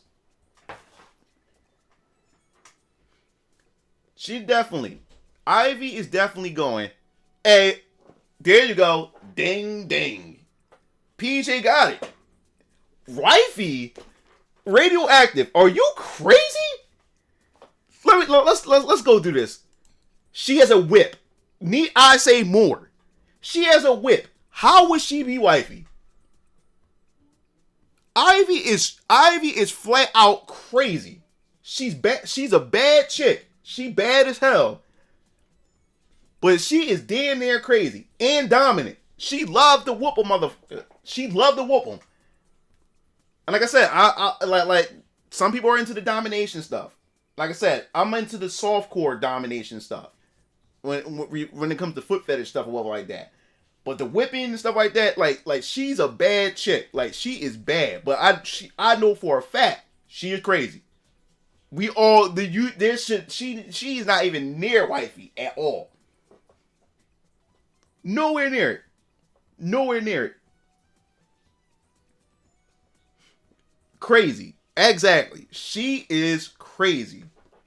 But as men, like sometimes we get lured in because we see the body, we see like, oh man, like I know she'll whoop my ass, but man, I gotta take one for the team. I gotta go in there. You know what I'm saying?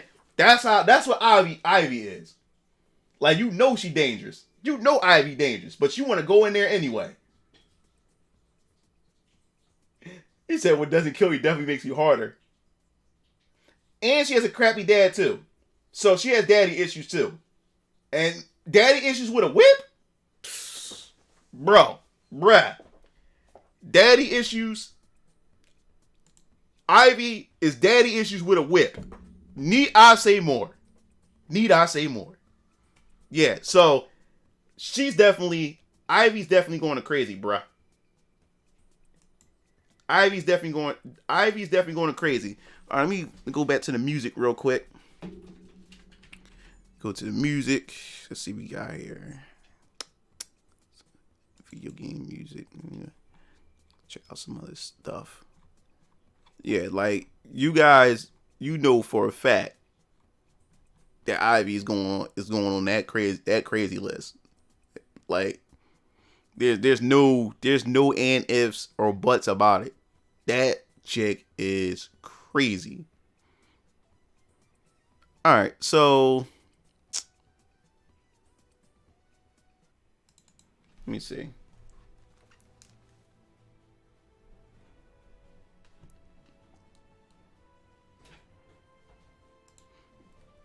All right. So yeah, I changed. He said, "Yeah, I changed my mind." He said, "Take one for the team." He said, "I would eat her dirty dog." Yeah, it's not worth it. Yeah, like I'm telling you. All right, so let's see the next waifu, Jill Valentine. That's my baby right there, my baby. Now, Jill can either be girlfriend. I wouldn't dare put her in casual. She could either be girlfriend and she can go to potential. Because the thing is about Jill, one, she's very resourceful. And she's a ride or die chick. Like Jill Valentine's a ride or die chick. She's a ride or die chick. Very resourceful. Because the thing is, she makes a good partner. When I say she got your back, she got your damn back. Jill Valentine. Jill's definitely potential. She definitely has potential. She's strong. She independent.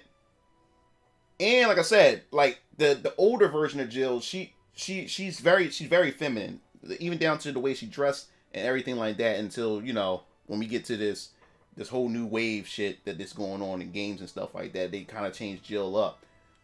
They definitely give her. They definitely and that's what the original Resident Evil plans for the Resident Evil movie was supposed to be about Jill, but she's definitely a ride or die chick. She makes a good partner. She got your back. That's the thing about her that I like, and that's what makes a good girlfriend and good potential to even upgrade to wifey status as well. You know what I'm saying? She cares about her partners. Jill split up with Leon. Ada is ride or die. So cosplay as Nina, ride or die chick who cosplay as Nina Williams. yeah. So and the thing, like I said, she's very resourceful. She's independent. She can hold her own. And the only thing I didn't like about the remake of Jill Valentine's version, they made her like a generic like those generic, like I said, like feminist type female like heroes and stuff. She was calling Nemesis a bitch. She was saying all kinds of stuff like that, sounding tough, and Jill was never like that. The Jill only got that way aggressive. She only got aggressive in her wordplay is when she was like when you fuck with the people that bothered that it mattered to her. But Jill was never really like that. But I think Jill Valentine, in my opinion, I would put her in potential. I would definitely put her in potential. Now that I think about Rose, because of who Rose is, that she wouldn't attach herself like that because of who she is. She would just be in the casual area because of who she is, like that. And with her character and the story and how everything entwines and stuff, she wouldn't have time for anything else. So I will keep her there. But as far as potential, Tifa and Jill Valentine, they definitely going to be in the potential area. But 1 second, guys, I gotta go to the bathroom real quick. Hold that thought. Hold up.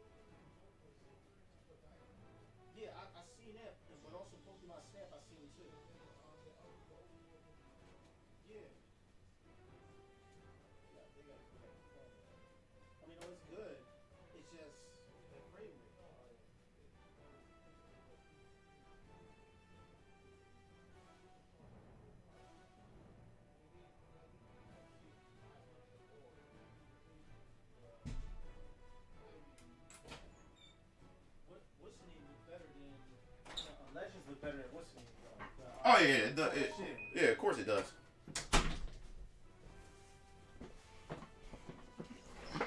All right, guys. All right, where was I? All right, we moving on to the next. All right, Julia. Julia is either casual fun or girlfriend. That's the thing. All right, Julia from Tekken. Oops, wrong one. Julia, welcome back. Yeah, so Julia would either be casual, fun, or girlfriend. She can be either one. What I like about Julia, like I've always been a fan of Julia since she was debuted in Tekken 3.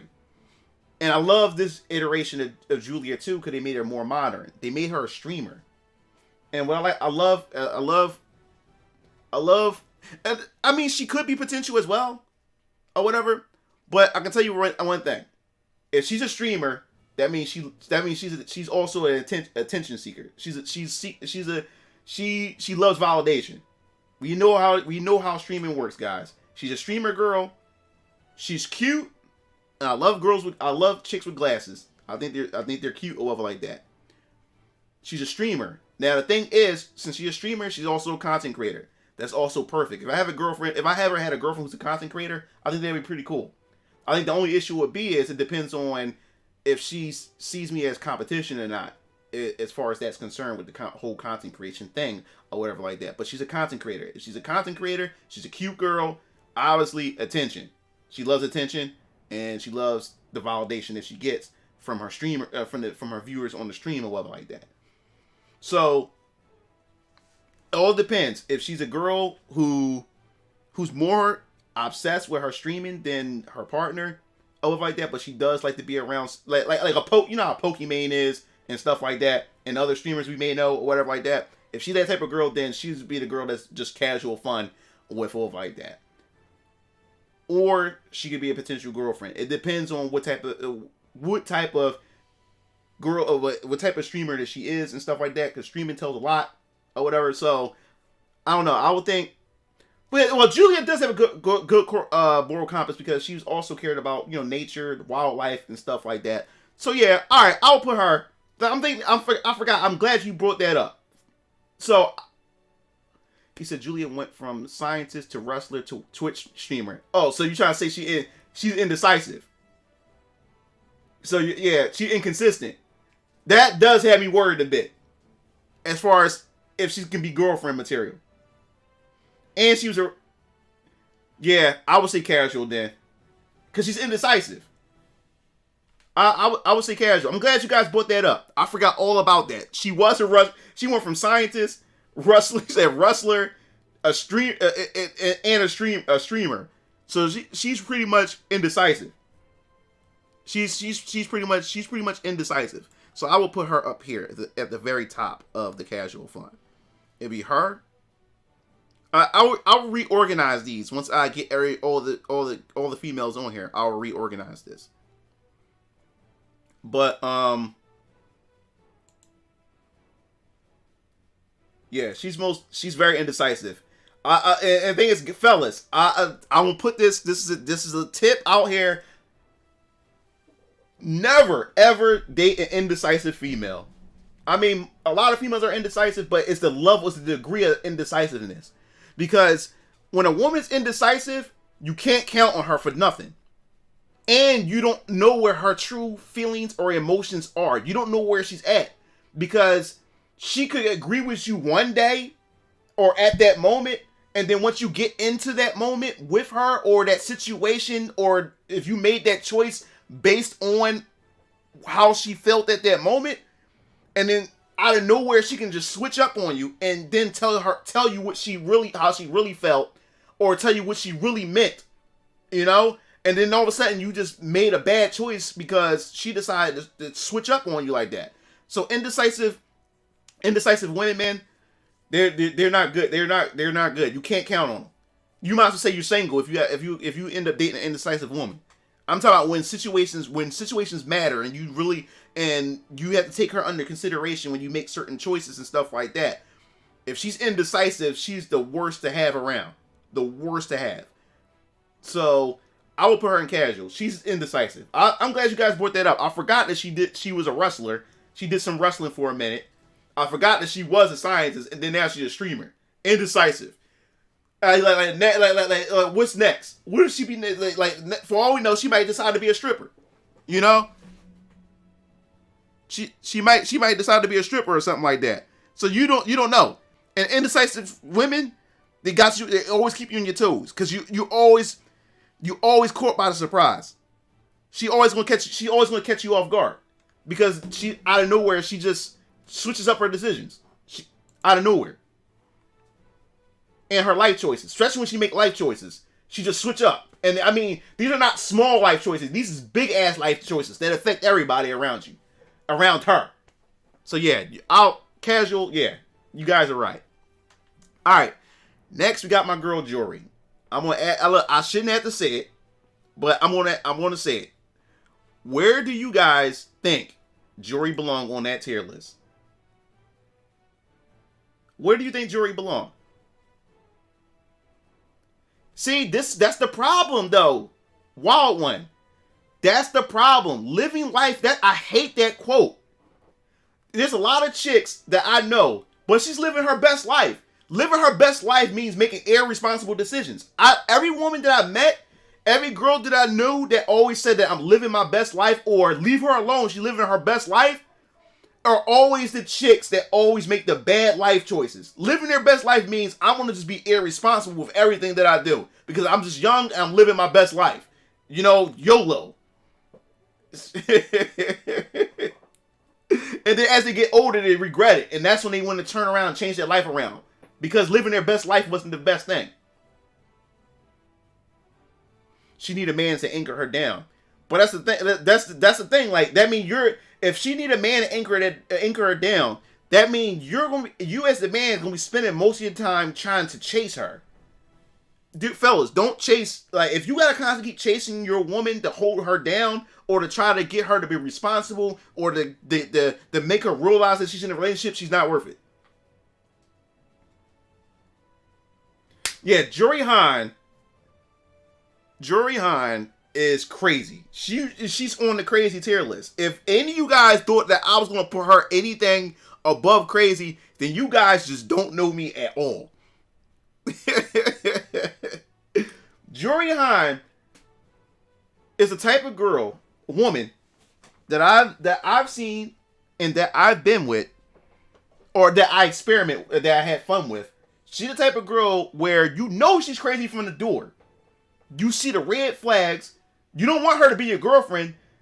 You just so horny, or because of what she's doing to bring you in, because she's luring you in. She's like a prayer mantis. She's like a prayer mantis. Like she brings those male mantises in, and then she bites their head off when she's done with them. Crazy chicks like Jory, she's the type of chick that, like I said, you meet her, you see the red flags, but you can't help yourself is because she's throwing out these signals, these sexual signals, or these signals that she's letting you know how easy she is, and that she's going to promise you a good time if you be around her long enough. And you as a guy, you like, oh man, I'm not. You mean, especially if you're not in a relationship and you're looking to just have a good time with a chick, and she's making it easy for you to have a good time with. You want to jump at the opportunity, and when you meet her, I mean, the sex is good because she's gonna throw it on you. Like she's gonna just throw it on you. That's how crazy she is. You see it in her motions, how she moves around, how she talks. Her eyes all wide and stuff like that. You know she's crazy, and you know the stuff is crazy. The stuff that she throw at you, you know the cheeks is crazy. You know the cheeks are crazy, super crazy. And most of the time, crazy like cheeks is good. I mean, it's good, but not good in the sense where you want to wife it or make it your girlfriend. And the thing is, like, it's so good where you just can't get away from it. You know it's bad for you. And you just want to keep going in there, knowing that it's a chance they can kill you too. But you want to keep going in there because she's just throwing it on you. That's how I see Jory. She's crazy. Now the crazy thing about her is, too, she's also the type of chick that if you stop messing with her, she's gonna make sure that she's gonna make your life a living hell. if you try to get away from her. Or kind of her 3 is definitely going to be crazy. Yeah, exactly. That's how Jory is. Jory is that crazy chick who also the sex is crazy good, but you know that she's not good for you. You already know that she's not your girlfriend. You just want to have fun with her. And she also made it easy, and she's also letting you know that she just want to have fun with you. But the moment you decide that, hey, I'm done with this, or like, it's getting too crazy, she's going to make sure to make your life a living hell. That's the type of crazy that's dangerous, you know? Yeah, she will pop up at your house uninvited. Yeah, Jory's that type of chick. She will pop up at your house uninvited. Like I said, I had this one chick who used to pop up at my job when I used to do security back in the day before I went back to college and to graduate. When I was doing security, this is after I broke up with my baby mom. Is this one chick that I was messing with, and this is a blonde. I was messing with her, and she used to come to my job. Like, after she knew what time I got off at the work. I'm like, yo, like, what are you doing here? She was waiting for me and everything. Oh, I just wanted to know if you want to come back to my house. I'm like, wait a minute. I mean, I'm a single dad. I gotta go home and see my daughter, take care of my daughter, spend time with her before I even do anything. I'm not going to go straight to your house. like, yo, it's crazy. But Jory is crazy. Yeah. So I know. Yeah. And she popped up at my house uninvited. So I know when you said that, Baka, that brought me back. That brought me scary ass memories. And the thing was like remember when I told you in my last discussion where I don't bring no women around my daughter if she's not my girlfriend, or if she's not my potential tier list. Only the woman I see that has the potential to be my girlfriend, or to be my girlfriend. That's the only woman that I would introduce my daughter to. I don't bring other women around my daughter. And that girl, when you said that to me just now, Jory's the type of girl that will pop up in your house uninvited. That chick did that to me one time, and she used McDonald's as an excuse that she bought McDonald's. Like, oh, I bought you some McDonald's. And the thing was, my parents never even met her before. My daughter never met her. And the thing was, I wasn't home. My mom answered the door and let her in. So when I got home from work, she was sitting in the house talking with my mom. My dad was at work, and I looked. My daughter was like all mesmerized by her or like that, because like I said, my daughter's mixed. So anytime my daughter, especially when she was young, she see a white girl, she's associated a white girl with her mother or whatever like that. Because I mean, she live in a house with a black family and stuff like that. My daughter's mixed. So now this white girl comes in the house, and my daughter's just staring at her and stuff like that. And then she saw that, and then she my daughter, she tried to attach herself to my daughter. So when I came in the house, it was McDonald's food there. She's sitting on the couch, and my daughter and my daughter's sitting on her lap or like that. I was like, oh my God. Now looking at my mom like, yo, what the hell is she doing in here? Well, I'm like, oh my God. So yeah, I can definitely relate to that, bro. Definitely, that just brought back flashbacks. All right, so next one, we're gonna do Kasumi. We're gonna do Kasumi from Dead or Alive. Kasumi's another one that she loves her brother, Ian. She loves her brother or like that, so she has those close ties when it comes to family and stuff like that.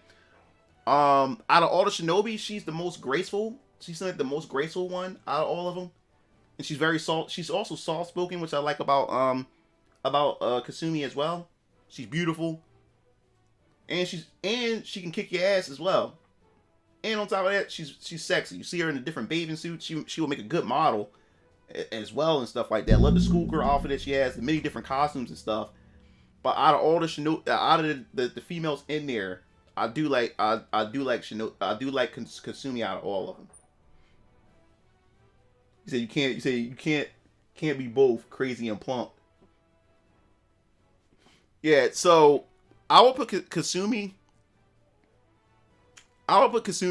in girlfriend or potential, but I'll say her in girlfriend. Kasumi would definitely sit in the girlfriend category. What do you guys think about Kasumi? Do you think that would be a perfect spot, girlfriend? All right, go to change the song again. Oh, So what do you guys think? Where do you think Kasumi should go? She should be girlfriend, or should she be like potential? What do you think? I wouldn't treat her as a casual. I don't see that from Kasumi. I don't see Kasumi as a casual chick. I really don't.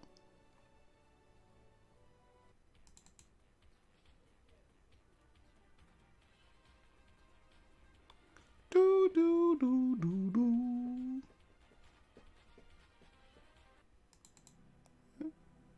Yeah, all right, this is the one right here. We'll go with this. Yeah, so let me see. What do you guys think? You said trash could not. Yeah. You think she's potential? You think she is potential? Let's see. All right. You think Kasumi is potential? And the thing is, I can't disagree with that because she can be either girlfriend or potential. She's from Dead or Alive. Yeah. All right, I'll sit her in potential. That I'll sit her there. All right, guys, we going to Laura from Street Fighter V. You can already, to me, you should know this already. Where do you think Laura should go? Where do you think Laura should go for Street Fighter V?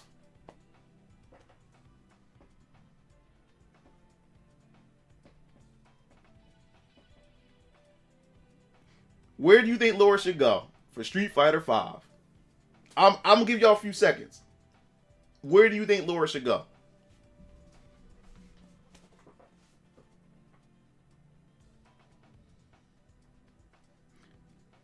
Okay, Baka is correct and Boris is correct. Baka and Boris is correct. She is casual fun. Laura is a bubble. Laura is an airhead.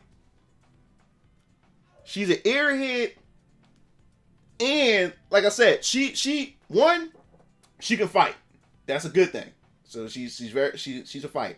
She fight, but she is very bubbly. She has an airhead type of personality to her, and she can be quite annoying. The way, especially how she treats her brother Sean and whatever like that.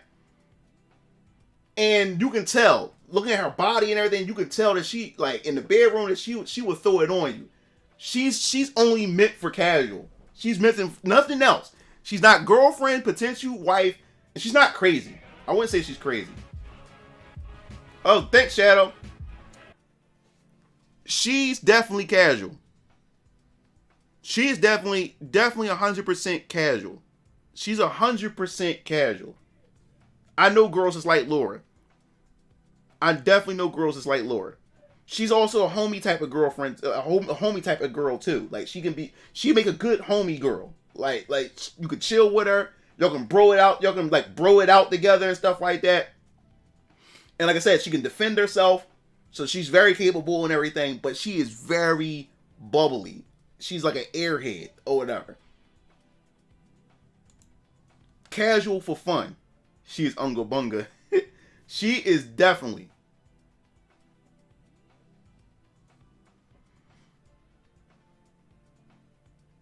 She's just tough. And well, if you look at also she likes older men too. Like, cause she thought she's attracted to what's the guy sensei name on Street Fighter V? What's his name? The dude that looked like he transformed to his younger version and older version. She likes, because in the comments, in the comments, in one of the dialogues, she says she's into older men. Because she Zeku. Yeah, in one of the comments, she mentioned about Zeku. She said she loves older men. So I can see her. So I can see her also I can also see her having sugar daddies too. Yeah, she likes older men. She definitely likes older men. So yeah, she's going after them pockets. Yeah, she's high maintenance too. I think I can see her going after your pockets, bro. If you like if a chick like her, if you want to be seen walking around with a Brazilian chick like her, she going after your pockets. Yeah, she has a thing for Zeku. Yeah, there's a dialogue with Zeku. She flirted with him. And she says she likes older men. She says she has a thing for older men. So she likes older dudes. Yeah. And that caught me off guard when I seen it. He said, my pocket is hold down tight. Yeah. So I can see Laura. She's the type of chick that you would have to spend money like shopping, all that type of stuff. She's bad. She's bad as shit.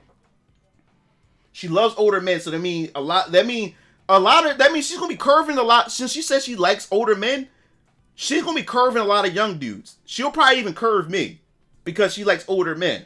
She probably would curve me. Like she'll probably, or she'll leave me as an exception, depending on whatever the criteria is. But like I said, like one, I grew up, no money coming out my pocket to keep a check or whatever like that. But I can see that if a young dude the only way a young dude will probably get to get where you probably gotta spend some money. I'm chilling, Shadow. Can't complain. So yeah, I think she's casual. She'll be casual. Laura definitely fits that mold.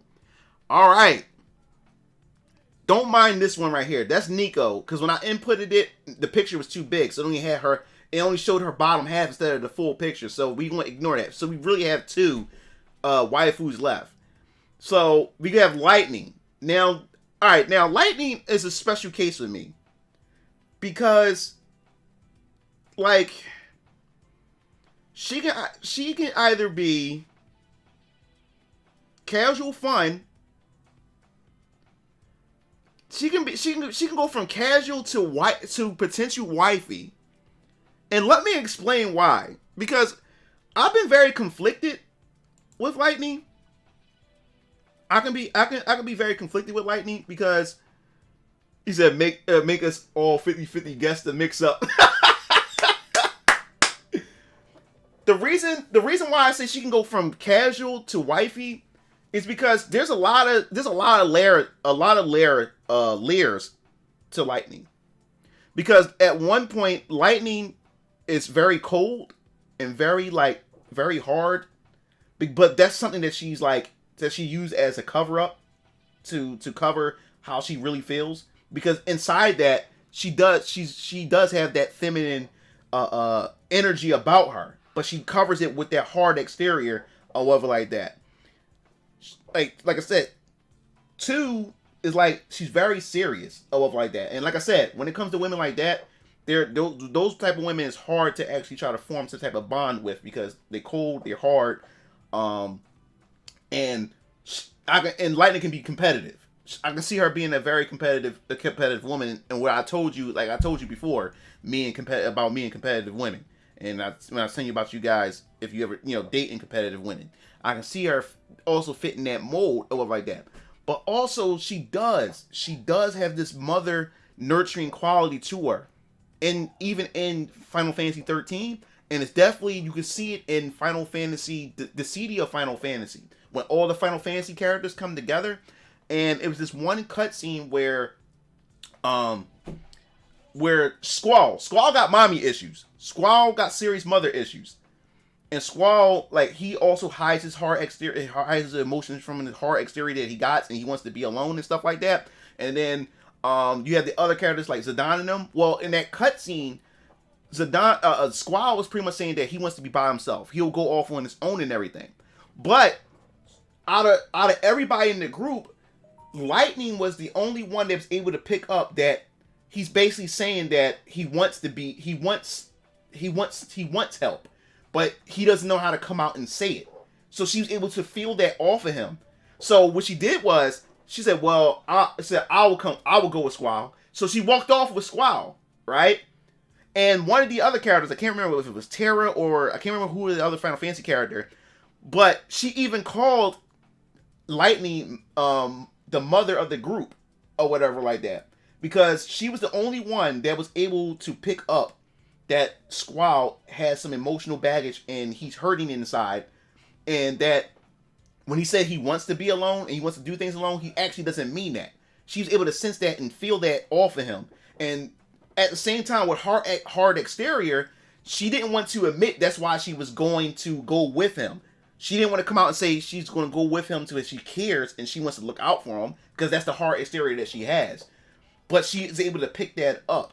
So she does have that nurturing, that mother hen type of personality to her. Yeah. So that was oh, you do Shadow? You say you love serious chicks? Yeah, so Lightning, and then I start seeing Lightning in other media, in other forms of media, and she's a beautiful looking character, like a beautiful looking woman. I love like that. Cause first I didn't like Lightning because one, I just didn't like her personality. Like I said, they made her too rough, a hard edge type of female character and stuff like that. And at times she was acting like an asshole towards Snow for no. I understand it because one, Snow was dating her young sister or whatever like that. But she was acting like an asshole at times and stuff like that. But that was all just a cover up to hide her real emotions and stuff. So there's feminine energy within Lightning that she keeps shielded from everybody else, because I guess she said it's a form of weakness, or she just did it to shield herself from getting hurt. And then she also had this mother type of instincts to her, this nurturing type of instinct. So she's like the mother hen, because that's what she was in Dissidia Final Fantasy. She's like the mother hen of the group. Yeah, so I will put Lightning. I will put Lightning in potential. She has her problems. She does have her problems. But I think she would make a good partner to cooperate. Like I said, she has that mother hen potential, which means she will look after her children or look after whatever group that she's in. And even though she may not express her feelings, in sometimes, you know that there's feelings there, and she normally does it to shield it, to protect herself, But I would say Lightning, she does. And she has leadership qualities to her as well. She's reliable. Like, if there's a task that you couldn't handle because you're in the middle of another task, and especially you being the husband or the father of this family and stuff like that, you can depend on her. You know that she have everything else covered. Like a matter of fact, she will even say, "Yo, just continue doing what you're doing. Don't get in my way. I got you covered. Don't get in my way. I got it." So Lightning. So that's why I would put her in the potential.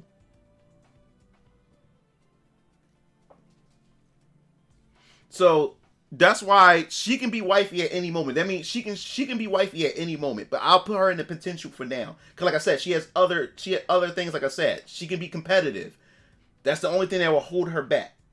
Because that means you would have to really fight. You would have to tug of war with her a bit in order to come with some type of agreement or whatever. But the potential is there for her to be wifey. So I would say that. Last but not least, Pyra. I didn't have a one with Pyra and Mithra together. This is actually Pyra and Mithra together. Now, well, I would say Pyra. I would just keep Pyra. Where do you think I would put Pyra? I already know where I'm putting Pyra at, but I want to ask you guys, where do you think Pyra, where I would put Pyra? Where do you think I would put Pyra? So I'll give you a few seconds with that one.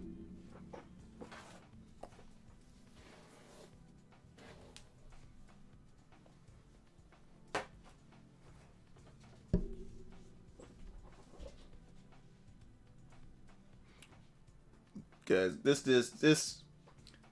I saved her for last. What do you think? You think casual? Lightning. Wow, and it's funny, yo. He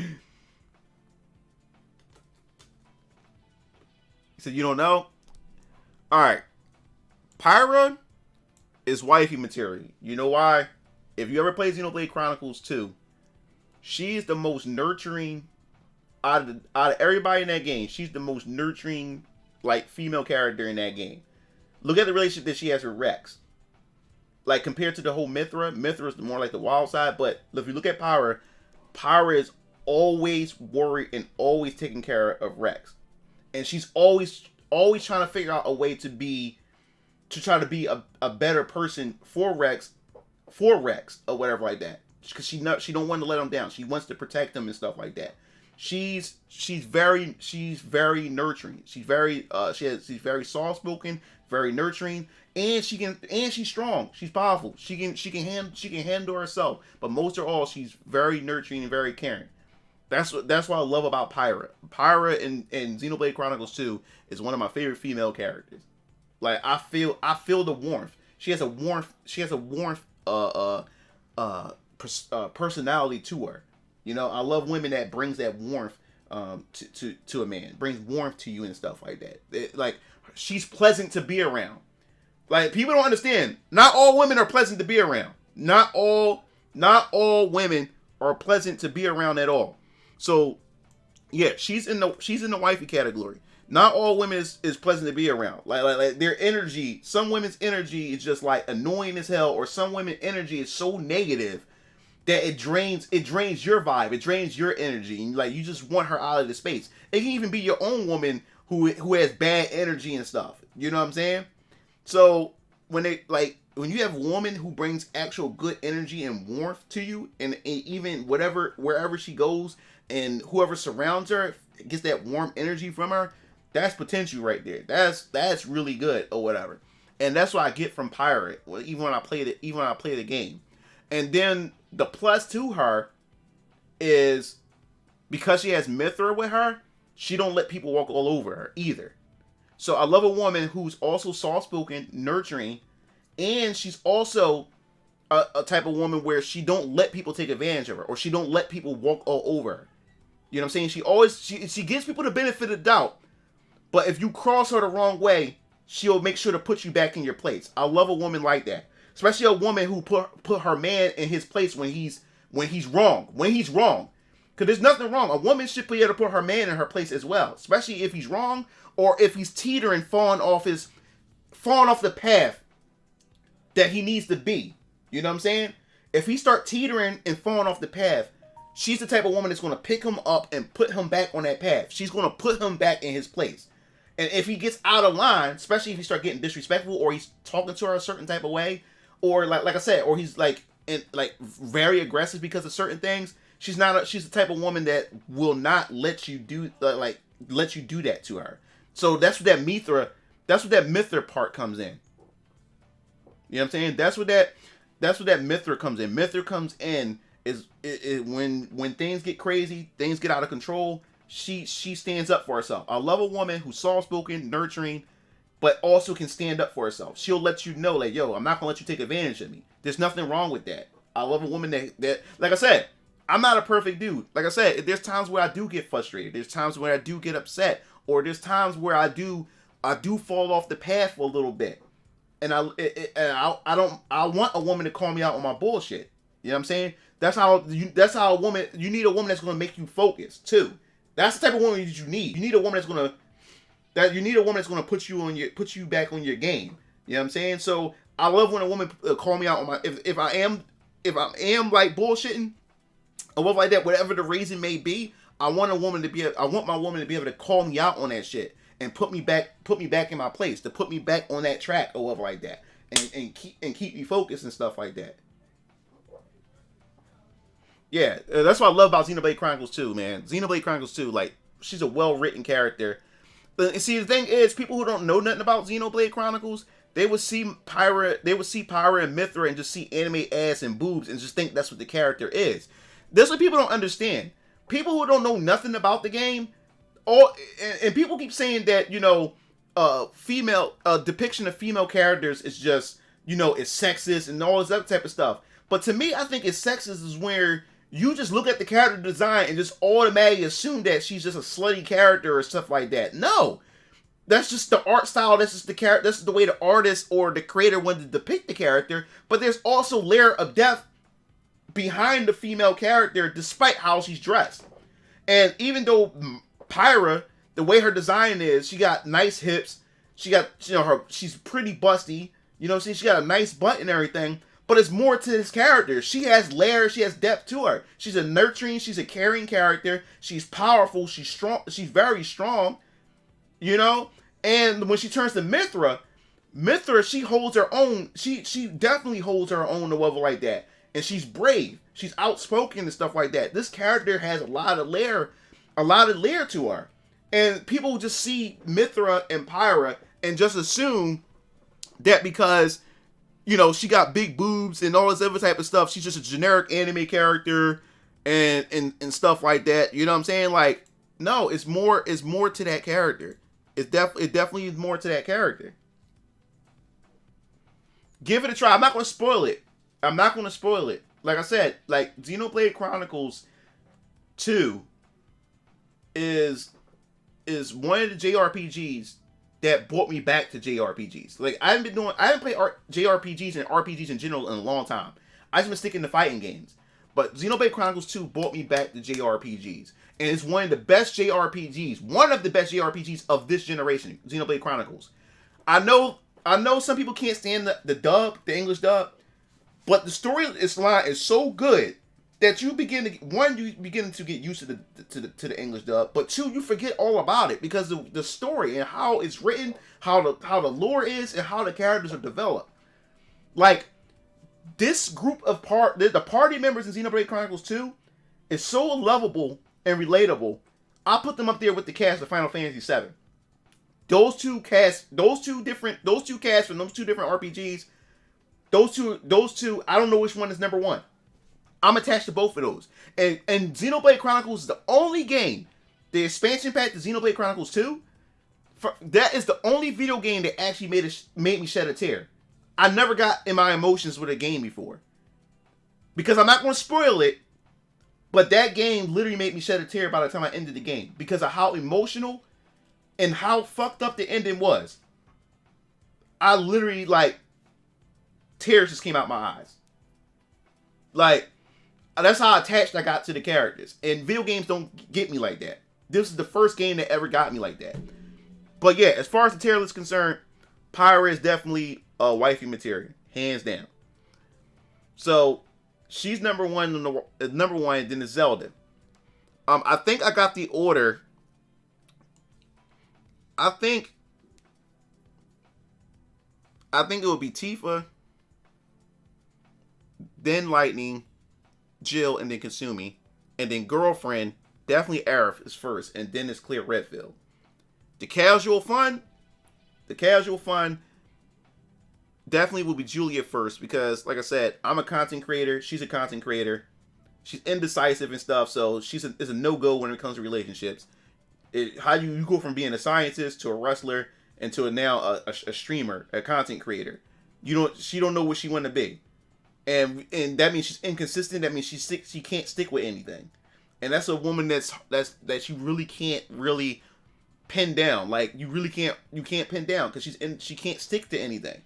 So one minute that you think that you and her are on the same page, and then the next minute she just switch up on you. You really can't work with that in a relationship. She switches up too much. It normally girls like that is once she actually gets into her older age. By that time, she had all her fun with a bunch of guys and other things. Now she wants to settle down and get her shit together, and now she wants to hold things down. And like by this time, like no, like your time, like I came to you before. You didn't want anything. You wanted to go around and do all these different things. You indecisive. You want to live your best life or like that. No, I already found somebody else. I already found another woman who's serious and actually wants to build or whatever like that, and actually knows what she wants or whatever. So if you want to live your best life, go ahead, live your best life. But I'm sorry, like this train had already just left already when it came to me and you. So that's how I see Julia. And like I said, Laura, she's very dippy, bubbly. She has the airhead vibe to her, but she can fight. So she's like she's like an MMA fighter, pretty much. She's an MMA fighter who's gorgeous, beautiful, an airhead, and she loves older men. Now I'm not not to say that she don't mess with younger men, but preferably she mess with the older dudes, which means she probably have a lot of sugar daddies. And if she's messing with the older dudes, that means the older dudes got some bank. They got that guap, they got that money. So that means she'll probably, like, on her off days, she's a high maintenance chick. You can tell by her hairstyle. You can look at the frame on her. You can tell that she's probably a high maintenance chick. You know, which means, and she's very outgoing and adventurous and stuff like that. So that means you got to keep up with her. And which means if you're a young boy and you don't got that bread, she's a no-go for you. Laura's a no-go for you if you don't got the bread. So the older men is the ones that have the resources, and the older dudes got the guap and stuff like that. So she'll probably more so be messing with the older dudes. You know? Alright, so then we have Nico. Like I said before, we talked about this. Nico, she's like she's the homie. I love girls who are homies. Like homies that you can you know, she's like the female homie. Y'all real cool, and y'all fuck occasionally and stuff like that. Y'all two just y'all bang it out with each other. I love those type of girls. I love like that because one, she already knows that there's nothing serious. She's also fun to hang around. She brings that fun energy. She's fun to hang around, and she knows that there's no attachment. This is just something fun that we have with each other. And she also if you decide to get a girlfriend, she won't get upset. If she decides to get a boyfriend, you don't get upset, and y'all don't fuck around because y'all in relationships. But the moment you're not in a relationship, you'll go back to fucking each other again. They the best type of friends. They're the best type of female friends. That's the best homegirl to have. Nico is that homegirl.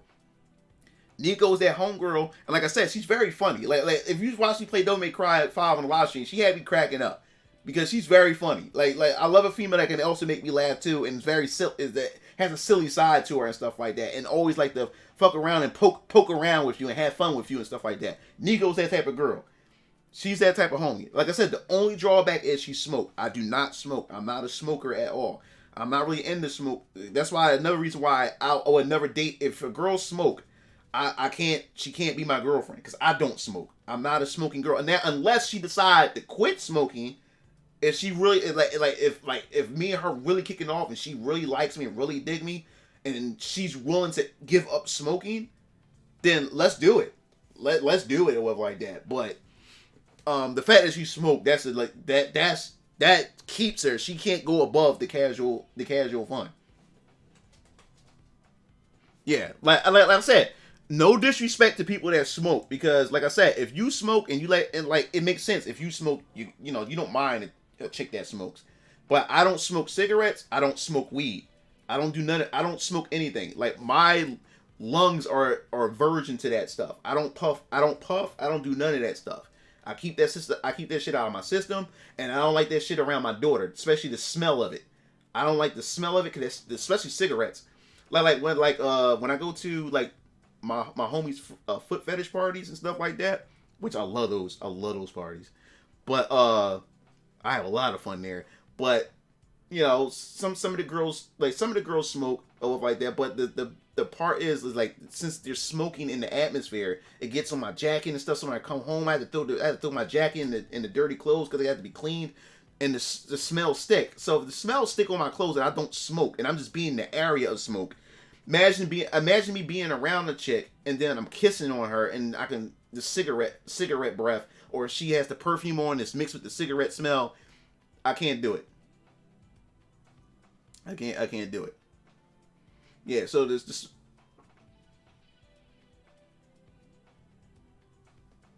Oh yeah. Well, the thing is, like, I will like it's so many other ones. You're right, Derpy, that it could have been more like Eno. I'm glad you mentioned it. I forgot about Eno.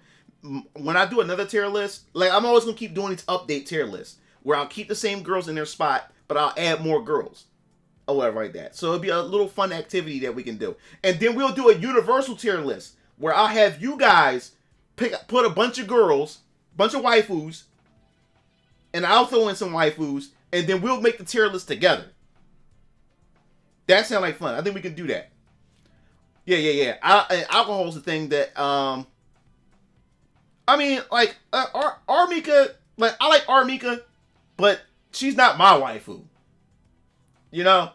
But when we do the universal video game girl waifu tier list, that you guys pick out the waifus, and then we'll put the list together, or whatever like that, I'll put Armika on there. Yeah, matter of fact, guys, if you are on my Discord, post your list so I know what girls to put on there, what waifus to put on there. So when we do the universal list, I'll give you a date and when we will do the list, and then we're all gonna have fun with this. Then you guys can then we'll all just mess around and just have fun with this. I think that'll definitely be fun. But yeah, so when it comes to alcohol, I'm a guy who don't drink like that either. I drink on occasions, like for like holidays, but I don't even do that on holidays. The last time I drank alcohol, what year is this? This is 2021. The last time I had alcohol was in 2018. That's the last time I had alcohol, and that was only me just sipping. That was only me sipping the cooler. I don't even, and when it is alcohol, it's more so coolers. I'm not an alcohol person. I think alcohol is overrated. Some people love alcohol. A lot of people love alcohol and can throw it back. But to me, I don't see the hype around it. And so that's something else I don't invest my money into or my time into. You know? So alcohol is not really my thing. So I don't mind a woman who drank alcohol, but I'm not a woman. I'm not a person. I'm not a man. I don't like women who just throw it back. I mean, to the point where their goal is to get fucked up and drunk. That's a turn off to me. I don't like drunk women. I really don't.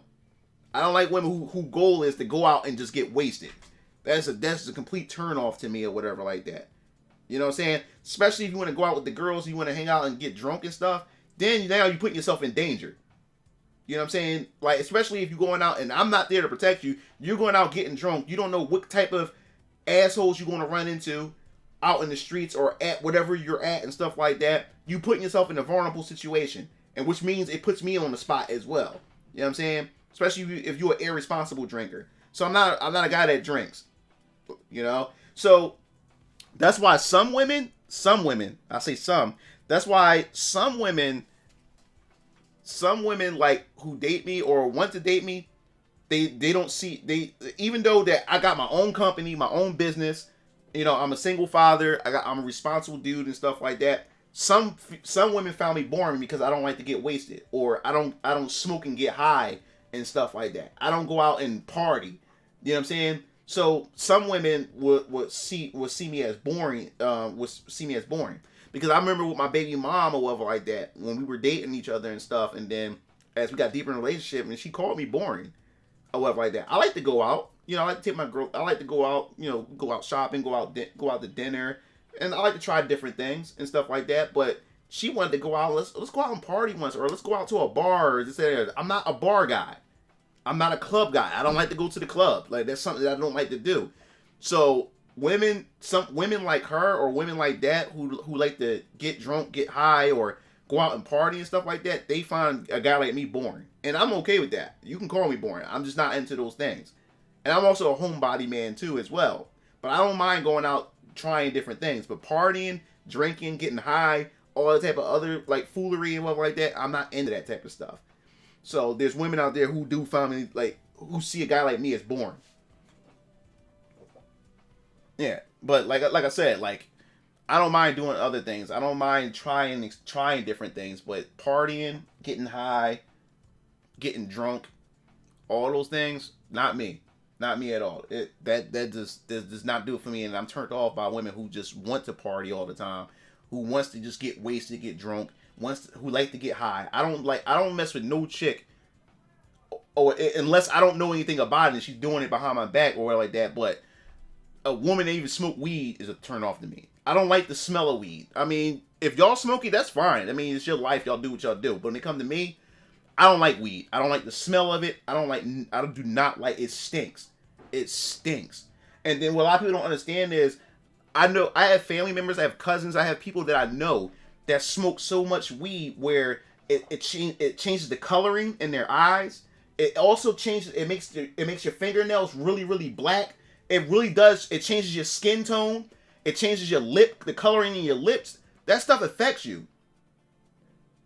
It really does. It really does affect you and stuff like that. A lot of people think weed is harmless, but it does affect the coloring of your skin. That's why a lot of people don't believe that I'm 33 years old. A lot of women that I meet would think I'm like in my early 20s, and when I'm telling them like I'm like 33, or when they ask me when I say when I mention something about my daughter, they say, "Wait a minute, you're a father? How old is your daughter?" And I tell them like, "Oh, she's 11 going on 12." 12?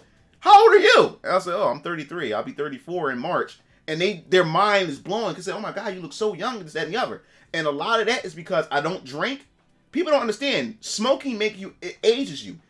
Even if it's cigarettes and weed ages your skin. It ages you. Drinking ages you.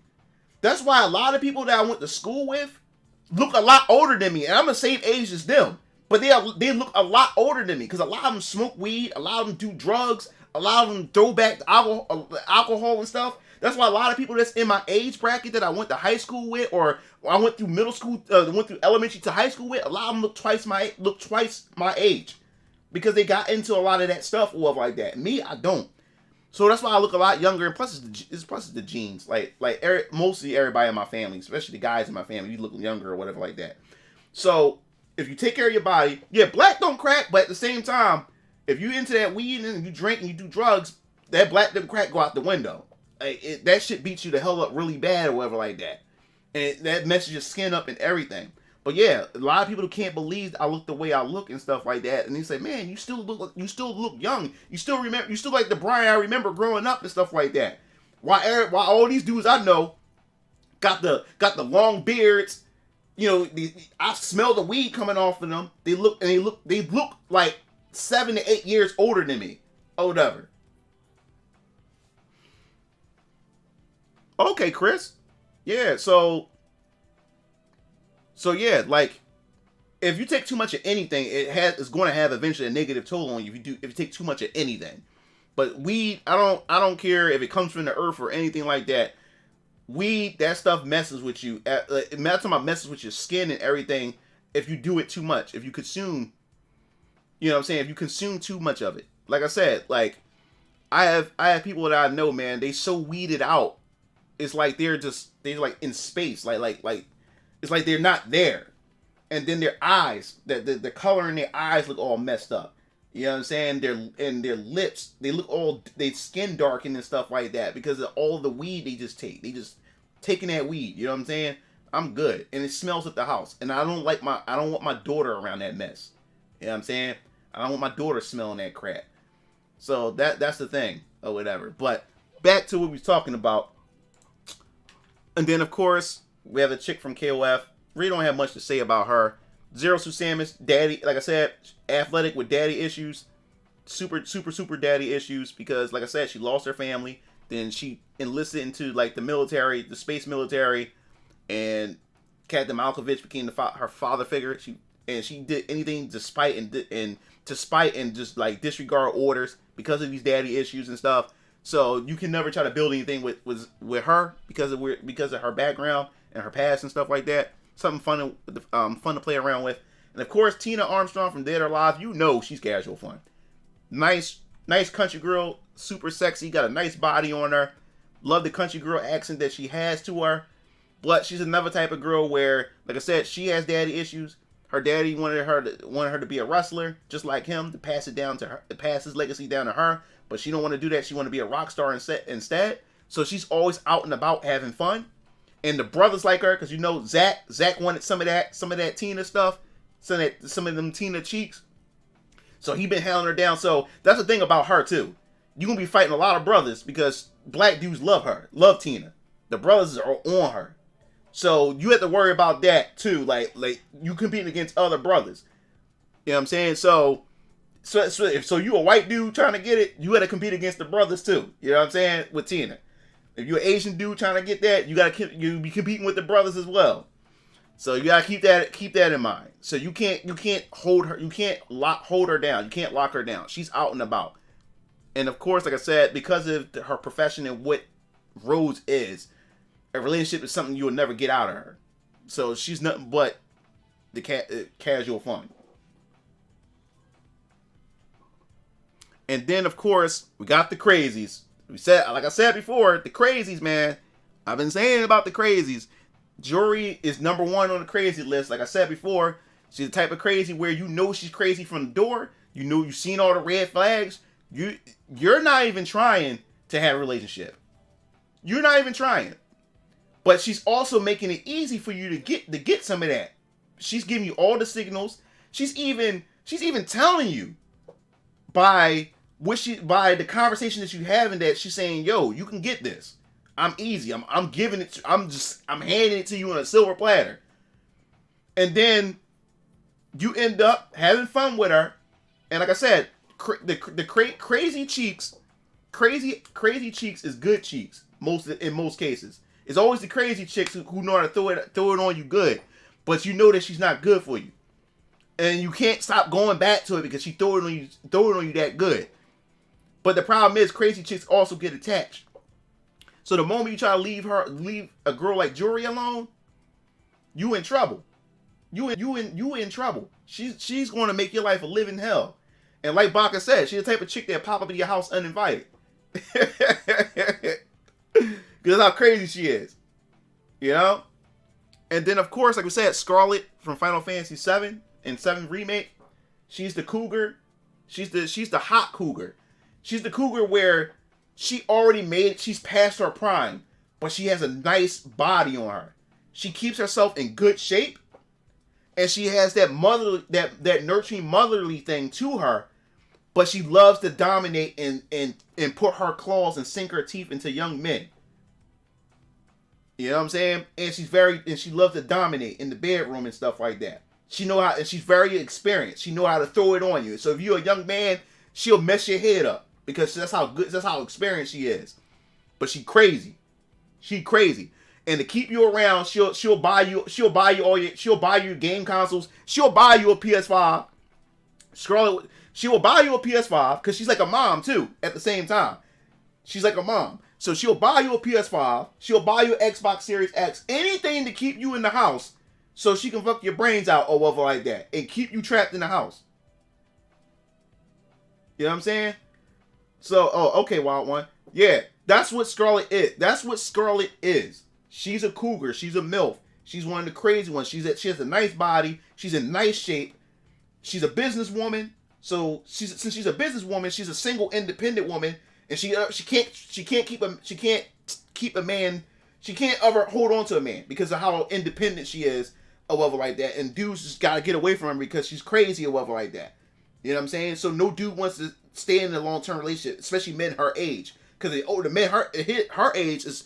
Got younger women on their hip. You know what I'm saying? So she sinks her talents and everything on the younger dudes. So she'll buy you a PS5, she'll buy you an Xbox Series X, she'll order you pizza or anything to keep your young ass in the house so she can just take advantage of you.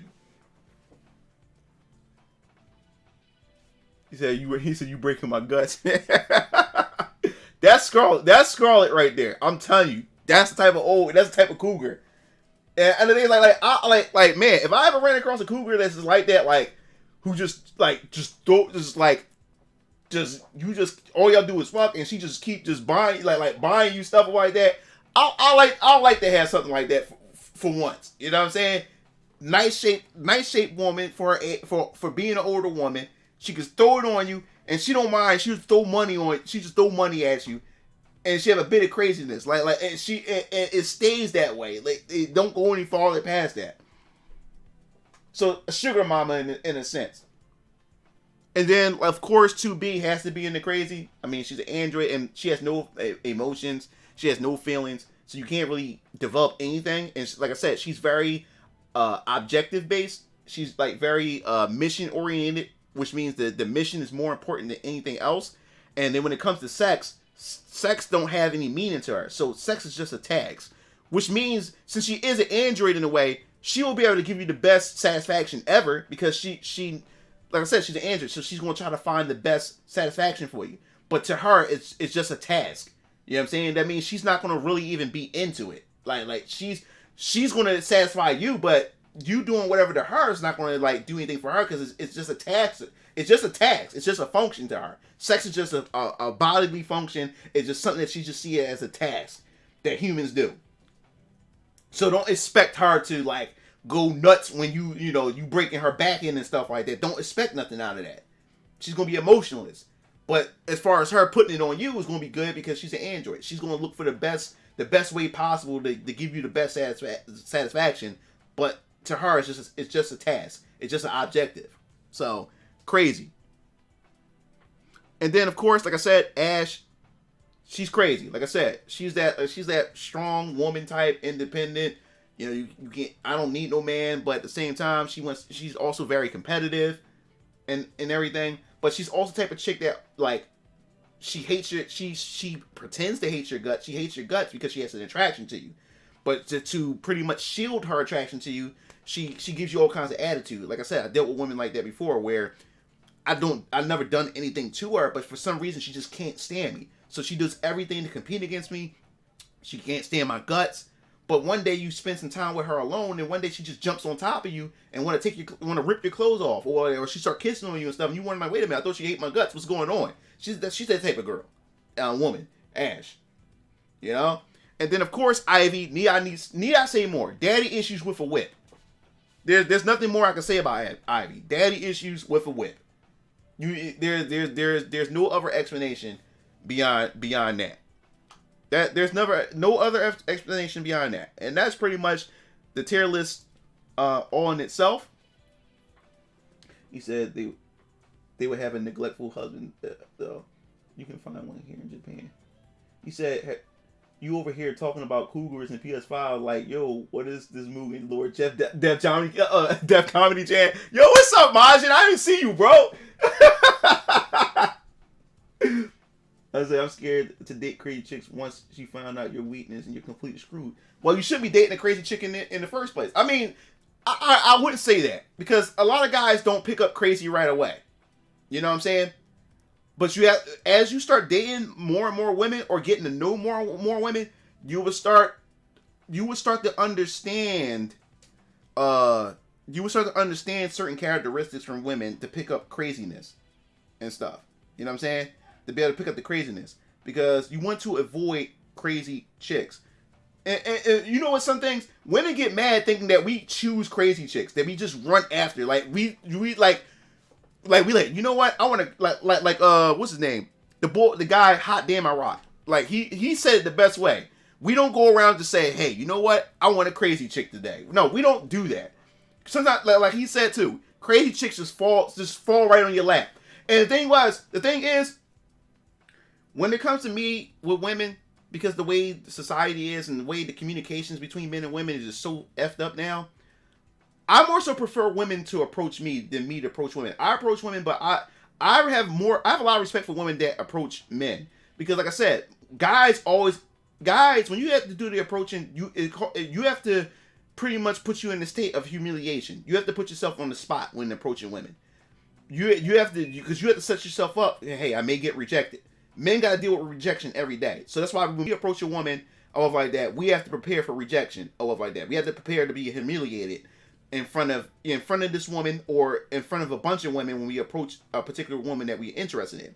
That's why I have respect for women who actually approach a guy, because most women don't like to be humiliated. Most women don't like to put themselves on the spot and put themselves out there. That's why a lot of women get a lot of shitty ass selections, because they rather wait for men to come to them. So if a particular woman behaves a certain way, carry herself a certain way, she's already going to attract a certain type of dude because of how she carry herself. So if she's waiting for the type of a good dude or quality man to come in, then she might as well forget it, because especially if she acts a certain way, or she dresses a certain way. Like I said, if you dress like Halloween, you're going to attract nothing but werewolves, ghouls, and goblins, and vampires. That's what you're going to attract. And dudes and quality men, when they see that, they stay away from that, because they see the type of men that you attract, or whatever like that. So they don't even bother. You know what I'm saying? When it comes to attraction or whatever like that. So when it comes to a woman approaching me, I also have to keep in mind. I say if she's approaching me, she's either a confident woman, which I respect and which I love. I love a confident woman, and then she's willing to take a risk to talk to me and risk rejection, or she's crazy. And so far, most women who approach me and that I actually formed a relationship with and actually dated or had sexual relationships with, most women that approach me boldly, most of them have been crazy. Most of them been crazy. So if a woman approaches me and say, "Oh my God," like she's trying to get to know me, she thinks I'm cute, and all this other type of stuff, either she's bold or she's crazy. So that's why I have to weigh out. That's why when I talk to her, I start to weigh certain things out.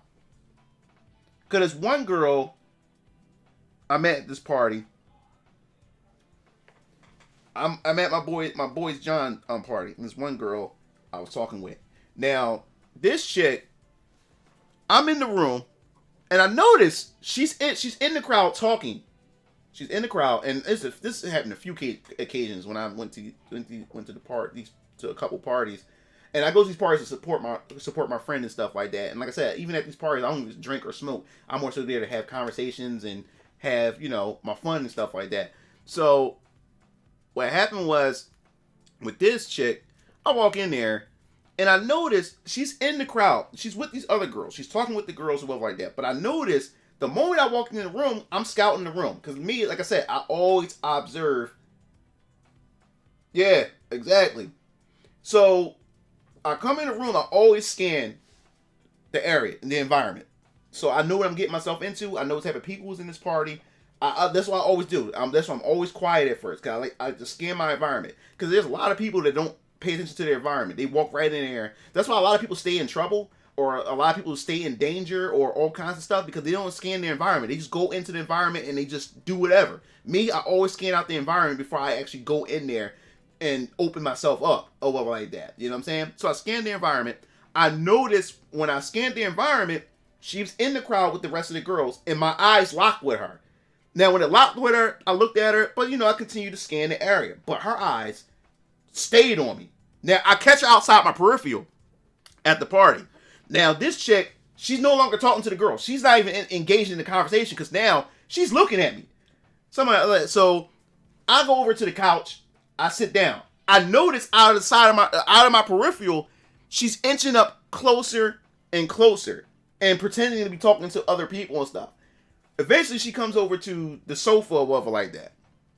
And she comes over. And she says hi to me or whatever like that. So I'm like, oh, hey, how you doing or whatever. So we get to talking and everything. I'm like, all right, cool. Like, she's cute and everything. We talking. And then as we're talking, we talking about all kinds of stuff. Like, she's in college. She's getting her degree. And she's in school for biology or whatever. So we talking. So every time I like to talk about college and stuff like that, especially with these girls and stuff like that, to see where they at, see where they head at and everything, what they're studying and everything. And she was talking about college. She was talking about her degree. She's going into science and stuff like that. And out of nowhere, she cuts off and she's like this. Excuse me, I don't mean, I don't want to like freak you out or anything like that. So I'm sitting there like, okay. She said, I just want to say to you, oh my God, like you're so fucking gorgeous. I was like, oh. And I said, oh, thanks. I said, and it always threw me off guard because a lot of women that comes out and like are that bold and say certain things like that to me. So I don't know how to respond to it. So she called me gorgeous, and it's rare. Like when a woman called a dude gorgeous, I don't know how to feel how to feel about that. But she said to me, she's like this. I just want to say that like you're so gorgeous, or like that. So I was like, oh, thanks. She said, no. And then when she said it at that, she said, no, I really, really mean it. And that's when she put her hand on my shoulder, and she ran her hand down my arm or whatever like that. And she said, I said, you're a gorgeous man or whatever like that. I think you're beautiful and all this other kind of stuff. So now she's just showering me with all these compliments. So now it's getting kind of awkward. It's getting kind of awkward now or whatever like that. What's up, Ryu? So now it's getting kind of awkward. He said, "Oh, so you a 2K scanner now?" Yeah. So now it's getting kind of awkward because now it's no longer us just talking, trying to get to know each other. Now everything's on me. It's all about how I look, how gorgeous I am, how beautiful I am, how sexy I am, and stuff like that. And now I'm feeling a little bit weird. I'm feeling a little bit awkward and stuff like that. And it's how and like I said, it's body language. It's definitely the body language as well or whatever. Because like I said, I don't mind a woman complimenting me. I don't mind it, but it's how it's done and it's the body language to it. Like for instance, I'm not the type of dude. Like it's also like how females get when an ugly guy compliments a woman. And she gets disgusted when an ugly guy gives her any type of praise or whatever like that. I don't care if the woman is ugly. I don't mind compliments from an unattractive woman. I don't mind a compliment from even fat women. I don't mind the compliments for any type of woman. I find it flattering and stuff like that. And then I find it brave that a woman can actually come up to a guy and say that he's attractive or like that. I don't care how she looks and stuff. And I take those compliments and stuff like that. I say thank you and stuff with respect and stuff like that. I don't care. It's all about the body language and stuff like that. And the way she was complimenting me made me feel uncomfortable and stuff like that. And then she started getting a little bit wide eyed and whatever like that. And then, and the thing is also too, he said pull his video up. Yeah. So the thing is also too that also that makes me feel uncomfortable about those type of women too is like. Then they start to touch me. Now the thing is, I don't mind a woman touching me either. I'm not the type of guy that gets upset if if a woman gets into my personal space and touch me and stuff. Like I said, it depends. It depends. Like if I got a girlfriend or whatever like that, it's different. You can't walk up on me and touch me and stuff like that. I'm taken and stuff like that. But I don't mind a woman coming up in my personal space. It depends on how she does it or whatever like that. You know what I'm saying? So I don't mind a woman stepping in my personal space and she just come up and do like a flirty type of touch or whatever like that and get flirty or whatever like that. I don't mind that. And like I said, I had plenty of women. I don't like attractive women. I had women who weren't attractive. I had fat women come up and touch me and stuff like that. I don't mind that or that they're being flirty. I don't mind a woman being flirty with me or whatever like that. Flirting is healthy. Like I said, if you're in a relationship, that's different about that. There's certain things you can and cannot do. But if you're not in a relationship, there's nothing wrong with flirting. I think flirting is a healthy thing. It's a communication between a man and a woman and stuff like that. There's nothing wrong with that. That's why I never had a problem with a woman flirting with me and stuff. It depends on how it's done. But the way she called herself flirting with me, it was getting kind of creepy and it was making me feel uncomfortable and stuff like that. Now the Hot Crazy Matrix. Yeah, I know that. I seen the Hot Crazy Matrix. That video's old. That went viral a long time ago. But the Hot Crazy Matrix, the guy who made that video, he was also brought onto Fox News to talk about it. He a simp. Because then they asked him what his wife thought about the Hot Crazy Matrix. He tried to take back a lot of things that he said about the Hot Crazy Matrix because his wife was actually watching the interview and stuff like that, so he didn't want to upset her. So he destroyed his credibility with that. He went into simp mode or whatever. So that's why I didn't really care about that too much. But so I don't mind a woman touching me. Like I don't get offended and stuff like that. I don't mind a woman walking into my personal space or like that. Like I said, it depends on how a woman does it. If she's creepy about it, it's all about the body language. It's how she does it or whatever like that. If she does it in a creepy way that creeps me out, then I feel uncomfortable and stuff like that. And that's what happened. She got into the point. When he got into the point, no, it's not. No, he's a simp. He everything that he said in the crazy and everything that he said in the Hot Crazy Matrix, he took back everything that he said about the whole hot crazy thing because his wife was watching. His wife was watching, and all the things that he was talking about and the advice that he was giving about women, he took everything back because his wife was watching. No, if you're a man, you stand firm about what you say. You stand on your beliefs, not because your woman is watching. All of a sudden, you take everything back because you don't want to get into an argument with your wife. That's a simp. That's the definition of a simp. That is it. Is it why bang? No, it is not why anger the battle axe. Like, no, it's about.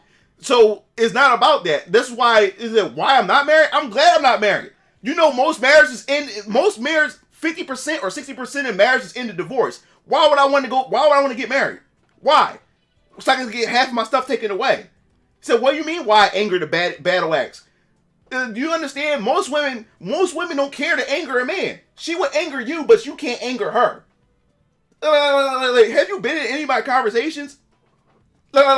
Get marriages like this, yeah. More people are getting divorced today than ever before. No one is getting married. Dudes are opting out of marriage. It's not because of men. There's more women that's initiating divorce. Not because men are, when divorce, cheating is at the very bottom of divorce.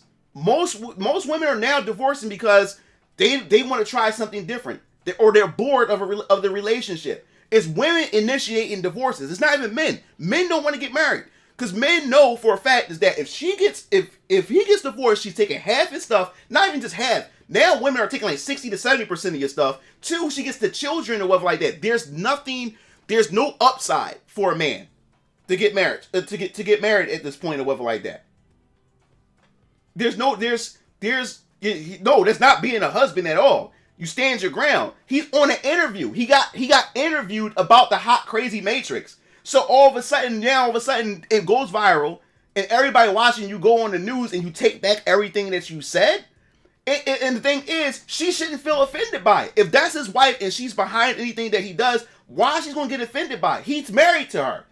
So why should she get offended if that doesn't apply to her? So he's not the problem, she is. So pretty much you're telling me that to be a husband, cater to her and don't make her angry. What? What? Like you seriously, like, no, that's not being that's being a simp. And you just by that, him being nervous, she runs the relationship. He don't run that. He has no control in that relationship.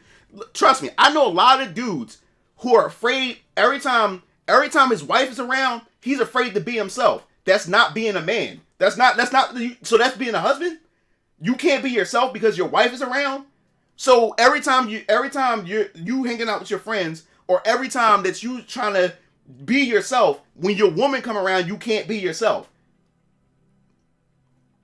Like, come on. Come on. Like I said, 50% or more right now, marriages end in divorce, and women initiate divorces. There's no incentive to be married. Fellas, do like I said, if marriage is something that you want to do, make sure you have some prenups ready, or make sure you really vet these women out before you do any of that. Because I'm not the one to tell you not to get married. Because every man is different or whatever like that. You know what I'm saying? Every man is different. But like I said, a lot of my friends, a lot of friends that I don't even hang around with no more, because they got married and they're pretty much prisoners in their own home, is because they do everything to cater to their wife. Because the thing was, everything was fine when he was boyfriend and girlfriend, but as soon as she got that ring, soon as she got the ring, everything changed. He can't do it. He can't do certain things anymore. I ain't talking about cheating or just partying or stuff like that, but he can't even be himself anymore. He can't even be himself. A lot of dudes, they also said too, that a man's testosterone drops once he gets into a full-blown relationship like marriage and stuff like that. His drive, everything drops. Because most of the time it's spent catering to her or whatever like that. Everything that he inspired himself to be, because of how it is today. I'm talking about in today's time and era or whatever like that. All of it, he throws all of it away because he spent most of the time trying to cater to her. Like a lot of these dudes, a lot of these husbands are simps. A lot of these men today are simps. They simp for their wife. The main reason why, because she also used sex as a weapon. She dangles sex.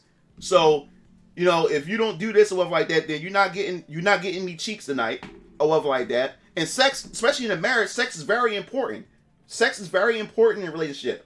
That's bonding. And the thing is, also, what people don't understand, let me tell you something, especially about sex, and especially with relationships, and especially when it comes to marriage and stuff like that. Let me tell you about sex when it comes to men. See, women says all you guys do is care about sex and stuff like that. Do you know? I remember this one pastor at a church told the wives of the church, if you want to get something out of your man, ask him something. If you want something from your man and you want him to do something, ask him after having sex with him. Why is that? Why is that? Well, I'm talking about a relationship. I'm talking about a marriage. Yes, when it comes to marriage, sex is important. Sex is a bonding type thing. When it comes especially a marriage, sex is important. Sex is definitely. They said a good majority of marriages broke up because there was no sex involved. Because sex fell off, and it's more so the wife stopped having sex with her husband.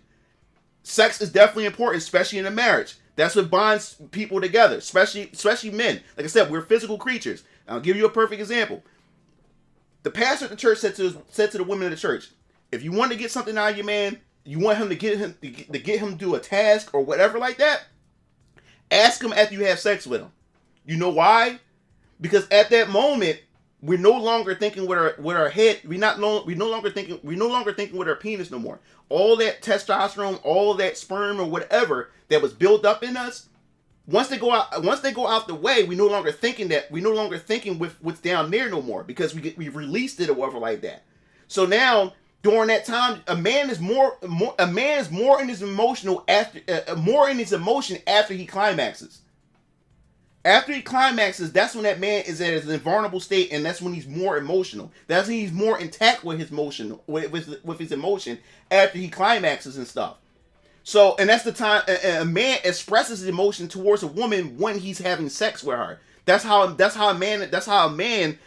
think the human species lasts this long. That's how men and women that's how men express themselves emotionally through that sexual connection, that intimate connection with his woman or whatever like that. So what happens is when a lot of these men get married, she gives him a lot of sex at first because that's what she used to lure him in. That's his girlfriend. She gives him a lot of sex. The moment she put the ring on, and they said a lot of marriages become sexless marriage because once he put that ring on her, she stopped giving him sex. Instead, she makes sex a task, or she hides sex behind conditions or whatever like that. So now, because remember, us men and us human beings, we are animals. We're just animals with a conscience. You understand? And when it comes to men or whatever like that, men, like I said, we're physical creatures. When we look at a woman or whatever like that, especially if she's attractive, it's all about that attraction and stuff, that physical attraction. So if you ever look at a male dog in the street, how horny he gets when he see other female dogs, that's how men are. That's in our biology. It's in our prehistoric DNA. As men, our job is to lay seeds. It's to spread seeds everywhere. You know what I'm saying? To pretty much to create offspring or whatever like that.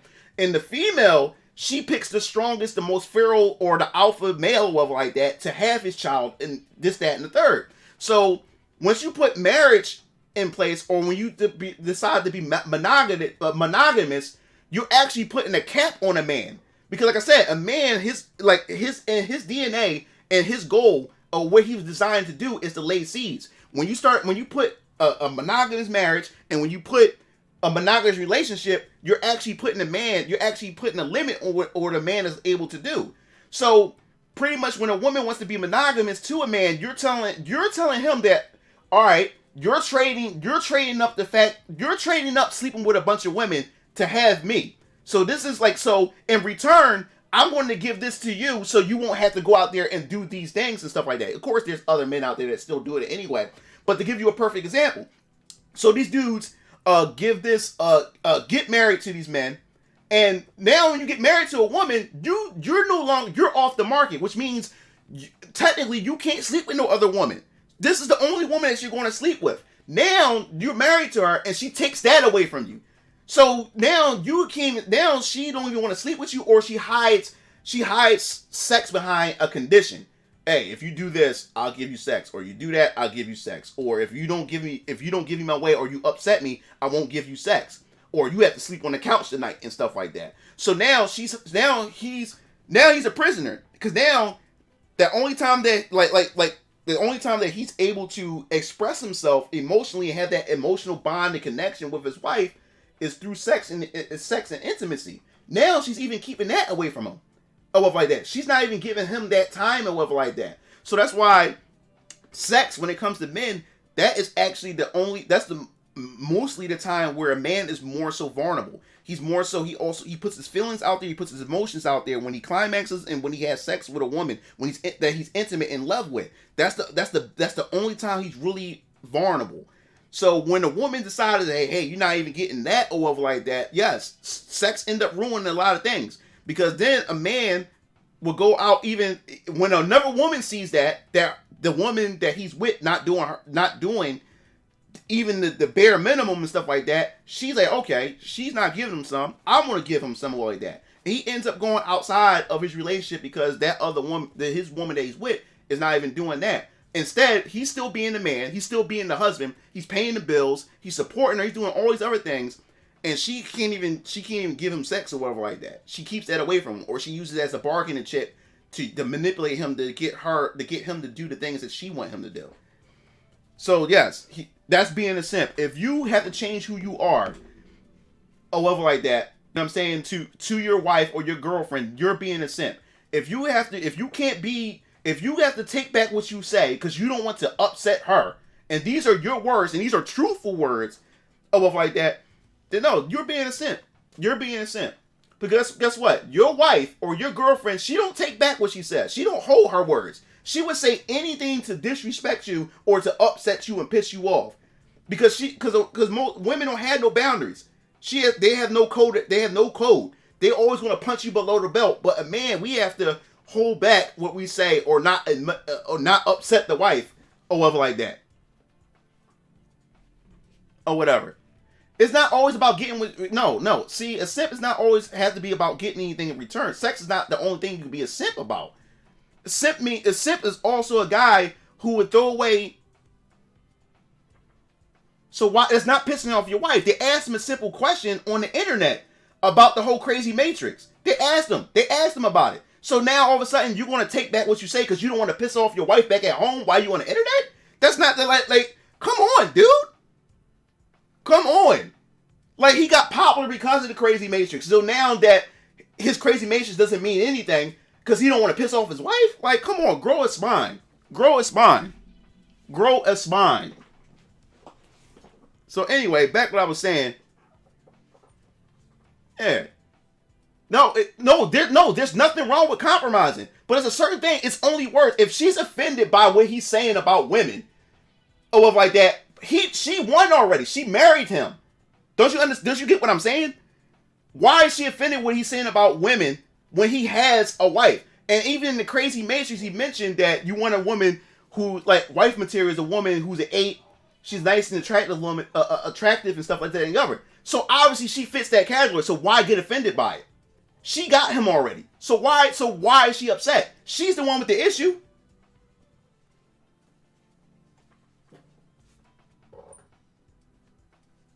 Oh, yeah. It's not saving... No, that's the thing. He was on the news for the Crazy Matrix. So why take back the whole point of the Crazy Matrix because he wants to save face? That makes no sense. That's a simp or whatever like that. Yes, there's points that you have to compromise, but that's something stupid to compromise over. She needs to get over it. Because he's married to her. So why would she get upset about what he's saying about women when he has the ultimate wife at home? She should know that, I don't fit in that category. She's the one she's the one with the insecurities. But it's not referring to his wife. How is that embarrassing his wife? How is that embarrassing his wife? How? How that embarrasses his wife? Protecting her pride. How? How?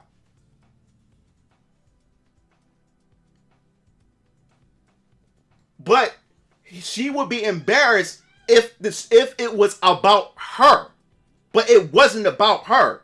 It was a generalization. It was the hot crazy matrix. It wasn't about her. Yeah, that would be stupid. If it's something referring to his wife or whatever like that, yeah, that would be stupid to do, but it wasn't referring to his wife. It's about women. So why would she so what? But he's married to her. He's married to her. She won. She has a husband. This is more so about single women, about dudes finding that woman that can be your wife. You know what I'm saying? That's what it's about. So she doesn't fit that category. It has nothing to do with her. She won. She has the best deal. She's married to him. Anyway, as I was saying, he said, heard exclamation if he ain't talking about it, her, then it shouldn't be a problem. Exactly. But he don't understand that. So there's no sense in even talking about it. He can have his opinion or whatever like that. And so my opinion still stand. He a simp. So as I was saying, so yeah, guys. So that was pretty much that was pretty much the waifu list. This joint, like, I love this joint, man. Like this tier list is good. Like we're gonna do, like I said, we're gonna do a universal tier list.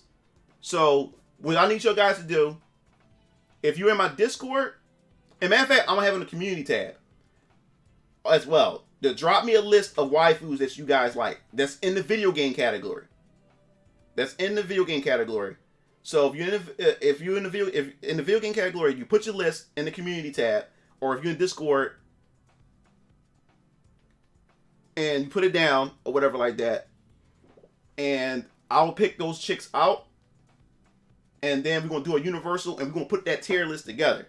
That's gonna be fun. We're gonna go through all of them.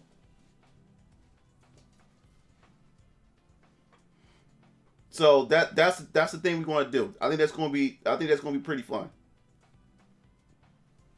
He said Shinran in the bed though in the. So yes. So yeah. Make sure. Yeah. So yeah, you guys do that. So if you're in the Discord, put it in the Discord. You can if it's a top 5, I got you. It don't have to be however many you have. It doesn't matter. Just I guess you can start. The limit is at 10. You don't have to do 10, but that's the limit. The limit is 10. The minimum is 5. The limit is 10. So if you got a top 10, put your top 10 down. So if there happen to be duplicates across the board, then it makes it even easier for me. Then I know definitely what to pick out. So this is going to be a nice tier list. I think this is going to be a fun conversation. We're going to have a good time with this. Definitely have a good time. Definitely have a good time, man. Like I definitely enjoy having these tier lists with you guys, because it's my chance to get a chance to talk with you guys. Yeah, 10. Everybody submit either top 5. The maximum is 10. The minimum starts at 5 when it comes to waifus. So you can send me that through Discord, through a personal message, or after I get off the stream, I'm gonna do the community tab, and you could drop them in the comment section of the community tab your waifu list. So when we do the universal video game waifu tier list, I'll have all those girls ready. So we better pick them out, and we'll put them in the wifey, potential girlfriend, casual, and in the crazy category. I'll probably make another category. Not sure if we don't know where to sit them at or whatever. Yeah, so that's gonna be fun, man. That's definitely going to be fun. Definitely going to be enjoyable. Oh yeah, most definitely. Most definitely. More dudes. It's always statistically more dudes are avoiding marriage, and a lot of men now who are currently in marriage wants to get out, but they know they're prisoners, because if they leave, she's going to take half his shit, so he's stuck. He's like I said, there's a lot of dudes that I do know right now who's not getting no ass, and all he do is work, and all he does is cater to her, and all she does is give her ass to kiss. And he know that if she leaves, or if he leaves, she's gonna take the kids from him. The house goes to her, the car goes to her, and she's taking half his stuff. Like I said, one of my homies, not only that he had to give the house, he had to give the car. She got the kids, and he had to move to, and then he had to live in a one bedroom apartment, and he has to catch public transportation. While she moved his best friend into his house that he's paying for, because she started messing with his best friend after that, and so now he's paying for that house while his own best friend that he used to be friends with is now living in that house around his kids, and he is destroying him right now. Destroying him.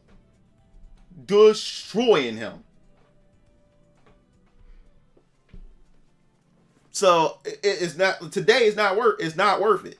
It's not like how my grandparents had it, or I can't even see my parents now, but it's not like how it was with my grandparents. Like their struggle, but they, like I said, like he said, compromise. Yeah, you do have to do some compromising, but you can't even do that. It's not even that. No compromising. It's either going to go this way or it's going to go that way. You know what I'm saying? And like I said, a lot of dudes feel like prisoners because they can't really speak their mind, because they always saving face. Because if you save face, or whatever like that, it avoids your shit from getting taken. Like, that's a prisoner. That is a prisoner.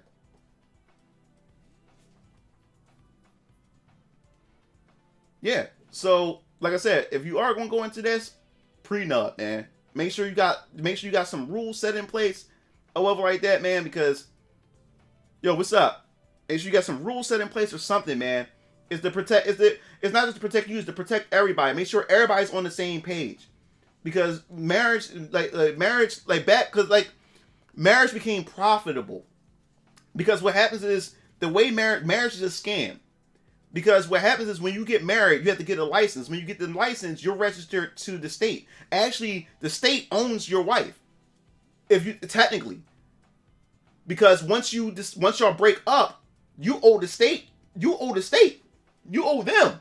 You're in the system. You owe the state, or whatever like that. She's protected because it's lucrative. We're like, men are ATMs. It's lucrative to keep taking money from men.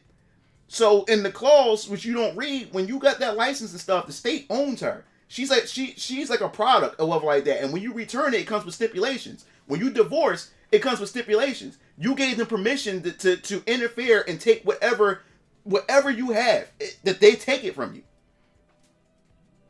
Back a long time ago, there was no such thing. Long time ago. Generations ago, you didn't need no license to get married. All you needed a priest, a pastor, and you needed people in your community to witness the marriage, to witness it. And then then y'all get married, and everybody can confirm it and everything and solidify it. That's all you need.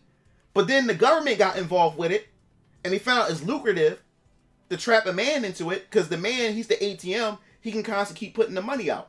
He can trap him. You know what I'm saying? Child support, family court.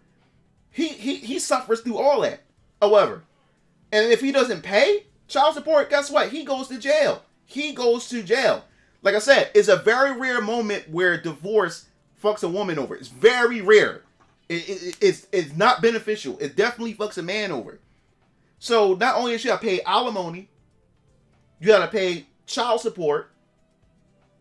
And the thing is, a lot of women, like, I wouldn't say a lot, I would say women, what most women would do too, they would never get married again. They would just date. Because as long as she's not married, he has to keep spending that money. He has to keep paying out that money.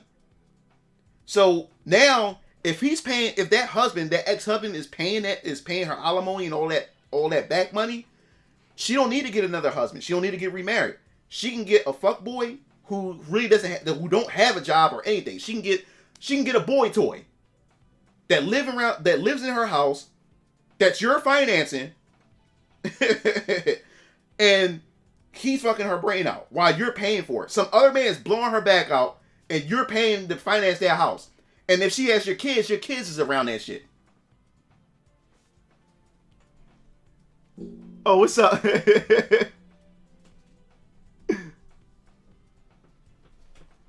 He said, wait, can you go a bit into the marriage licensing thing a bit? Well, when you get married, you have to get a license to get married. That's what it's all about.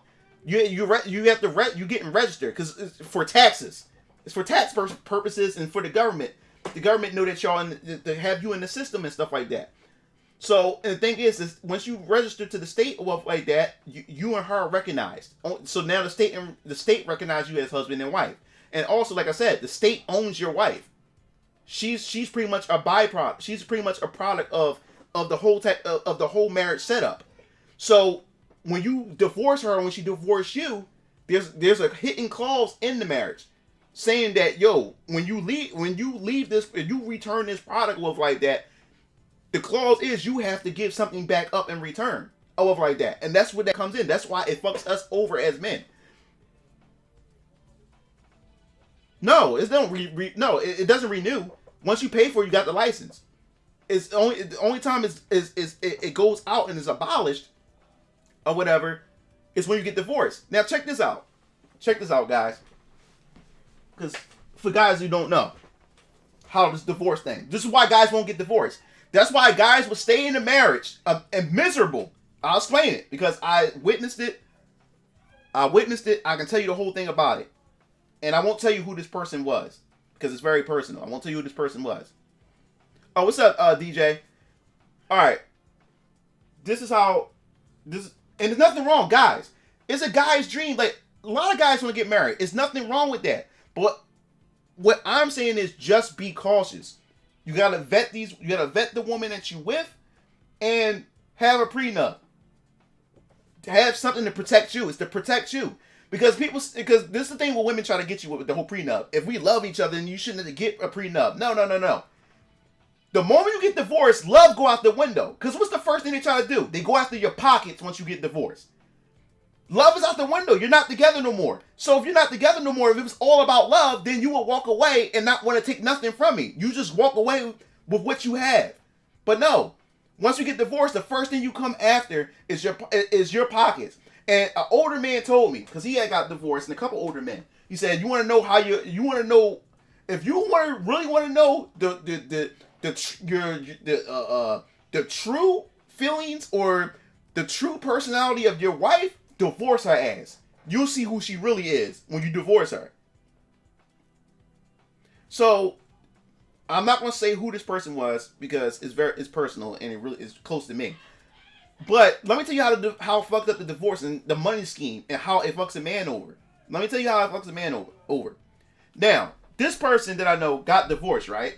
Divorced his wife, right? The moment you file a divorce, you have to go to court, right? You have to come to court. She comes to court with her lawyer, and you have to come to court with your lawyer. Now check this out. Now this person that I know, he had got his lawyer, and she got her lawyer, right?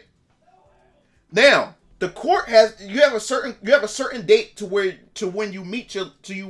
both you and your lawyer meets up, right? Now say for instance, y'all decided to get divorced, right? And y'all both decided to get your lawyers. Say for instance it's around December you did it, right? And then you get to set up something with the lawyers. Say for instance the schedule and the meeting with your lawyer and her lawyer. Say for instance you wanted to decide to separate and divorce in December, and then you don't meet up with the lawyers. Say for instance you don't meet up with the lawyers to May of the say for instance December 2020 is when y'all decided to separate and divorce, but you don't meet up with the lawyers until May of 2021. Guess what? As the man, guess what you have to do? You have to finance her. Your ex-wife or whatever like that. You have to pay her court fees, you have to pay her lawyer. All the way up until May. You still have to finance her. So you not only have to pay her legal fees, you have to pay your legal fees leading up to May. How's that fair? Especially if she has a job. Why I have to pay for it? So now he have to pay for her fees, and he have to pay to still take care of her. Even though they're not living in the same house anymore and they're waiting to meet up with the lawyers, he has to pay to take care of her and pay her fees and pay his fees. And he was paying thousands of dollars a month. How is that fair? How is that fair? He had to pay from that time all the way up to the court. It's not even the court date, guys. It's just to meet up with the lawyers. So then he meets up with the lawyers. Now, of course, her lawyer is going to try to do everything, right? He's going to try to do everything. He or she, whoever her lawyer is, going to try to do everything to try to screw you over. Because he's trying to get the best deal because he or she trying to get paid. So they going to try to screw whoever her lawyer is going to be, he or she's going to do everything to try to divorce rape the fuck out of your pockets. So then check this out now. So now, right after that, they come together and they have to decide what they're going to do, right? They told him that she gets 60% of his retirement pension. His pension. She gets 60% of that shit. She gets his retirement pension. 60% of it. She gets it. No problem. She's guaranteed. They says that's owed to her. just for the fact that's his wife. That's old to her. And she works too. She works too, but she gets his pension. She gets a part of his pension. So then, after that, right? He owns 3 houses. He owns 3 houses. They told him he had to sell all 3 of his houses. He has to sell all 3 of his houses. And from each house that he get, whatever money he gets, he has to give half of that money to her. He can either give the houses to her or sell the houses, and then get whatever he earns from the houses, he has to give half that cash to her. And guess what?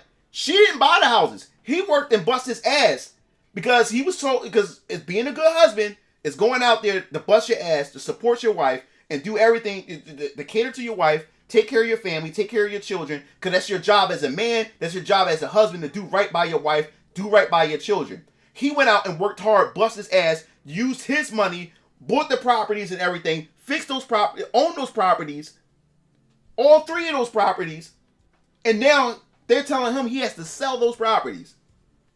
Sell them. If he's not going to sell them, he has to give them to her. If he doesn't give them to him, he has to sell them, and whatever he earns from that property, he has to give half of that shit to her. Tell me, like, does that sound like a good deal to you? Does that sound like a good deal to you? And they've been married for 33 years. 33 years. So, just because y'all married, divorce is never off the table. No matter how old you get, divorce can happen at any time. At any time. And this is old school way of marriage. Like, y'all stick to it no matter how rough things get. You stick to it. And this individual didn't want to do it no more. This individual wanted to do their own thing and wanted to didn't want to get the woman didn't want to be in it no more because she wanted to do her own thing. And and while this man was busting his ass because he was told as a man, as a husband, that these are things that you need to do. You know what I'm saying? But she didn't want to go through it. She didn't want to be a wife no more. She wanted to do her own things. She wanted to live her own life. Especially at the older age that she is now. So that's what ended up happening. So guess what? So this was only the court. No, this was only the meeting with the lawyers. So now the court date. How she's dependent when she has a job. And she's been making her money as well. What? What? Dude, what are you talking about? She can support herself. If she got money, she has her own dental plans. She has everything on her own. How is she being dependent? What are you talking about? Anyway, as I was saying, so after that, right? After that, so that was just the meeting with the lawyers, right? That was just the meeting with the lawyers. Just the meeting with the lawyers. So now they have to schedule a date leading up to the actual divorce. I did say that. I said she has her own job. She was working. She had her own stuff too. They were together. They were working. They both had jobs. They was both doing, so they was able to support themselves. I said that in a conversation. You wasn't paying attention. They both work jobs. They're not degree. They don't have degrees. They just have jobs. They've been working for that long. So they're able to have some money and stuff like that. But like I said, yeah, she don't need a man if she's employed. And she's living by her. If she's going to live on her own with the, like, dude, anyway. So, as I was saying, after that, so now, leading up to the court now, they have to go to the court to decide on the whole divorce thing, right? So now, the court date is not until the end of the year. So guess what? Now, this dude has to pay.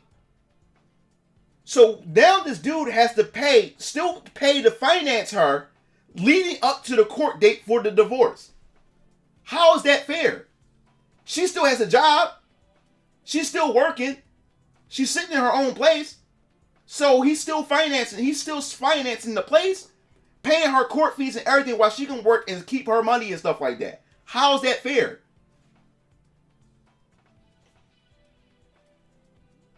Like, so how is that fair, man?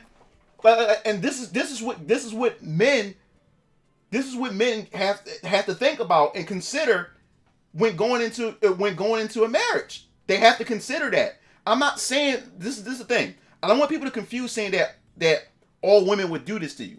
What you have to take under consideration that all women have the capability of doing this to you. Not all women will do it to you. They all have the capability to doing this to you. That's what I'm saying. So you have to keep that in mind, and you have to really know this woman to know. And like I said, 33 years, which means divorce is never off the table. Don't think that you're safe because y'all made it for a certain amount of years. Don't think that you're safe because any woman is capable of doing it to you. Not saying all of them will do it to you. So I don't want no one to confuse that, because not all women would do that to you.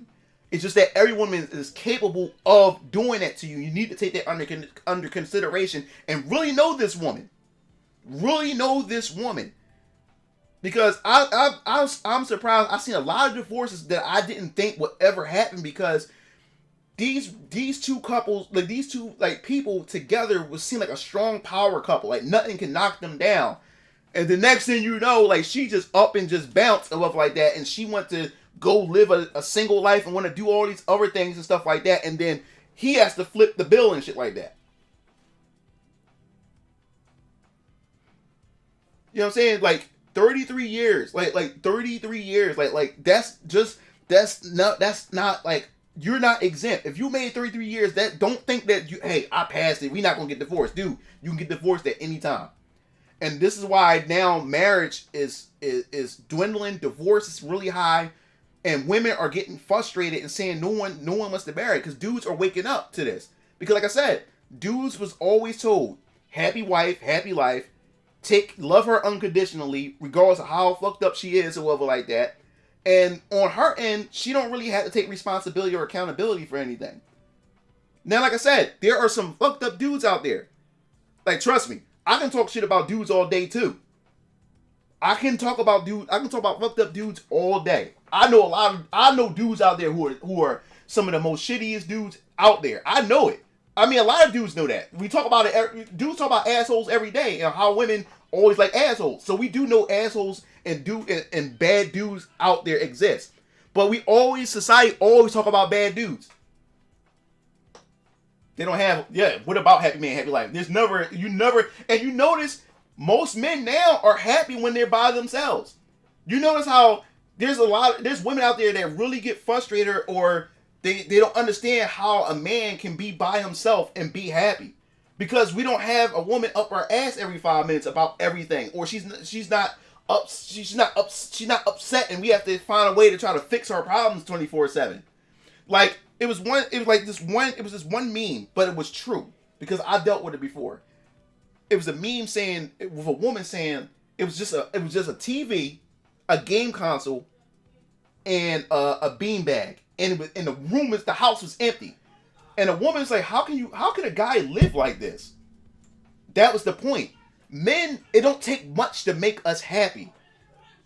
We can just have a television set and our game console, and give us a chair, and we'll play all day and smile with a smile on our face and play and have no problems. And there's women out there who don't understand that and get frustrated by that, because it's not them that's making you happy. It's just a video game or a simple thing that makes you happy. And they were saying that more and more male spaces are getting sucked up and taken away because it's seen as sexist. But women can have their own female space. And guess what? Men don't invade women's space. They said when there's a conversation and when more than one woman step into the space, they said men would exit out of that space because they don't want to crowd that woman's space. But when men have space, women do everything in their power to interrupt that space. And then when the men block them out of their space, they say it's sexist. They say all kinds of stuff. And then women in society would erase our space to allow them to come in and stuff like that. And he was saying that the problem is with those spaces, men were able to bond and be men, and able to share their problems and express themselves to other men. And he was saying that men who oftentimes bond with other men and express themselves and get things off their chest, they live longer. They live longer. They live longer. Yeah, they hate it when you're happy. When your happiness has nothing to do with them. It drives them nuts. And my baby mom was the same way. Like when I used to play Mugen and stuff, or when I'm on Xbox Live and I'm smiling, laughing and joking, and I'm throwing up in the air, I would see her out my peripheral. She would sit there with disgust on her face, or she would be upset. And because of how happy I am and how joyful, and she said to me, "You never like that when you with me, because every time you do something, you're always antagonizing me, or you always doing something to try to piss me off or push my buttons. And when I'm trying to be emotional or try to connect with you, you don't want to do that. You want to antagonize me or whatever like that. So I'm always upset, or I'm always trying to cater or try to figure out how to please you and stuff. And it's frustrating because I can't do it because you're not allowing me to do it or whatever like that. So when you're no longer in that space and it's just me and I'm with the bros, or I'm just doing something I'm enjoying, man, it's like I'm in love, man. I'm happy and everything. And I used to frustrate her. I used to frustrate the fuck out of her. She couldn't take it. She couldn't understand it. There's a lot of women I knew that was like that would get upset and say, yo, like, how come, you're happy when you do this? Let me give you a perfect example. I'm going to give you a perfect example. I bought the novel to Alita Battle Angel. Alita Battle Angel. Now, this is I have to buy the next part to it. But Alita Battle Angel was really good. And I'm going to explain to you why women is a perfect example why, like, most women don't like when the guy is in his happiness, when he's by himself and he's in his fortune of solitude. Because in this book, right, I think it's this world at the top called Zion, whatever it's called. I think it's Zion. It's a city up in the sky, right?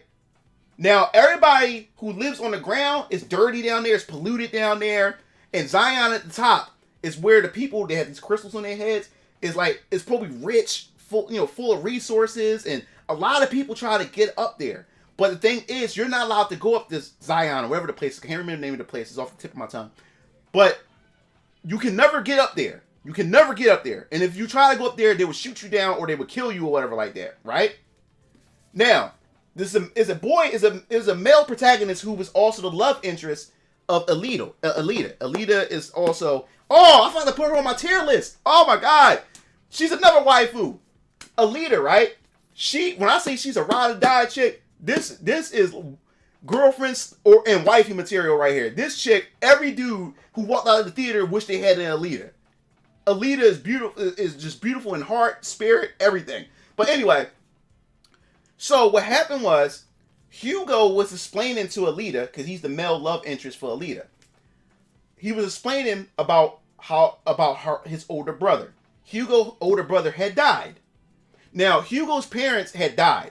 So his older brother took care of him. His older brother was married to his wife or whatever, right? Now, what happened was Hugo always had this dream and his brother had this dream to go up to Zion, right? To go up to the top. It's forbidden to go up there, right? But ever since Hugo moved in with his older brother and his wife, Hugo been spending a lot of time with his younger brother. So his younger brother was not just his older brother wasn't just an older brother. His older brother was like a father to him because their parents died. So now the older brother's taking care of him along with his wife, and Hugo seeing his brother's wife, his sister-in-law, like a mother as well. Now, ever since Hugo moved in with his older brother and his wife, Hugo been spending a lot of time with his older brother. His older brother's also a mechanic and an engineer. Now, their dream was to always go up to Zion. So what happened was the brother has a garage. The older brother has a garage. He loved to tinker with stuff. So him and his little brothers had bonding time where their goal was to make this spacecraft or this little pod that was able to travel on a balloon to take them up to Zion or whatever like that, right? Every day, Every day they would work on it. So the older brother said, yo, this is something we're going to do together. This has always been our dream. And little bro, we're going to do it. We're going to go up to Zion or whatever. We're going to finally reach it. We're going to do what other people couldn't do or whatever like that. So make sure we meet here at the garage at this time and at this place. And we're going to go there or whatever like that. And we're going to do it. We're going to fly up there, right? Hugo went there, right? To go meet up with his older brother. When he got there, the garage was on fire. Everything was destroyed. And when he got there, he found the troops there.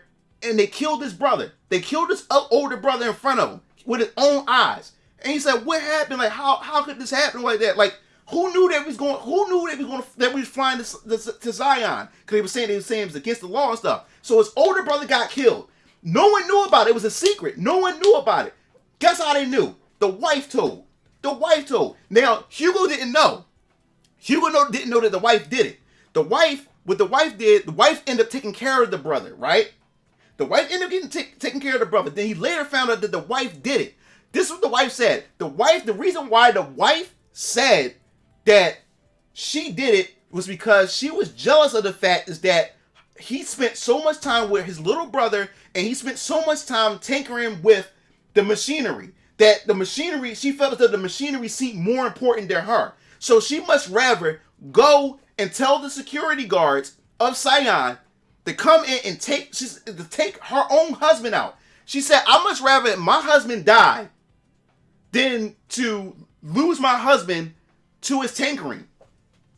That is some vicious shit. She didn't like the fact that he was happy with his little brother tinkering with something that they love. And she wasn't the center of it. So she much rather get him killed than to lose him to his passion. So you can't tell me that's not fucked up. And there's women out there that would do shit like that. And guess what? Once he found that out, not only that, she married another man. So not only she got him killed, she was easily able to move to another man. That was crazy, dude. That messed me up when I read that. She was jealous. She didn't like the fact is that he was so invested in his passion and it made him happy. And she wasn't the center of his happiness, so she much rather have him killed than to lose him to his passion. Come on, bro. Come on. That's crazy. And a lot of them don't like that when you're happy. When you're happy like that, she wants to do everything to pull you from that. Your wife, your girlfriend, your sister. It don't even have to be women that you're in love with. It can be your mother. It can be your sister. It can be your female cousin. It can be your female friend. Hell, it can be your own daughter.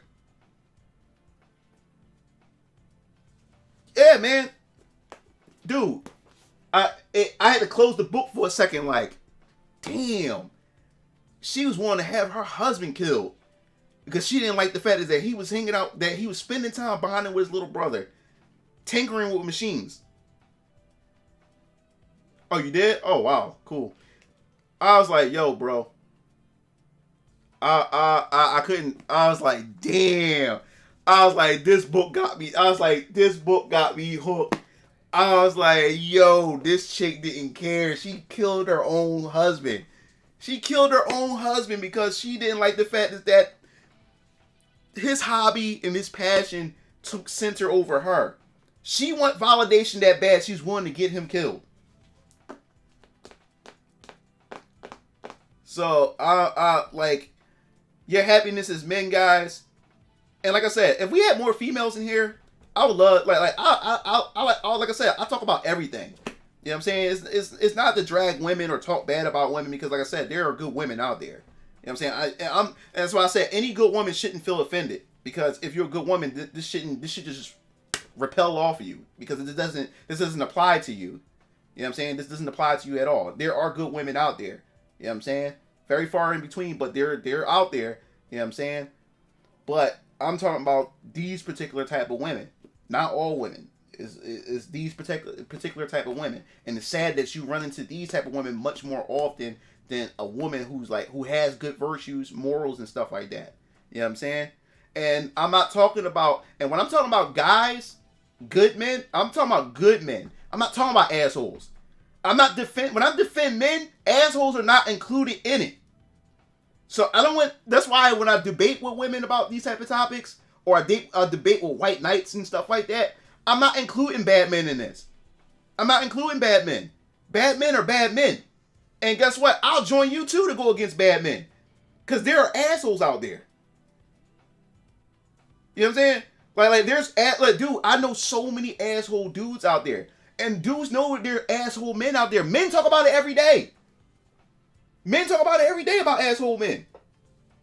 You know what I'm saying? So I'm not talking about, when I'm defending men, I'm not including the bad men in there.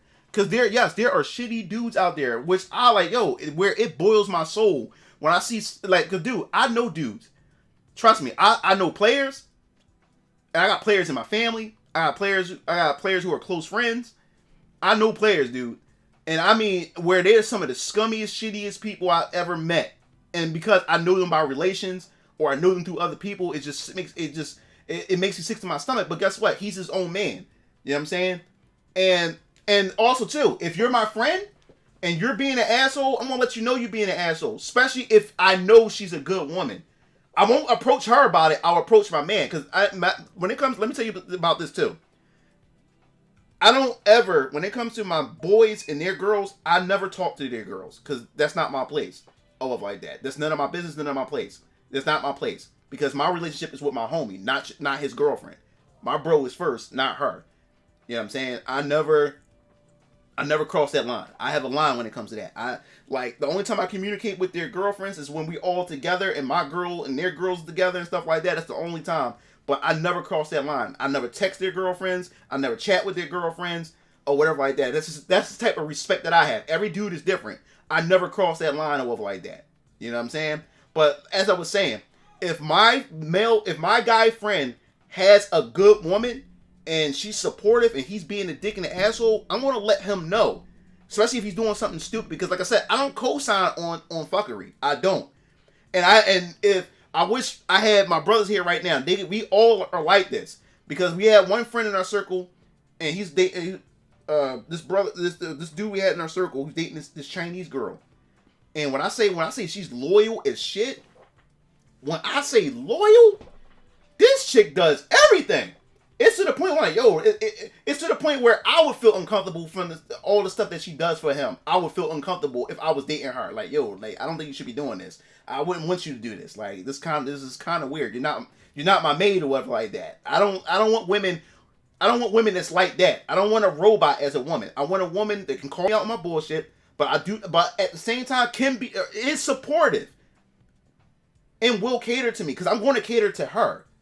I don't mind. I love catering to my woman, but it has to be reciprocal. She has to be able to do the same thing to me. It can't be just one-sided. You know what I'm saying? So anyway, back to the conversation. He was dating this Chinese girl. He was with her for 5-6 years or whatever like that. But when I say he was an asshole, because how subservient she is, because of her background and her family and stuff like that. When I say loyal, I mean loyal. This chick does everything for this dude. But all he does is shit on her. He talks down to her and stuff like that.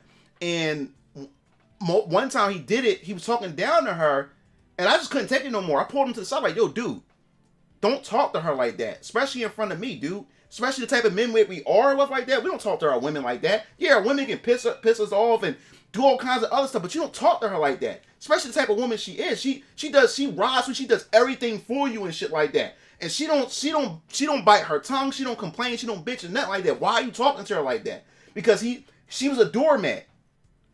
And then what happened was, he got to the point where, and this dude, he was the type of dude that couldn't get girls, but he finally got a girl, and he pretty much begged her to be his girl.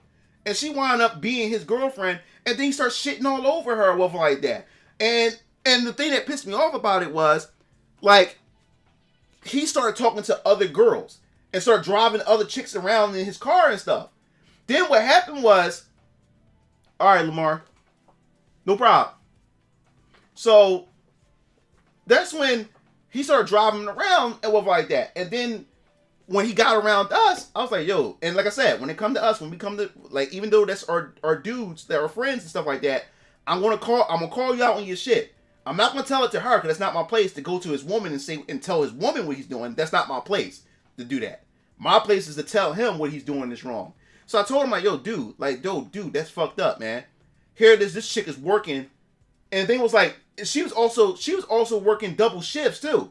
I said, this chick is busting her ass working, and she's working double shifts and shit like that. She buys you whatever you want, you know what I'm saying? And she's paying majority of the rent and shit like that, dude. She takes care of you and shit like that. And then, dude, like you, and the thing is like, you going around driving around picking up chicks in your car and doing all this other type of stuff, dude. That's being an asshole. You know what I'm saying? Because that's the type of dude I am. I'm not gonna go to her because it's not my place to do that. But I'm gonna tell my homie that, and I'm gonna step back because I told him I did my job. I told him what he was doing was an asshole move that he's doing. You know what I'm saying? So I told the boy, I'm like, yo, man. I said, you know what you're doing is fucked up, bro. And I said, yo, man, you before this you never had a girlfriend, and you always bitched and complained why girls don't like you, this, that, and the other, and then you finally get a girl. You know what I'm saying? And you turn around and you walking all over this chick or whatever like that. I said, dude, my clique, my crew, we not like that. You know what I'm saying? We not like that. Like, dude, you can't be doing that, man. And because the thing was then this dude had a nerve to want to bring the other girl around us. I said, no, dude, we're not participating in that. We're not participating in that, man. If you want to mess around with this chick, I can't tell you what to do. What you're doing is fucked up, but we're not going to be the ones that's going to participate in this. We're like you introduced us to your girlfriend, and she's a cool chick or whatever like that. What does it look like us allowing you to bring some other chick in the circle that you messing around with? No, we're not them type of dudes, bro. So if you want to mess with that chick or like that, you mess with her somewhere else. But no, man, we can't have that here, man. He said this is what you're gonna play and go. I'm like, no, bro, like, yo, what's up? So yeah, like, I said, no, man. I said, I can't have that. We can't have that in here, man. Like, we can't have that. We cannot have that, man. And let me tell you, my pops is the same way. Like, I'll give you an example. Before my daughter was born, me and my baby mom broke up. But then my baby mom wanted to come back because she said, I want to prove to you that I can be a good girlfriend. I know I've done you wrong in the past. I want to get back with you and stuff. I want to prove to you. So me and her started talking again. Not only that, my brother's girlfriend introduced me to this light-skinned chick or whatever like that, and me and her got to talking. So I was talking to her, and I was talking to my ex, my baby mom. Well, she wasn't my baby mom yet. She wasn't pregnant yet, but she was my ex, and she wanted to get back with me. So she's trying to prove to me that that she's going to be a better girlfriend, and she's not going to do me wrong anymore, and this, that, and the other. So I'm still talking to her on the side. Then I was talking to the light skinned chick on the side that my brother's girlfriend hooked me up with, and then this Puerto Rican girl who had a crush on me that was close friends to one of my homies. She would come over and visit. So I was talking to her, talking to the light skinned joint. Then I was talking to my ex on the side or whatever like that. Now what happened was when the Smash Brothers, remember the Smash Brothers gathering that I had, Smash Brothers Brawl. If you go to my my YouTube channel, type in Super Smash Brothers Brawl gathering or whatever like that. That gathering that day, I had the light skinned joint come to my house. I had the light skinned joint come to my house, and she came over, right? Now my baby mom, and who wasn't my baby mom just yet, she called me up. Cause like I said, we broke up, but she's trying to get back. She's trying to get back with me. She calls me up and wanted to come over to the Smash Bros. Brawl celebration. Now I said to my dad, I said, "Yo, pops, I'm gonna have Hera come over." My dad said, "Son, I can't do that." I said, "Why, pops?" Dad said, "Son, I can't have that. I can't promote that in my house. Like, here it is, you messing with this girl, you know what I'm saying? And you just brought her in the house. Everybody know who this chick is, or whatever like that. And then you want to go back and you want to slide this other chick into the house, or whatever like that. You know what I'm saying? Son, I can't do that. I can't promote that. You know what I'm saying? Son, like, you can do whatever you want, but I can't have that in my house if you want to do that. You know what I'm saying? So I had to respect that. It's my father. He's the man of the house. But my dad also had morals too. You know what I'm saying? And I love my dad for that. You know what I'm saying? And I had to think about that because it was what I was doing. Even though my ex-girlfriend or my baby mom was a skis bag and did me dirty and stuff like that, it still was the simple fact is I still had to be a man that has some morals and has some ethics and stuff like that. You know what I'm saying? So my dad was okay with allowing me to the light skin joint over, but my dad wasn't okay for hurrying her out the house just to have the other chick come through.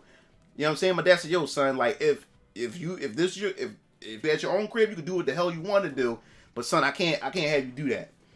You know what I'm saying? And I love my dad for that.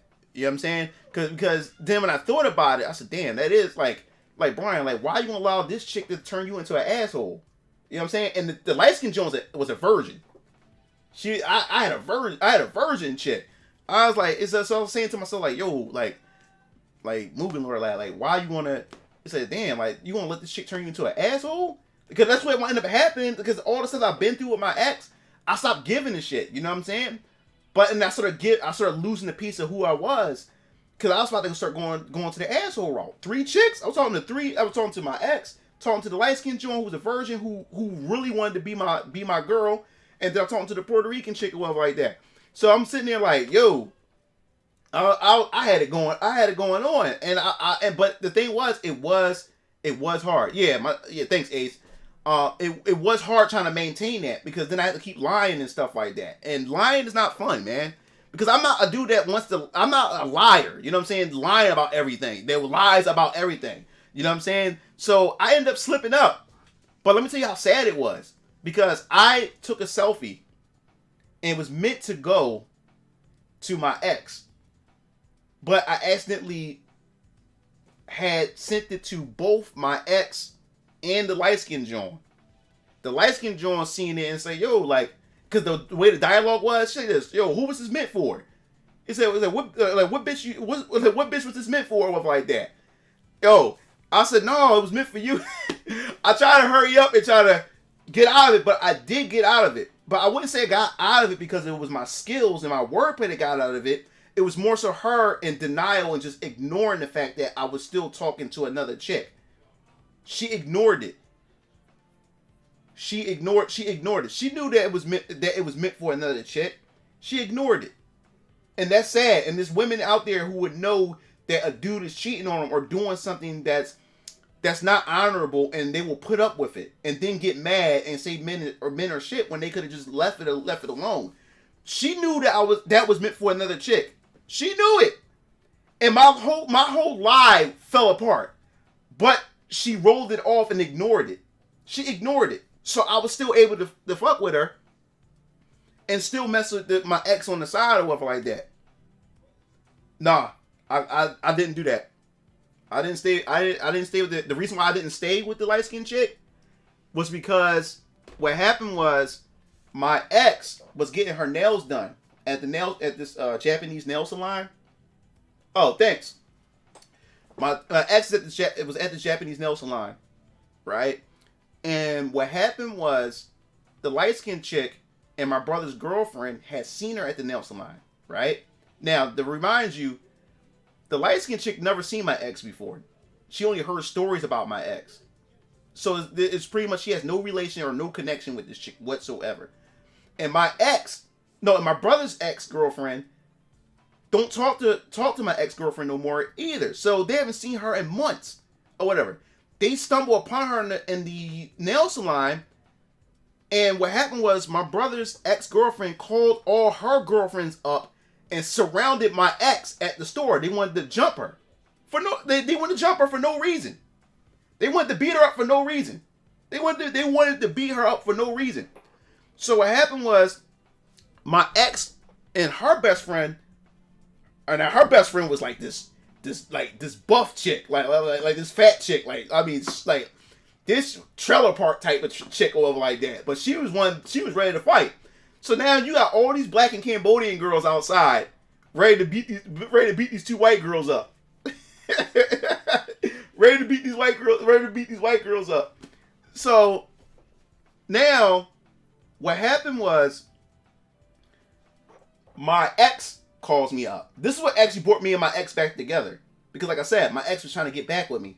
So my ex she wanted to get in a job. She wanted doing all of these things to better herself. So it looked like she was improving. So that's why I was still leaning towards more of my ex or whatever like that. Because with the light skin Joan, she had a lot of drama with her too. She wasn't perfect. Even though she was a virgin, she had a lot of drama with her. And like I said, and she was my first black girl that I ever dated. Because like I said, like most black girls never dated me or whatever like that. And even though I wanted to date black girls, a lot of black girls just wasn't interested in me until much later. Until I started getting the long hair and started, you know, all these other type of things. Then black girls somehow, and when Asian girls and white girls started being interested in me, that's when black girls are interested. But we talked about that earlier. But anyway, she was my first black girl, girl I was messing with. But she had a lot of drama to her. She had a lot of drama. She had a lot of sass to her, and she had a lot of mouth to her too, or whatever. So what happened was they was trying to jump her. All these Cambodian black girls was trying to jump these two white girls at the Japanese nail salon. So what happened was my ex called me. Hera calls me up. She calls me up and was like, "Yo, your brother's girlfriend is outside." Cause my brother's girlfriend is Cambodian. Your brother's girlfriend is outside with all these girls, and they trying to roll on me and stuff like that. I haven't seen this girl. I don't even talk to her. I haven't seen this girl in months or stuff like that. What is she trying to beat me up for or whatever like that? So what happened was, she said. So I said, how many girls is there? Because this. Well, actually, let me get it right because I don't want to mess it up. I want to get the story why I had to cut her off. I want to get it right. So what happened was she called me up after the situation because the light-skinned chick shows up and my brother's girlfriend finally shows up on the block. My brother comes outside. I'm already outside. I'm on the phone with my ex while the light-skinned John's coming up the street with my brother's girlfriend at the time. So she said, yeah, so yo, your brother's girlfriend was up here, was just up here like 20 minutes ago trying to roll on me or whatever like that. Me and my friend or whatever like that. And she was up here with a bunch of girls or whatever like that. But she said it was her, but it was more so her and this short light-skinned chick with the most mouth or whatever like that trying to fight me. So I was like, light-skinned chick? I said, what light-skinned chick? I said, yo, can you describe this chick? So the light-skinned Jones across the street on the step on my doorstep waiting for me to come in the house with her or whatever like that. So she's looking at me while I'm on the phone. And she knows that I'm on the phone with my ex. Because she sees it on my face that something is not right and something is up. Or like that. So I'm on the phone. So I said, yo, describe this chick to me. She's short, she's light-skinned, and she got those braids. You know, whatever them black chicks wear. Well, she had the micros in their hair or whatever like that. Yeah, she had micro braids in her hair or whatever like that. And she's really short. And she's wearing the school uniform or whatever like that. So I was like, I'll be right back. I'm gonna call you right back. Now, like I said, this is my first black girl that I ever dated. And like I said, I was out of character because like it only took a black chick to pull me out of character like this. Because of her mouth, because the way she is, her mouth. So I looked at her, I was like, yo, come here for a minute. I was like, yo, I pointed, I said, yo, come here. So she say, what? I said, come here. So she comes across the street. I said, yo, like, what is this? Like, why are you trying to roll on my ex or whatever like that? So she just like, I don't like that white bitch. This is that and the other. I said, but what does that have to do with you? She never disrespected you in any type of way. Like when me and her was together, I didn't even know you or whatever like that. So why are you trying to beat up a chick that you don't even know? Like she was minding her business in the nail salon. Why are you trying to fight her for or whatever like that? Because I don't like that white bitch, and I don't like the way how she used to treat you when you was together with her. And I'm like, but that has nothing to do with you. That is like, why are you trying to start a fight? And then the salon's about to call the cops on y'all, whatever like that, because y'all bringing drama to their store. Like what kind of shit is that? So then she started cussing me out. Fuck you, nigga. This is that and the other. She started putting her finger in my face and everything. So like, yo, get your ass in the house. So because now my neighbor's coming out asking me what's wrong and stuff like that. I've never been in a situation like this with a chick or like that. Like I said, I've been in arguments with girls that I've been with, but like I said, most of the girls I've been with were more so like white girls and stuff like that. So like unless you're a hood like white girl, then you would probably get this type of attitude or what like that and behavior. But most white girls I deal with, argue, but it never been like on this level.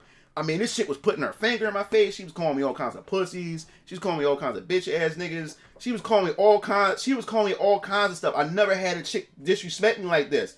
So I told her to get her ass in the house or whatever like that. We took the argument in the house. So we arguing in the house and stuff like that, arguing back and forth and stuff. So then I was like, you know what, fuck it. So I wanted to leave the house. She tried to get in front of the door. So I scoot her out the way, go outside the door. Then I said, yo, you know what? Take your ass to the bus stop. I'm taking your ass home or whatever like that. And they was saying, I ain't going no fucking where, this, that, and the other. I said, oh my God. So now we arguing even more. Then she literally scratched me in my face. Because then she started getting in my face like, yo, I said, get out of my face. I said, yo, get out of my face. So now she's putting her hand on my face like, yo, get out of my face. So when I went to grab her by the wrist, yo, she just scratched it. She scratched the shit out of me.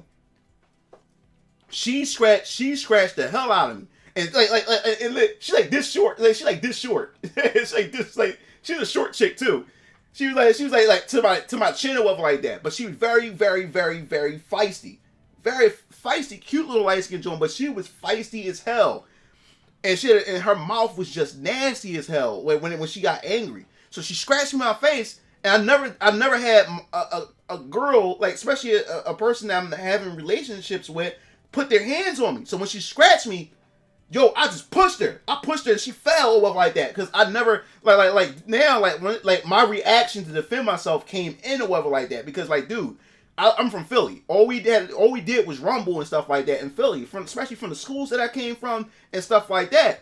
So now, like, when she scratched me like that, like, my defense came on, like she was like some dude off the street, but I didn't punch her. I just pushed her and she fell and hit the floor or whatever like that. I was like, yo, don't you ever put your hands on me. So she get up and stuff like that, and now we at the bus stop, because I'm taking her to the bus stop or whatever like that.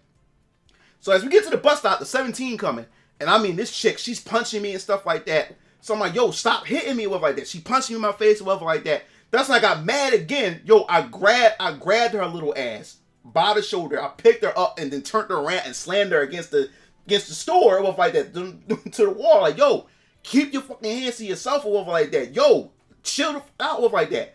So the Puerto Rican guy who owns the store, he comes out, Papi, you okay? I'm like, yeah. I was like, yo, I'm fine. So I'm holding her like that, and her feet dangling off the ground, like, yo, keep your hands off me or whatever like that. Don't touch me or like that. Stop. So she cussing at me, no, fuck you. I'm like, oh my God. So then what happened was the bus finally come. She had a hoodie on. I held her by her hoodie. I held the hoodie, walked her to the bus stop, and I was like, I just told her, get your ass on the bus. And that was the first time a chick threw me out of character, because I'm never like that. But she got me so angry, she scratched me, she was punching me, and she was causing such a scene because everybody was outside. And people were surprised that it was coming from me, because I'm not the type of guy like that when it comes to women and stuff. That was my first experience like that with a feisty chick like that. So when she did that, I came out of character. I grabbed her by the back of the hoodie, walked her to the bus, and took her and threw her. I said, get your ass on the bus. And she got on the bus. Yeah, she got on the bus. When she got on the bus, right? Then she calls my phone. I told her, get your ass on the bus. And that's how mad I was.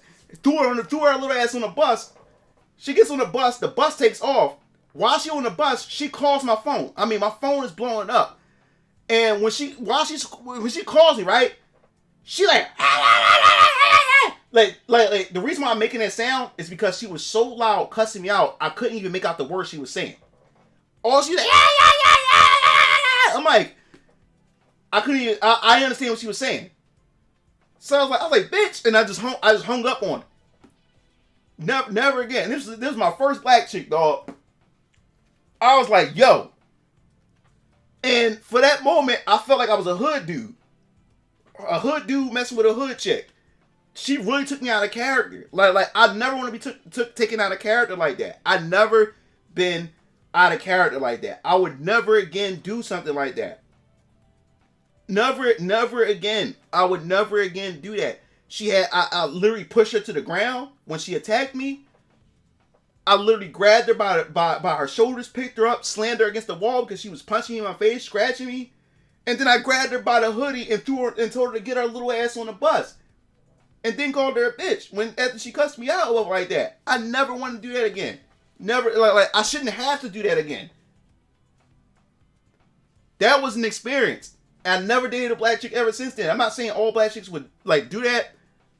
However, but from my experience and from what my cousins who only date black chicks, I see that shit all the time. You know what I'm saying? So I was like, you know what? I was like, yo, never again. And you shouldn't have to tolerate that. Y'all should be able to talk like adults. Or talk, talk with some sense. You know what I'm saying? Because I like to talk things out. I shouldn't have to argue or raise my voice. I don't like raising my voice. I shouldn't have to raise my voice towards my woman or whatever like that.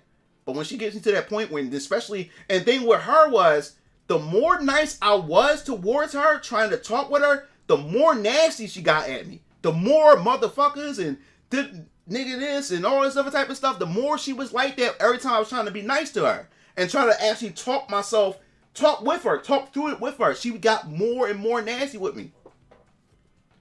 Posted Discord. Yeah, she got more and more nasty with me. And I was like, never again, man. Never. I said, never again. I said, yo, look, let me tell you something. My baby mom put me through some shit, but not on this stream where I had to actually grip her up. You know what I'm saying? Like my woman, my baby mom, she was playing head games, and that's the more dangerous one. But my baby mom played the head games with me. She wasn't the physical type of. My baby mom wasn't physical, where she hits me, cuss, like put her finger. She wasn't that type of chick. She played the mind games. And all right, I'm sending I'm putting the Discord invite in the chat on the chat for you guys. For those who.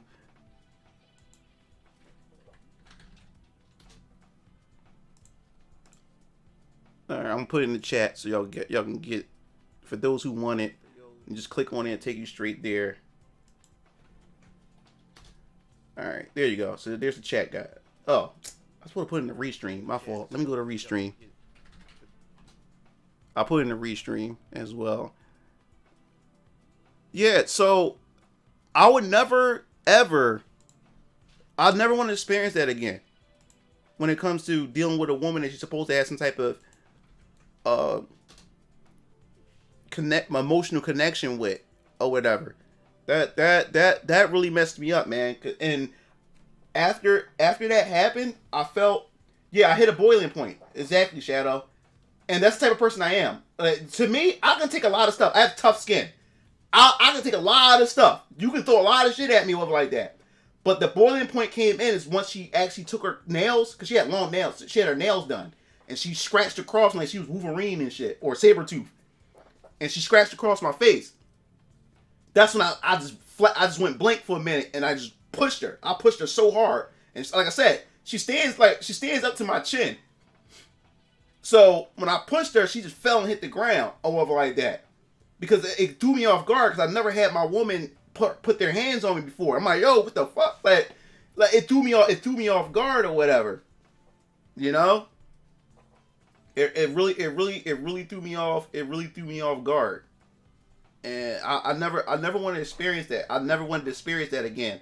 But like I said, I don't defend. When I defend men and I defend guys, it doesn't include assholes. Because guys, look, us guys know assholes down to the T. We can agree with women when it comes to guys. Guys can be assholes. But no one wants to talk about women being assholes. Because women are allowed to be assholes. We're not allowed to say nothing about it. Because the patriarchy... because society is holding them down, and there's always some type of bullshit ass excuse why women are allowed to be assholes. So that's why I say the things I say when it comes to women or whatever like that. But no, I agree. There are asshole dudes out there, and I can talk about asshole dudes all day, just like I talk about these type of women that I'm talking about. I can do both. I can go both. I can talk about both. I have no issues with that. Trust me. So when I defend men, I'm not assholes are not included, because there are asshole men that deserve some of the shit that happens to them. You know what I'm saying? And like I said, I can't stand dudes who sit there and disrespect and take advantage of the women that does nothing but support them. You know what I'm saying? So yes, I don't like men like that. I can't stand dudes that's like that too. So don't get it twisted. So when I'm defending men, I'm not defending those type of men. Those men deserve to get whatever punishment they get. I'm not doing live chat right now on Discord. Not doing that right now. Normally I open up for live chat like on certain days and stuff, but I'm not doing it right now. So that's the thing, man. I do.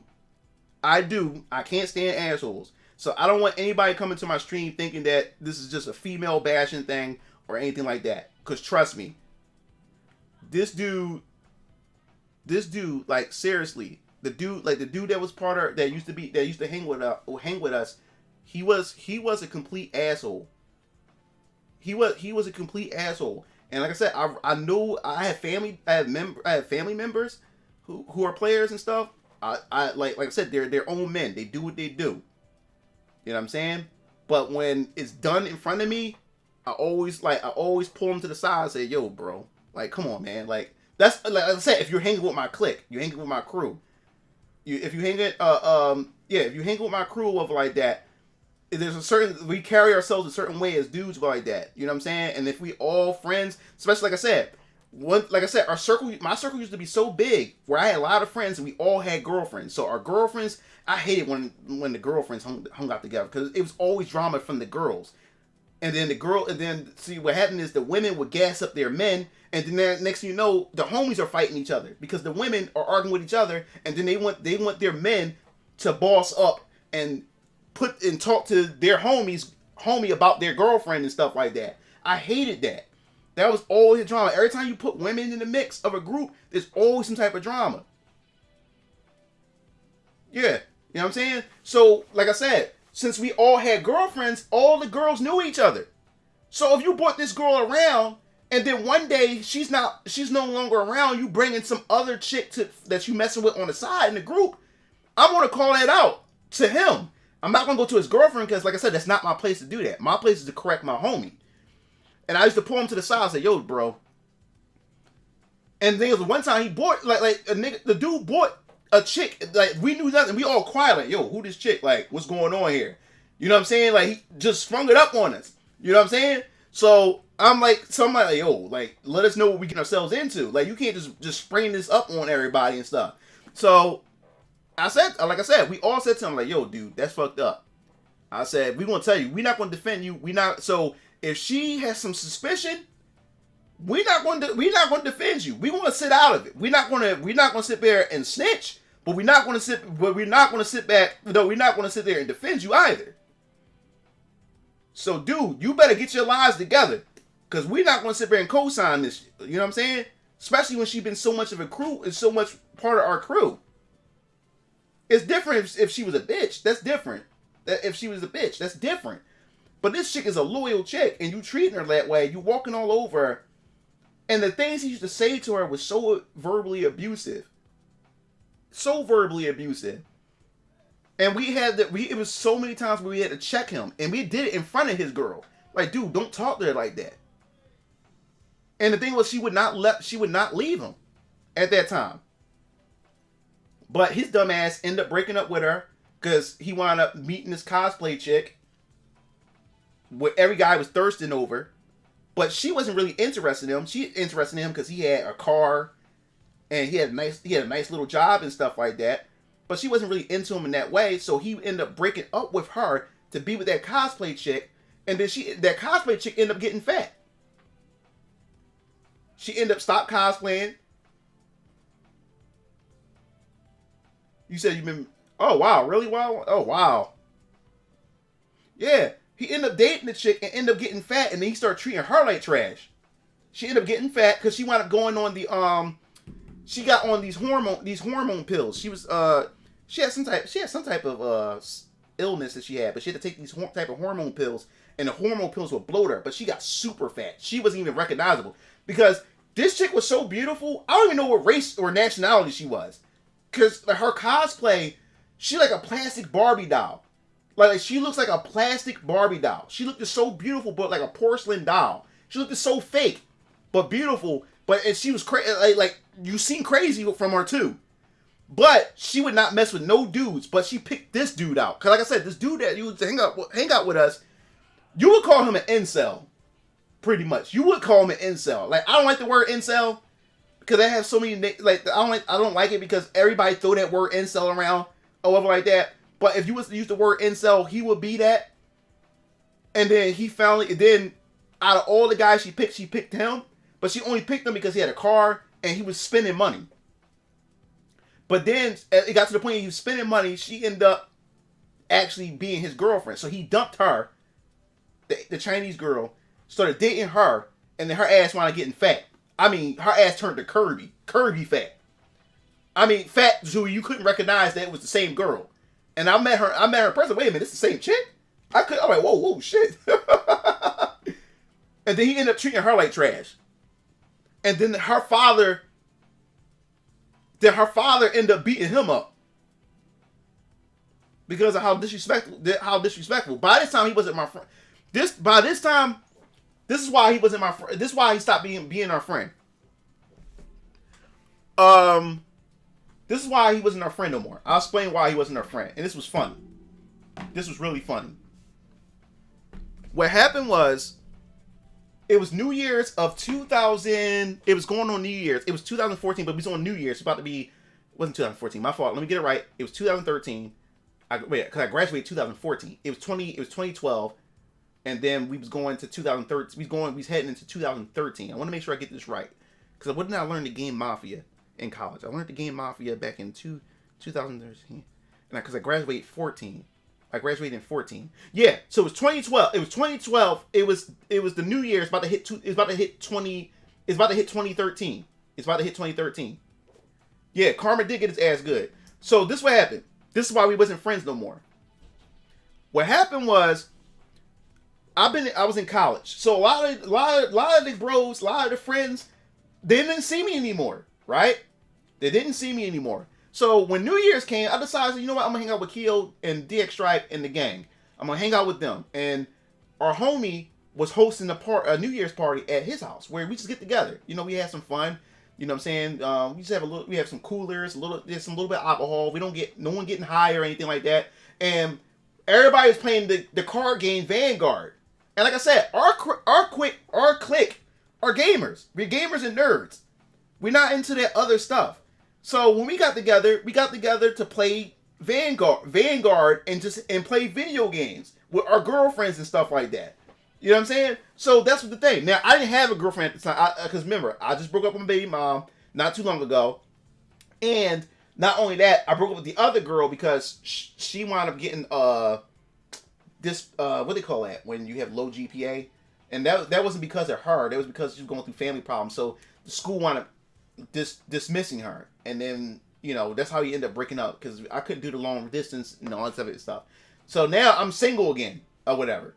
So what happened was, we're at the party at our homie's house, and we all bring our Vanguard decks or whatever. I had the what was that Vanguard deck? 1 second, guys. I still got it too. Here's my Vanguard deck. This is my the game Vanguard. I like it better than Yu-Gi-Oh! Especially at that time. But I'll go through that in a second. So we had our Vanguard decks. But also my friend Richard from college, Trevor and Keith, Luke, all my friends from college, Sir Science, all of us, Richard taught me how to play this game called Mafia. Mafia is a fun game. So it was a fun college game that I learned how to play. So I wanted to teach my homies and everybody back at home how Mafia worked.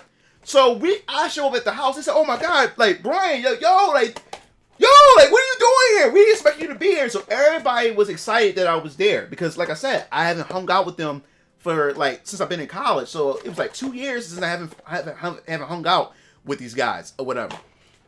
So everybody's there with their girlfriends and everything. So I show up, and what happened was, we're sitting down. Now, he's there. The dickhead is there, right? Now, he's another one who likes validation and attention. Because now everybody's making a big deal out of me. Because everybody didn't see me in a while. So now he's trying to steal the attention away because I was showing everybody how to play a Mafia. So this dude was pretty much ruining the game. Because the way Mafia worked, I have to explain it some other time. Because I love the game. But this dude was trying to interrupt the game. And he was trying to pretty much spoil who was the the mafia part of the mafia and all this other type of stuff. He was being an asshole in the game, but more importantly, he was being an asshole to his girlfriend. He was saying all kinds of disrespectful stuff to her or whatever like that. But the thing was, what pissed me off the most was now he started interrupting the game that I was hosting. Now that's what pissed me off. So now I'm looking at him. I'm giving him the Grizzlies. I'm like, now my face squished up and I'm just looking at him.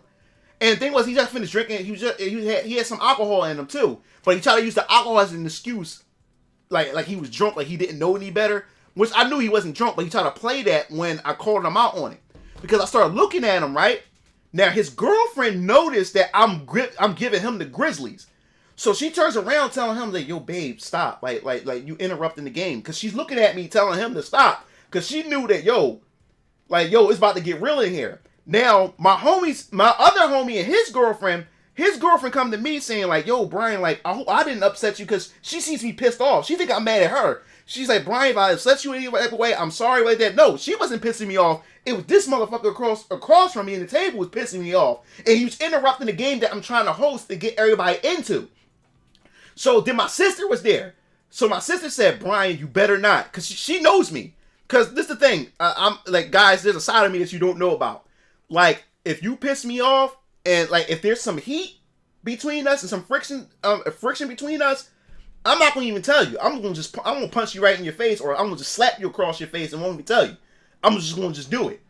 So especially if there's heat, if there's argument or whatever, when my anger gets to me, I do get physical. So I'm looking at him. I'm this close from palming him in his face.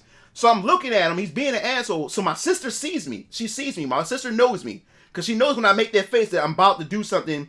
I'm about to do something bad or whatever like that. So my sister goes to me and said, Brian, you better not do it. Because my sister sees in my face that I'm about to get up from this table, I'm about to slap him out of his chair, and them cars about to hit the floor.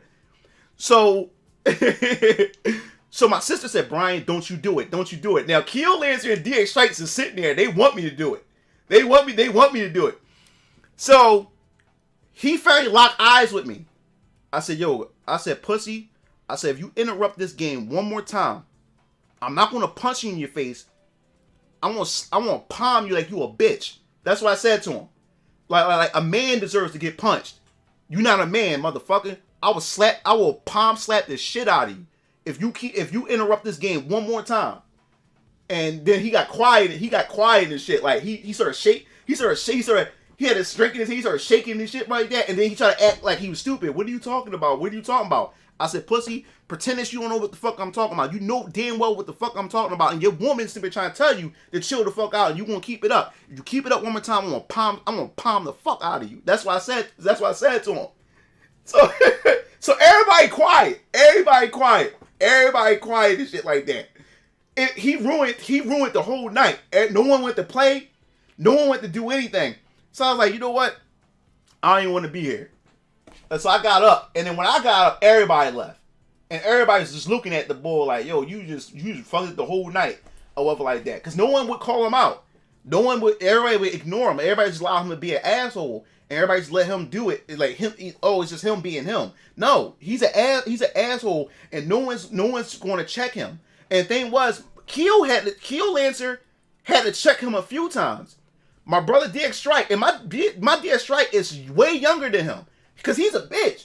My DX Strike had to check him a few times, or whatever like that, but no one else would check him. You know what I'm saying? So I had to check. And the thing is, like, the reason why I never check him because my brothers, because that's my brother Keel Lancer more so that he was more so my brother Keel Lancer's homie that hung with the rest of the homies and stuff like that. So I never would check. I would never I wouldn't check him because my brother would check him if he got out of pocket with us. You know what I'm saying? Where he had pocket with the brothers and stuff like that. But then he started getting out of pocket. He was not only disrespecting his girl, the Chinese chick, he was also just interrupting the game that I was trying to host, and everybody wanted to learn the game, and no one would say nothing. People didn't say nothing. Like, people was upset and frustrated that he was interrupting the game, but wouldn't say nothing. So I'm like, no, man, only men get punched. I said only bitches get slapped and shit like that. Bitch ass niggas get slapped. I will palm the fuck out of you if you keep this shit up. That's what I said to him. And he got quiet. He had his drink in his hand, like I said. He was shaking and shit. And then ruined the whole night. I went home that night. I went home that night, and that was the last time we seen him. That was the last time we seen him. Well, that was the last time I saw him. Because that's when I said to my brother Keelan and DX Strike. I said to my brother, I said, after this night, I said, I guarantee you this is the last time you're going to see his bitch ass. He's not going to come to the house. And he acts like a female.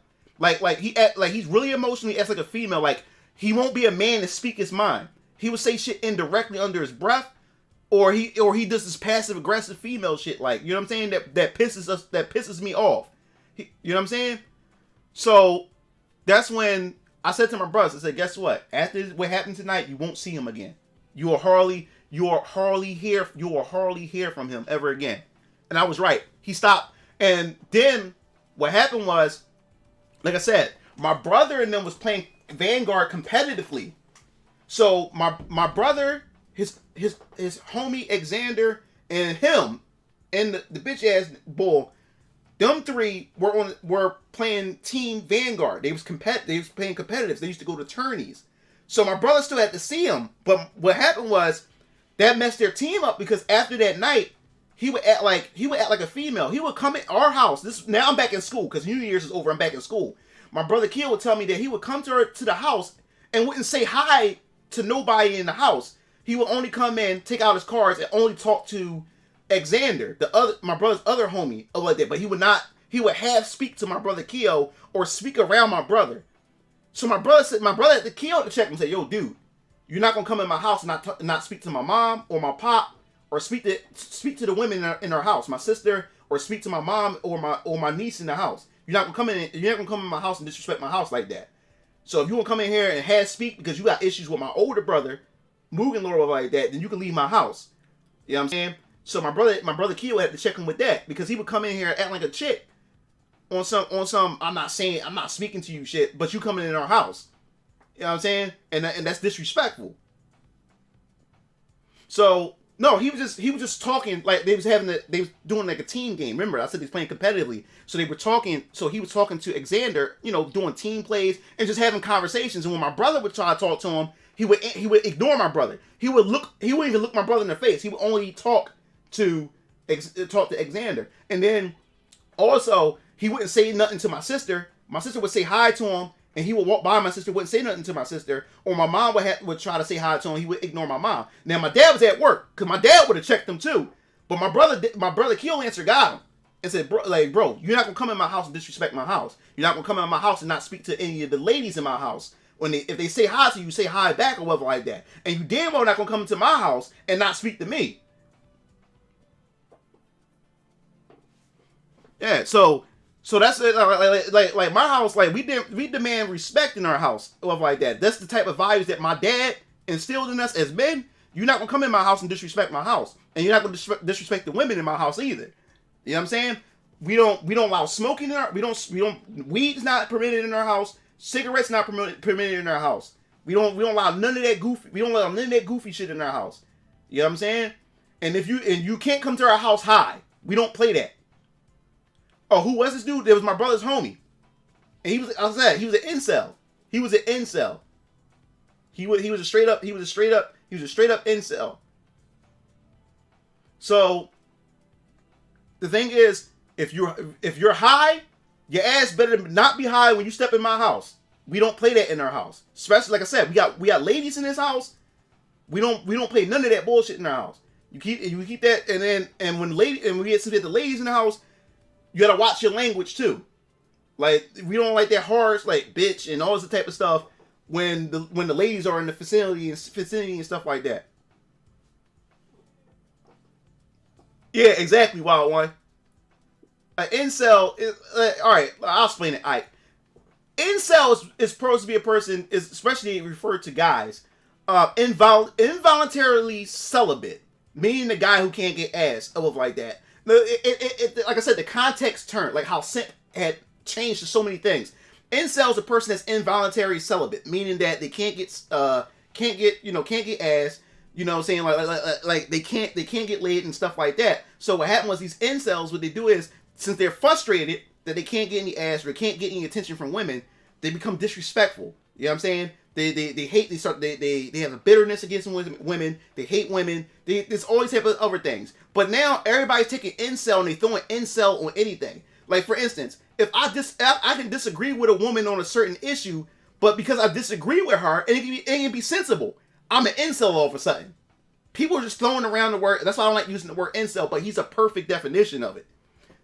So he was the type of guy who could never get no attention from a female. You know what I'm saying?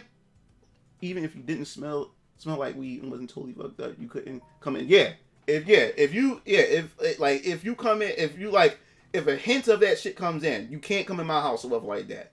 So and people respected that. So they knew that, yo, if you want to go around Brian's house, don't be smoking that shit. You know what I'm saying? Don't be coming in high. Don't be coming in with none of it. Don't be coming in drunk. Don't come in my house with none of that. Even in my studio, I don't allow none of that shit in my house or in my studio. So if people wanted to do those things and partake in those things, they do all those things outside of my house and before they come to my house, and make sure they don't smell like that shit or anything. You know what I'm saying? We don't allow it. That shit is not permitted in my house at all. You know what I'm saying? And people who are about that, who just like to get high all day and do all that type of stuff, they normally stay away from me anyway, and stay away from my house and my family anyway. But the people who loves our company and loves to be around us and just love the energy that we have, they're willing to just to push that to the side, just to hang out. You know what I'm saying? They willing to not do that. You know what I'm saying? It's like, yo, like Brian, I'm cool as shit. Like, I can stop smoking weed for this day or whatever just to come around and hang out with these guys. And when it comes to my studio, we don't allow weed, and we don't allow smoking cigarettes, and we don't allow alcohol. You getting drunk in our studio, especially since you take pictures of women. We don't even let women drink.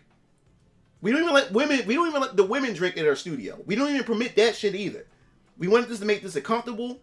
We want to make this comfortable and also in a safe environment where everybody can be comfortable and be themselves and stuff like that. You don't have to be drunk and be weeded out your head just to have fun and have a good time.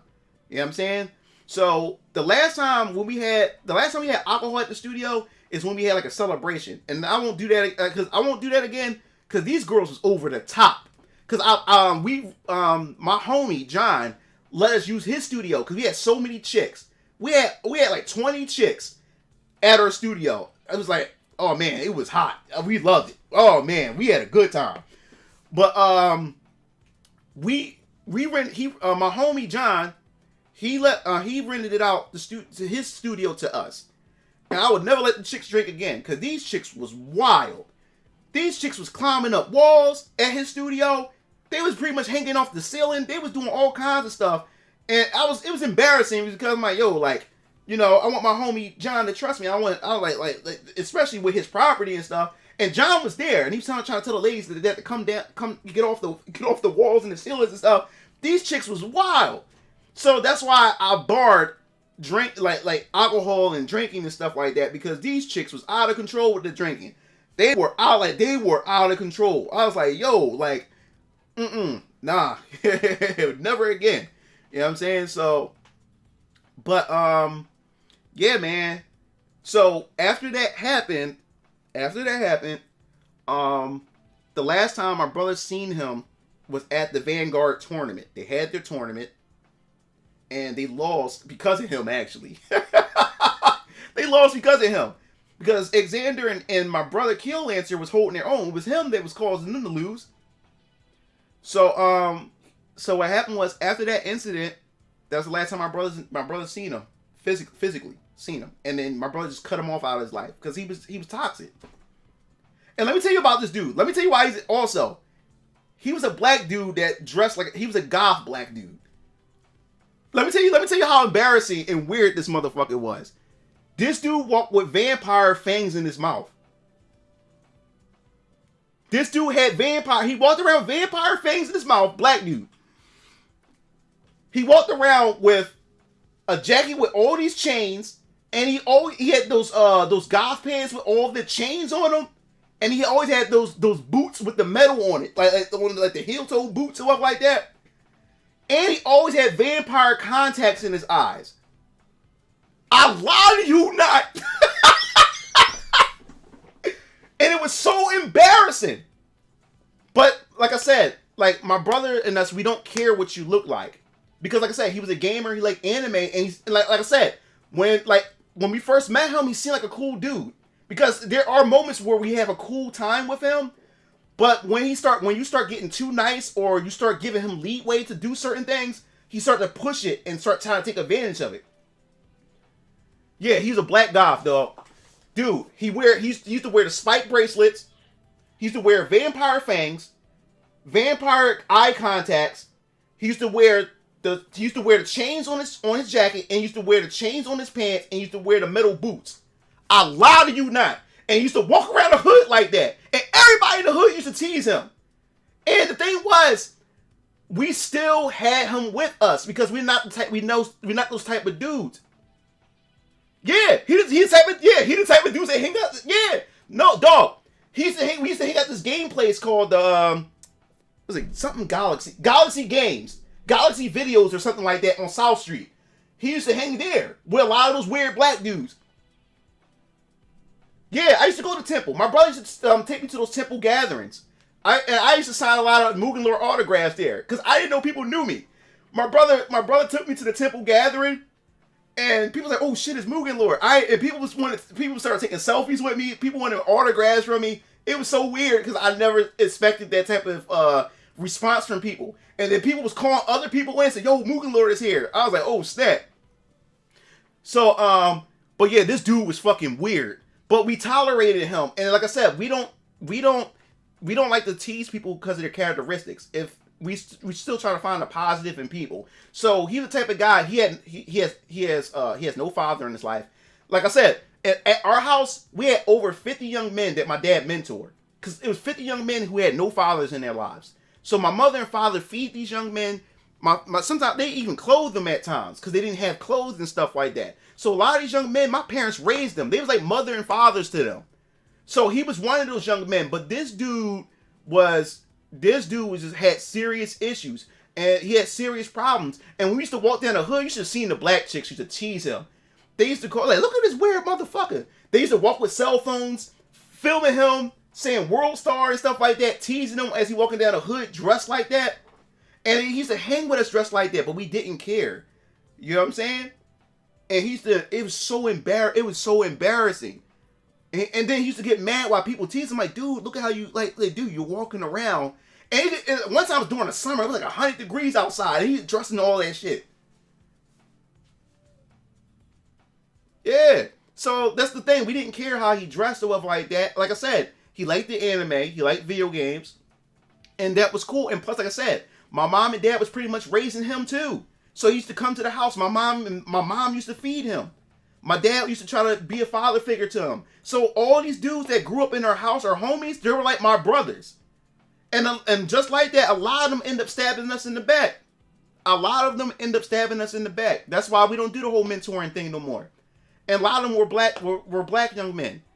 And we had a few. I did like we had a few white boys and a few Asian guys that my father and them raised too. Especially the white boy. First we had Joey, right? Joey was the only white boy we had. Only white boy we had. Then once we added Dante to the group, Joey started getting jealous. Like, "Yo, man, I'm supposed to be the only white boy in this group." And he said, like, him and Dante used to have it for each other because they wanted to be the only white boys in the group. Yeah, man, we used to have Asian people that was part of the crew. They used to stay with us. We were just a loving family. We were a diverse family. Puerto Rican people, Asian people, we had them all that used to live with us and hang with us. My family used to hospitality, used to take care of them, feed them, did anything to help. That's why I say I have a passion. I have a soft spot for people. But as I got older, I grew that, I can't help everybody. I can't. Yeah, I'm Christian. Yeah. It's so radioactive. Yeah, I'm Christian. But yeah, I have a soft spot for people. I love people. You know what I'm saying? And that was the thing that a lot of people took advantage of me for loving people and loving them. Because a lot of those people, not all of them, because I'm still friends with Dante. I'm still friends with a lot of the Asian guys and the Asian girls that my family used to help mentor and take care of. And some of the guys, the black guys that was in the group, some of them I'm still friends with. But a lot of them in the clique end up backstabbing us and did us real dirty. And over females. Like I said, every time a female, and things, it had nothing to do with us, it's just when a female gets into the mix, they go into simp mode and they start backstabbing each other, talking about each other, or the guy in the group is talking to the chick, but he's trying to slide around his homie to try to talk to her on the side or whatever like that. It was so much drama going on. Every time a female get thrown in the mix. And like I said, and then you had those same people that we fed, they would go into their own cliques and just talk about my family. Oh, they think they're perfect. And all this other type of stuff like that. My family tried to get them into college and stuff like that. And a lot of them, and it's sad to say that a lot of them wanted to be me, Keo, and D Strike. They wanted to be us. You know what I'm saying? Like my mother, I shared my family, but sometimes even sharing your family is not good enough. Some of them want to live your life, your lifestyle, and be you. Period. So it was a lot of jealousy that was going on as well. And like I said, once I got with my baby mom, there was a lot of them in the group that was trying to talk to my baby mom on the down low, was trying to creep behind me and trying to talk to my baby mom, and then my baby mom pointed it out to me, and then I had to check a lot of them, and that was dirty. You know what I'm saying? That was another thing too, man. Like that was the crazy thing. But yeah, my father and them was the one that mentored. But the thing was that, believe it or not, it was that clique that I knew was the main reason why my father got shot in the first place. My father getting shot was because of those particular people that was in my clique. It wasn't a stranger. It was the people within my clique that my dad raised that was involved with my dad getting shot. You know what I'm saying? Yep. So that was the thing. Those same people that my dad and my mom brought into the house, they helped raise, was the same people that was involved with my dad getting shot. The same woman that I found that was my girlfriend was the same woman that backstabbed me. And like I said, it all centered around my baby mom and stuff, and my dad got shot. You know what I'm saying? So that's why we don't mentor people no more. We don't take in people no more. We don't do none of that. All I cares about is my family here. And if you're cool and you're vibing with me, that's why my circle is like super. I have a small ass circle no more. I don't let anybody in my circle like that anymore after that. Yeah. So that's the sad part. We don't have game night no more because every Friday was game night. Everybody came over. I mean, this house was crowded. Like 60 people be in the house. We got a bunch of consoles. Yeah, my dad's still alive. I had my dad on the live stream. The thing was like my dad getting shot really set us back because that was during the time we was getting the studio fixed and stuff like that. That was during the time we were supposed to move to the 8-bedroom house that we had. That never happened because my dad got shot. And my dad almost died because the bullet. My dad got shot in the leg like 3 times, trying to protect me, and my dad almost died because it almost hit his femur, it almost hit a main like vein, and my dad could have bled to death, but it missed, and the bullet was lodged and stuck in his leg. So they had to keep the bullet in his leg, and then they had to put a metal rod in his leg, and then he had to take medication. And I never saw my dad. My dad is so strong. But I never saw my dad at that time, so helpless because he couldn't do nothing. Because my dad can run circle around anybody. My dad 56 going on 57, and my dad can knock anybody the fuck out. My dad is strong. My dad is brave. I love that man. You know what I'm saying? So seeing my dad like that, it really bothered me. And knowing the fact is that my baby mom and all the bullshit around all this was the cause of all this, you know what I'm saying? So, my dad had to be on medication for years, and the thing what was bad about it was when it got cold, the rod would freeze in his leg, so he used to get a lot of leg pain at one point. And then if it got super hot, the pole in his leg used to heat up and stuff like that. So it was a lot of stuff he had to get used to. But after a while, the pole actually made his bones stronger as it grew and stuff like that. But yeah, he's alive and well. And better than ever. You know what I'm saying? Yeah, that joint Nova. Yeah, that was during the time, when I had the light skin joint. I was messing with her. She just left the house when I did that party. And my ex was trying to come over, and my dad wouldn't allow me to allow her to come over because she was supposed to be in the video. But my dad said, "No, son, I can't have you, doing this playing in the house. You know what I'm saying? Like you're gonna have to have one girl in this house, or none. You know what I'm saying? So yeah. So my dad's fine. He's alive and well and kicking and stronger than ever before. You know what I'm saying? Especially at his age. But yeah, man. I learned, man. I can't just open my heart or myself to people like that no more. Like, cause I say I have a soft spot for people. I love people, man. I love people. You know what I'm saying? I love to talk. I love to hear people out and everything like that. And that was my weakness. Me having compassion for people. People took advantage of that. So now when it comes to people, I'm very skeptical. And now I keep my eyes open and look for flags. And I don't just welcome people into my life just like that. You have to go through a few tests before I just let you in. Oh, you live in Japan? Wow, nice, bro. Yeah, so yeah, I love my dad. My dad was a gamer. Like, I'm a gamer because of my dad. My dad was a gamer. The first game when I was a newborn, my dad said he used to play Ghosts and Goblins on the NES and he used to play the Legend of Zelda. My dad said every time he used to come home from work, my dad said he used to sit by the crib and just stare at me. And my mom said, "Don't wake him up." My dad used to purposely wake me up because he wanted to hold me and whatever like that, right? Well, nice, wow, nice. And my dad said he used to wake me up just to hold me because he said he's super excited over like that. My dad used to love to be a father. My dad said he used to be super excited. He used to rush home from work. He used to run past my mom, sit down, and used to stare at me laying down in the bassinet. And my dad used to stare at me, and Dad he just couldn't wait. He just couldn't wait for me to wake up, or sometimes he just wake me up, and hold me and stuff like that. And what my dad used to do, my dad used to turn on the NES and play Legend of Zelda.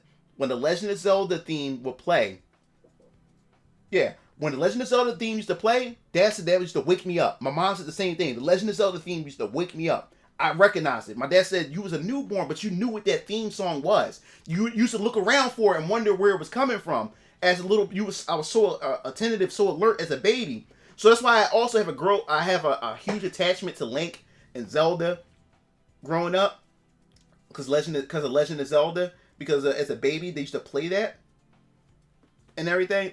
My dad used to play that a whole lot. And then once I was 4 years old, my dad gave me an NES controller and I played Legend of Zelda. That was the first game I ever played. That's what got me into gaming. Like, because of my dad, everything. Film and editing. My dad did it first. That's why fathers are important. Fathers are just as important because we especially as young boys, we need something. We look for guidance and we look for instructions and we look for something to inspire to be.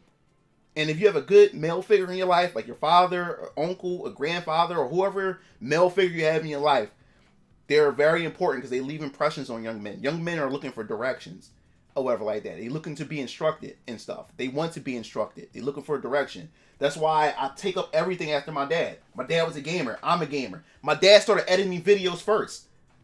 Then I started editing videos, doing a YouTube channel and stuff, all because of my father. My father grew out his hair first. He got the braids and the individuals first. Not me. My dad did it first. Then I looked at it and said, "Oh man, it looks cool with my father. I want to do it too. I want growing out my hair and stuff like that. Of course, I want a different direction because I always like trunks with the long hair with the black tank top. That was what this hair inspiration was from. Was from trunks. I like the straight hair with the black tank top. So that's what I went with. I went a different direction. But my dad ended up getting the dreadlocks. Then my other brothers follow suit after their father. So fathers are very, very important. My father did everything. My car. Let me tell you something. My dad is so resourceful. Even if he doesn't understand something, he will figure that shit out, and he gets it right. One time, my first car, I had a 2000 Altima. It was an Altima. Was it a Maxim? It was an Altima. Or was it a Max? It was an Altima that I got. And I had got it. And it was something. What was wrong? What was wrong with it? Damn, what was wrong with it? My radiator was fucked up. it was something wrong with the steering. It was something. My dad pretty much took my car apart, and had no idea how he was going to do it, and how he was going to put it back together and fix it. But he fixed it, and the car ran better than ever. Like my dad is so damn amazing. Like when something looked impossible, and even when my dad said, "Yo, damn, this dude look crazy," but I think I can do it. And then my dad would sit there, and I would watch this man do it. I would watch this man do it. I'm like, yo, I hope I could. When I be a father one day, I hope I can be this damn incredible. You know what I'm saying? So yeah, man. Fathers are so damn important and stuff. Because of him, like I said, I wouldn't be inspired to do any of this. I wouldn't be moving Lord if it wasn't for my pops. I don't know what I would have been doing or whatever like that. But it was my dad. My dad inspired me. Yeah, like, and the funny thing is we always say we look like certain characters. Like when it came to my dad, I always said, like, if you ever see me play any type of game, if you ever say, yo, I say, yo, they look like dad. Like, cause we always have association with certain characters, and certain characters look like one of us or whatever like that. So when it came to my dad looked like Bowser. I said, yo, that's look like Bowser. What other character? It's always the husky burly characters over like that. So when I see Bowser, yo, that's Pops right there. Who else was it? King K. Rool. Who else? There's a lot of characters we used to poke fun and say, yo, that's Dad. Or, like, my brothers used to do that with me. What characters they used to associate me with? We always had fun, associate each other with characters and stuff like that. But, yeah, when it came to Bowser, yo, that's Pops right there. Oh, how long did it take my dad to fix the car? Well, for instance, that situation, my dad didn't know how to fix it. He didn't know. He found the problem, but we had to get to the problem. So we had to remove certain parts from the car to get to the problem. So the problem was we had to figure out how to get to that problem. So my dad went on YouTube to see what was necessary. And he had to find out the year of the car, the model and stuff.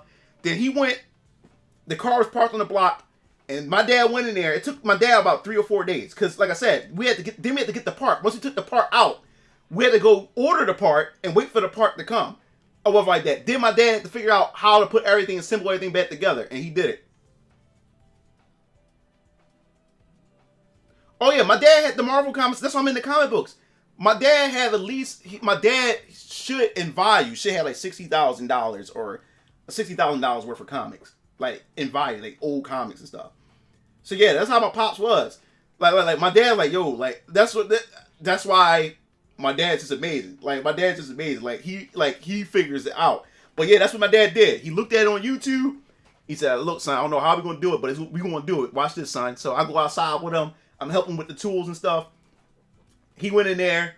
He said, yo, son, we found it. He said, all right. He said, the hard part is trying to put this shit back together. So once my dad figured it out, the parts came in, he put it back together. Get out of here, Nate. Get out of here. No, that's my boy Nate. That's my day one. That's my day one homie right there. Back in high school, he's also the godfather to my daughter. And also, he goes by the name Forrest Gardner. Whack ass name. But that's my boy Nate right there. That's my boy. That's my day one boy right there. But yeah. So my father, man, like he's just amazing, man. But yeah, man, it's we had so many people in our lives, man. Like I said, I have a small circle. My boy Nate, he's like, as far as like closeness, like in where I live, Nate is the only real homie that I got. Nate is the only real homie that I got in Philly right here. Only real homie. Nate would take the shirt off his back to give to me, and I do the same thing for him. Like, let me tell you how much of a homie he was. I was in college. I didn't even have I wasn't even working. I didn't even have a job at the time. This dude was paying Final Fantasy 11 subscription for him. He was paying for not only he was not only paying my subscription, he was paying, and I didn't ask him. He just did it. He paid for me, Keel Lancer, and DX Strike's Final Fantasy subscription. There's a lot of things that he did that I'm like, yo, this is a homie right here. I didn't ask him to do this, but this dude was willing to even like pay a bill just to game with us. But yeah, this dude was paying my online subscription for Final Fantasy, bro. And I didn't have a job at the time. I was in school. I was in school at the time. This dude was paying my subscription. This dude did a lot of things. I'm like, yo, bro, he didn't. I'm like, yo, I'm feeling like real guilty. Like, yo, bro, like, I don't like, no, he shouldn't be doing this or like that. You know what I'm saying? That's a real homie like that. That's why whenever he needs something, and if I have it and it's in my ability, I don't even get an attitude or nothing. I make sure my bro gets it. Bro, like, homies are like that is hard to come by. So he's the only one. Now, when it comes to my bros from college, they from my other end. Richard, Trevor, Keith, Carlos, Jose, and there's a couple other bros that I got. So many of them. I got so many of them. They my college homies. They are bros too. I never had bros like that before either. Like I never had bros like them. And that's why my circle is so small. Thanks, Baka. Oh, it's cool, Shadow. But yeah, man, like they like Nate is my day one homie. Day one homie. That is my boy. You can't tell me nothing. That's my homie right there. But like this pad, if he's gonna sell, he don't sell stuff right away. He always come to me and see if I want to like. And the thing is, like, I don't just take stuff from him. If he want to give it to me for free, that's fine. But normally I give him money. I will buy it off of him. He would sell it to me real cheap, like this pad, this Samsung. I was gonna get a pad. I was gonna spend a lot of money, but he said, "Yo, man, I got me a new pad. I really don't want this one."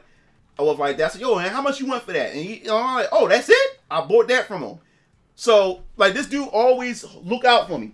My Fitbit watch, this is brand new because he got a watch. He had another watch. So he like, yo, like, bro, I don't even want this joint, bro. Like, you want this? He always look out. He always look out for me. Oh, this. He gave me this. For my Xbox Series X, cause he just had it. He didn't need it because he had something else. So he's like, yo, man, like, I don't need it. You want this, man? It's a charge base. Cause I'm gonna go out and buy one. I don't need to buy one no more. That's a homie. That's a homie. So whenever my boy needs something, and if I have it and it's in my ability, and I can spare it to him and give it to him, no problem, bro. You got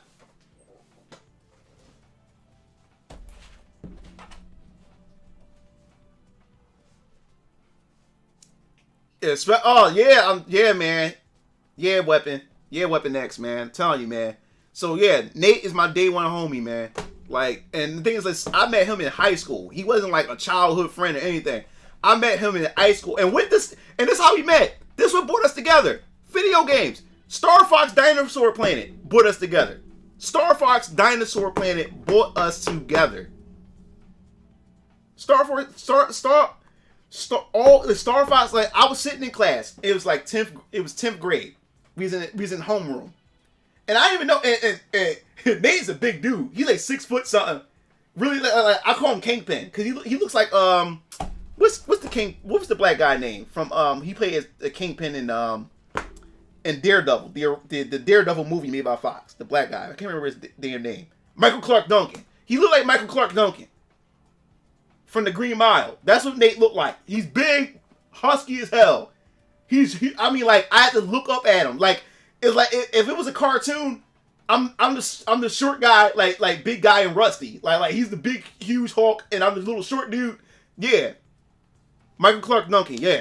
Yeah, man. So if the picture who he is, picture Michael Clark Duncan and my homie Nathaniel. That's him. So yeah, man. So we met in high school, 10th grade, advisory homeroom. And I always seen him. I always seen Nate. The thing is, I never talked with him. I didn't know what he was about.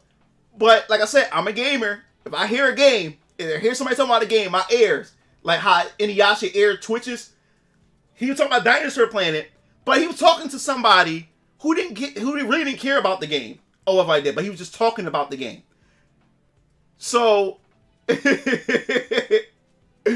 So what happened was he was on my Dinosaur Planet, and I was stuck in the game. It was this part where you had to carry these dinosaur eggs or something like that. And I couldn't find one of the eggs, but he was talking about Dinosaur Planet. So I overheard him.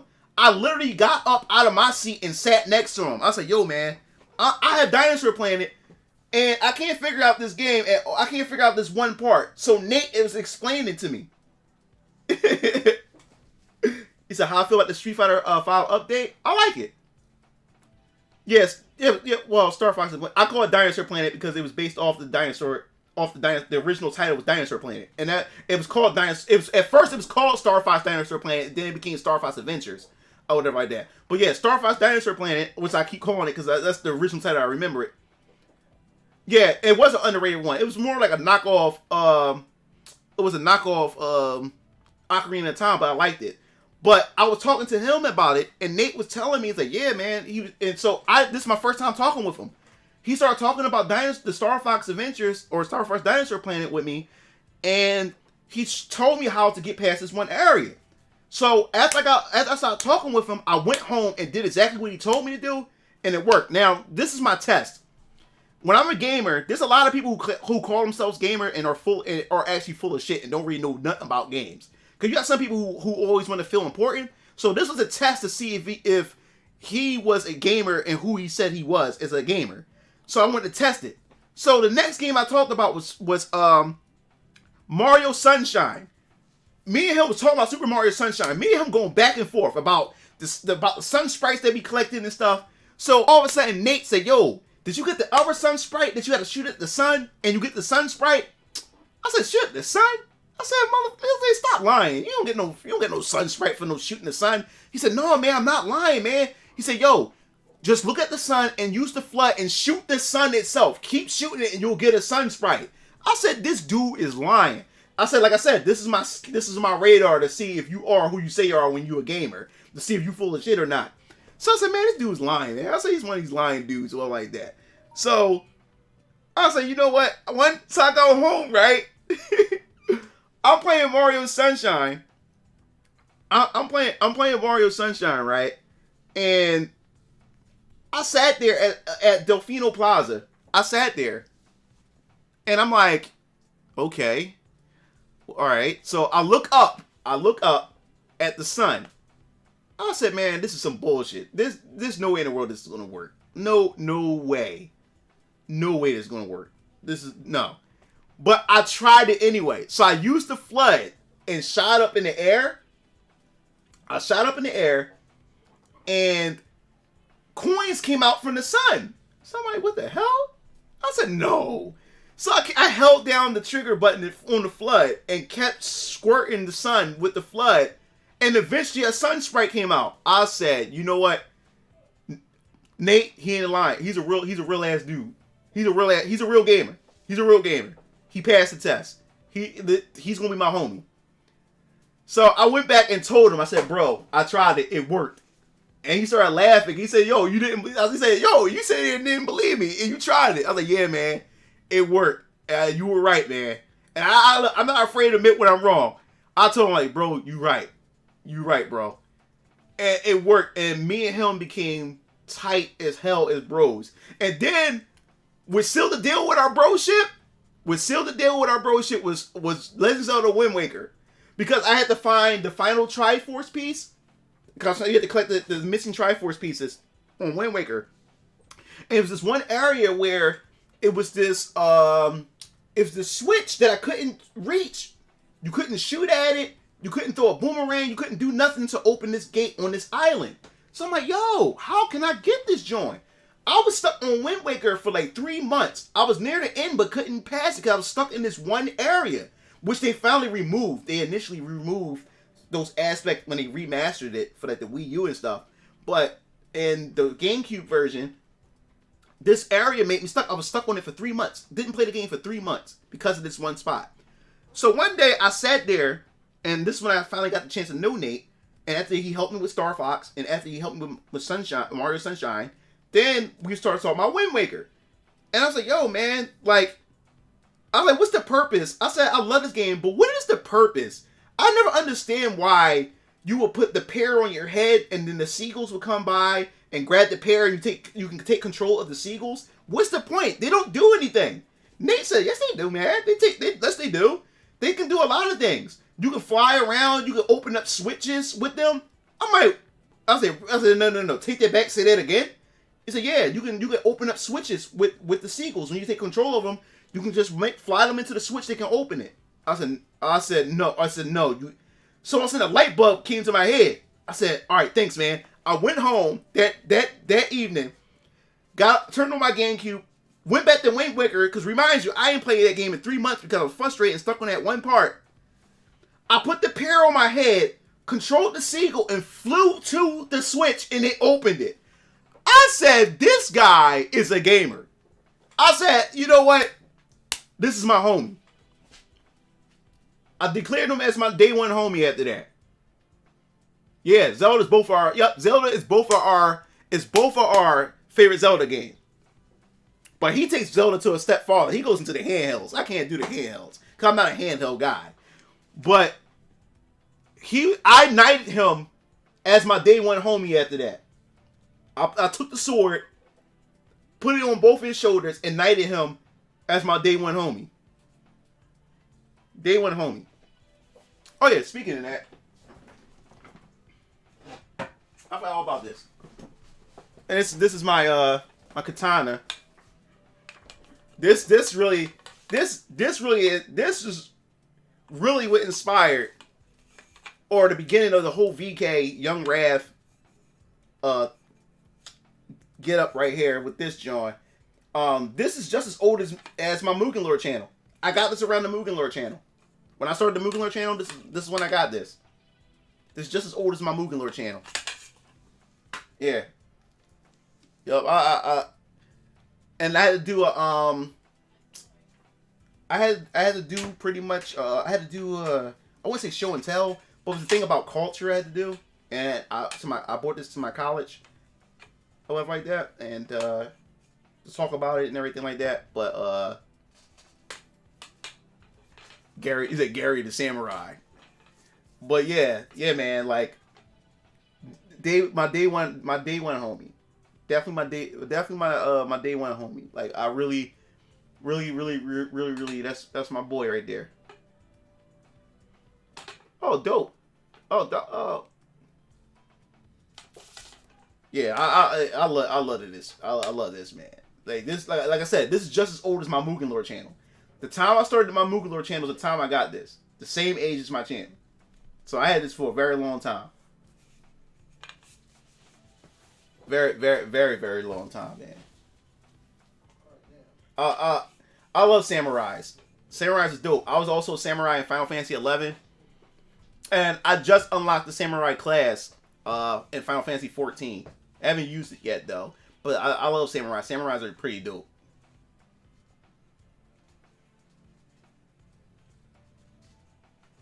Oh, okay. I'll definitely let you know. I'll definitely let you know. Yeah, but man, y'all dudes, man, like I enjoy having these conversations with you guys. Also, this cabinet right here just updated a couple days ago. Like this thing get patched too from the company.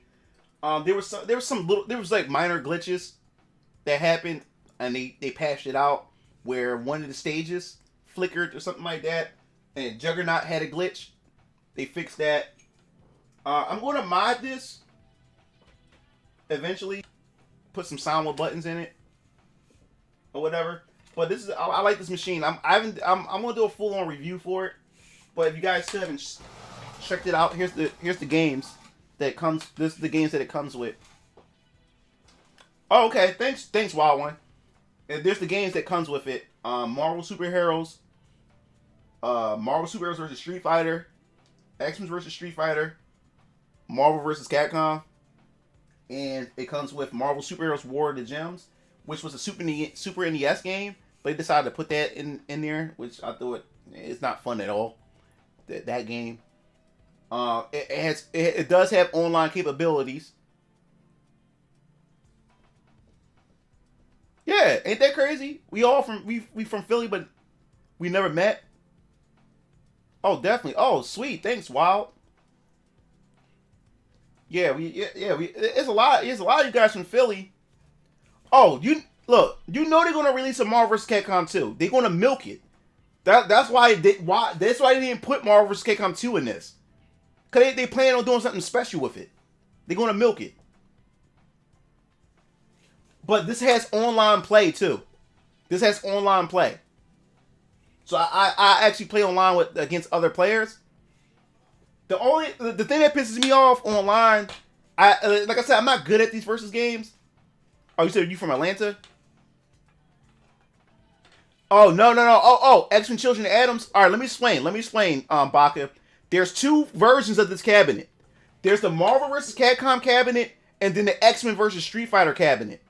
The X-Men vs. Street Fighter cabinet has X-Men Children of the Atoms. The Marvel vs. Capcom cabinet has Marvel superheroes. So that's the only difference. And it doesn't. It has X-Men. It has the X-Men Apocalypse instead of Marvel superheroes War of the Gems. The company it has Wi-Fi, and it doesn't. For it to be Wi-Fi, I experienced no lag. It has good netcode, no lag. It's like I'm sitting there with the person. I don't know how they did it, but yeah, it's online play. It has its own online lobbies and everything like that. You can play online. You create your own profile. So I'm Mugen Lord on the cabinet. If you ever get this cabinet, you can be able to find me, and we can be able to play each other and stuff like that. The only the thing is it only online for online arcades? No, the name of the company. This is made by a company called Arcade 1-Up. Arcade 1-Up. This is a smart company. I love this company because this company's making a lot of money. They're going nowhere. It's because now people want to make home arcades because the arcades are dead here in America, pretty much. Now what people are doing, especially guys are building man caves and stuff like that, and people like to have a good time. So people are now doing home arcades. Home arcades are becoming a big thing now. Like, dude, I'm subscribed to a lot of home arcade channels. It's beautiful. I love how people set up their rooms and make them like real arcades. And what they did was a real cabinet of a real size is about $3,000 to $5,000. This is only $500, bro. And it's smaller. So it's the ideal of bringing the arcade experience at home. And what they do is they get licensed from these companies and they put multiple games on these machines. And they have online play. The name of the company is called Arcade 1-Up. Arcade1up.com. And they constantly releasing new ones. So, for instance, they have the Ninja Turtles arcade. Remember Turtles, like Turtles in Time and stuff like that? They have that. 4 players. They have both the arcade turtle games on one machine. 4 players. All 4 of y'all can stand at the cabinet and play. They also have NBA Jam arcade, and it has online play. Now, Marvel vs. Capcom and NBA Jams, they're the first ones to have online play. And they have all the future titles, and even the older cabinets, they're going back implementing online play in them. But my cabinet is like many of the first cabinets that have online play. So now, they have Ninja Turtles, they have Mortal Kombat, they have the Mortal Kombats, which I think come with Mortal Kombat 3 and all that type of stuff. And it has the original buttons. It has the original buttons of how it was in the arcade machines. These are like replicas. And then they just announced Killer Instincts, the original Killer Instincts arcade machines. It looks beautiful. And the thing was, I'm not into like the original the original Killer Instincts, but it's the exact replica of it. And it's gonna have 1 and 2 in gold, I think, on it. So they have Killer Instincts, they have Mortal Kombat. The Killer Instincts is coming out. They have Mortal Kombat. They're coming out with a Dragon's Lair arcade machine. And now they're doing the racing arcade machines. They have Outrun. Sega Outrun. They have like 4 different Outrun games on there. And it has the steering wheel and it has the seat that you can sit on it. They have the Star Wars arcade. They have it all. And they just announced the X-Men. Remember the 4-player beat 'em up X-Men game? They just announced that arcade machine coming out. Now, I'm telling you right now, guys, If they come out with the Street Fighter Alpha machine, bro, I'm done. I'm copping it. If they come out with the Street Fighter Alpha machine, that come with Street Fighter Alpha 1, 2, and 3, and whatever else they want to throw in there, they also have a Final Fight machine. They have a Final Fight. They have, like I said, they have Pac-Mans. They have Galaga. They have all the classic stuff too. Yeah. So the lowest, like you and most of the time when they first come out, they're $500 when they first come out. But they always have a sale where you can catch it for $300, and that's not bad. It's not bad. Now these newer ones also have a light up marquee. The newer ones also have the light up marquee. This is now the Marvel's Capcom is a special edition. That's why mine's is special. Mine's light up and have all this other extra stuff to it. So mine's cost me $500 because it's a special edition. Yeah, the X-Men versus Street Fighter machine. The only difference is it doesn't have the light up. It doesn't have the light up panels. It does have the light up marquee, I believe, but it doesn't have the light up panels, and it comes with X-Men Children and Atoms instead of Marvel superheroes. That's the only difference. It don't have those. So it swaps those out. So you got fiends who bought both machines. I just need the Marvel vs. Capcom because I like Marvel superheroes. I like X-Men Children and Atoms too. So what are my teams in Marvel superheroes? Good question. That's a good question. That is a good damn question. Well, I do Wolverine. I said not Wolverine. I do Ryu and Cyclops, and sometimes I would do for Marvel Super Heroes Street Fighter I do Ryu and Cyclops, and my other team consists of Ken and not Gambit. I mean Ken and Captain America. In X-Men vs. Street Fighter, I do Rogue and Ken, and Ryu and Cyclops. And I love Chun-Li too. I swap out. I interchange Chun-Li every once in a while too. She's pretty fun. No, 5K is the original machines. If you want the real life arcade machines, which is almost impossible to fit in your house, and you gotta carry that heavy ass machine upstairs, that's like 5K. But no, it's $500. Now, just to warn you, the buttons aren't Soundwood by default. So you're going to have stock buttons in there. So if you're not a fan of stock buttons, then you're going to have to upgrade them yourself. You can mod them. And the modding them is not hard. Because remember, you have to assemble this together. So you can just pop it out and just put your own buttons in there. Like that's what I have to do with this one. I want better buttons. I don't like the stock buttons too much. That's my only gripe. Yeah, X-Men vs. Street Fighter did have the best rogue. Like I like to do some Fightcade with you guys. I like to do some Fightcade with you guys. Do some X-Men vs. Street Fighter on Fightcade and stuff. Now, dudes. If they do, yeah, Tatsunoko vs. Capcom, I definitely agree, Nate. They definitely need to bring that back. Now, guys, if they bring Rival Schools and Project Justice, like they start doing 3D games with Arcade 1-Up, oh my god. If they do a Project Justice machine, I'm sold. Now, I know the Tekken fiends, if they do like a Tekken, oh my god. You have one what? Arcade 1-Up? He said Tatsunoko vs. Capcom 2025. It's sad because Tatsunoko is such an obscure property. That's why we probably will never get another one, man. And it was a licensing nightmare to make it happen. That's probably the only reason why we'd never have another one.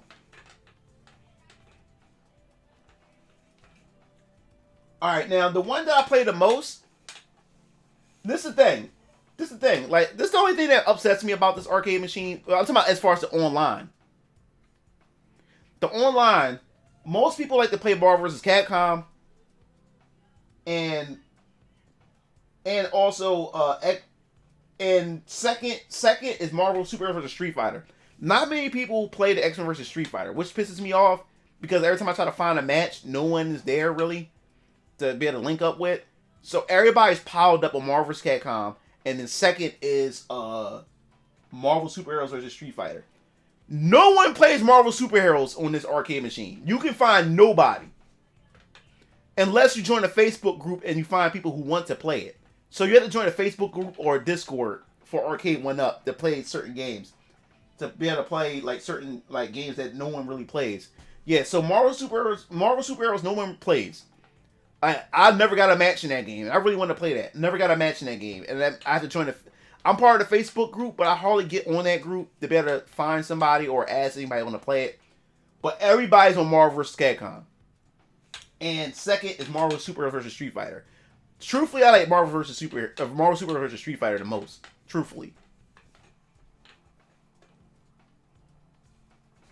Oh, some Third Strike on Fightcade? That'll be interesting. I have Fightcade. I gotta find if I got those games. I gotta download those games. But I like to play Fightcade with you guys. I think that'd be fun. Is Marvel vs. Capcom 2 on Fightcade?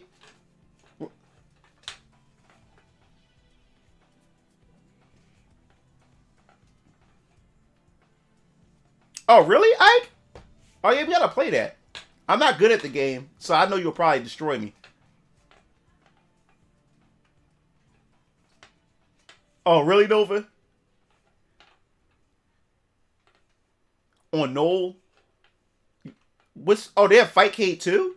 What's up, Rodney? I didn't know there was a part 2. They have what's the difference?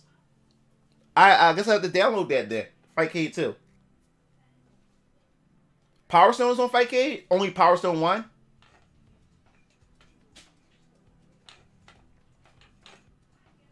Dope.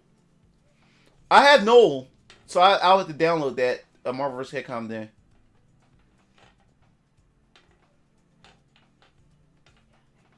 Cool, yeah, guys. Let's get some Fightcade going on. I'll get the Fightcade 2.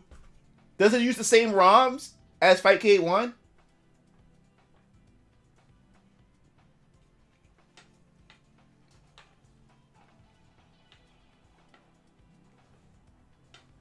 Yeah, do you have to use, like, does it use the same ROMs?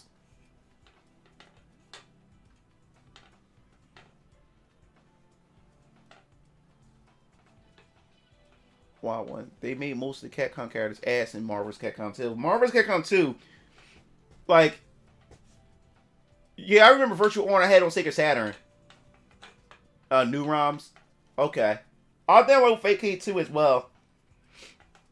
Yeah, I had Virtual On for Sega Saturn. At the time I knew no one who had the game, so I didn't really play it much. Oh, Figure is ready now. Yeah, I have to get back into. I'll get the Fightcade and maybe what I'll do is I'll make a announcement on what day, and we'll probably do Action versus Street Fighter first. Do I have any predictions for the fighter for season 5? All right, my prediction is it's either going to be a Darkstalker's character or a King of Fighters character if they're going to go third party. Cuz they're keeping this character a mystery for some reason. Oh, thanks. Yeah, post the link. So, I think it's maybe a Darkstalker's character or a third-party character, it could be a KOF character. That's what my prediction is. I could be 100% wrong on this, but that's what I believe. It could be a KOF character or Darkstalkers. If they put a Darkstalker character on there, I think that'd be smart because then they can pretty much beta test and advertise a potential Darkstalker game in the future. Yeah, it'll probably be Kyo or Iori or Mai or Terry. Yeah, and it can be an EX character. That would be cool. I wouldn't argue with that. Nova, you better stop playing. It better not be Rufus. You better stop playing. My man said Rufus. You better stop playing with me, bro. I would want a refund. Or Rock Howard would be cool, but I don't know. He's not one like you would have to be a big KOF fan. You know, like you want to be able to capture both. You want to capture both the Capcom fans and the KOF fans. So I think a middle ground would be Terry, Kyo, Iori, or Mai herself. Capcom is gun shy on any character not named Morgan. Yeah, because Morgan, is not as... Because, look, sex sells. Morgan's eye candy, and everybody loves Morgan. He said, bruh, it's going to be hell. Yo, don't curse us, Nova. Don't do that. Jetta doesn't count. Dale said... I'm saying, yeah, Rock Howard would be too left field. Like I said, Rock Howard's for the die-hard SNK fans. Like, the way this would work with this crossover, you need somebody that would bring together both Capcom and SNK. Like, where the Capcom fans would definitely be on board. I'm telling you right now, it would be either Terry, Kyo, or Iori. They're the only four I would think of. Thoughts on a new Darkstalkers being co-made by Arxis? It wouldn't be impossible because fighting games. If Arxis to make Darkstalkers, bro, I'm on dog, and they had that art style, bro, I will try it. I would literally try it if they did do that. If Arxis did help make a Darkstalkers game. Oh yeah, you see the crossover, Guilty Gear crossover with Samurai Showdown. We get Samurai Showdown's getting a Guilty Gear character. No one knows who it is. I would think it would probably be Baiken or Nagaru, the black guy, the black vampire dude. They're the only two characters from Guilty Gear I would see in Samurai Showdown. That makes logical sense. CVS 3, please. Like I came late to the game. By the time I got into fighting games, CVS 2 was gone already. The fighting game community was kind of dead for a bit and went back to underground and wasn't mainstream as it used to be at the time. By the time I got into fighting games, and I missed out on that wave when CV2 was like really popping. I missed out on that wave. So CVS 3, bring it.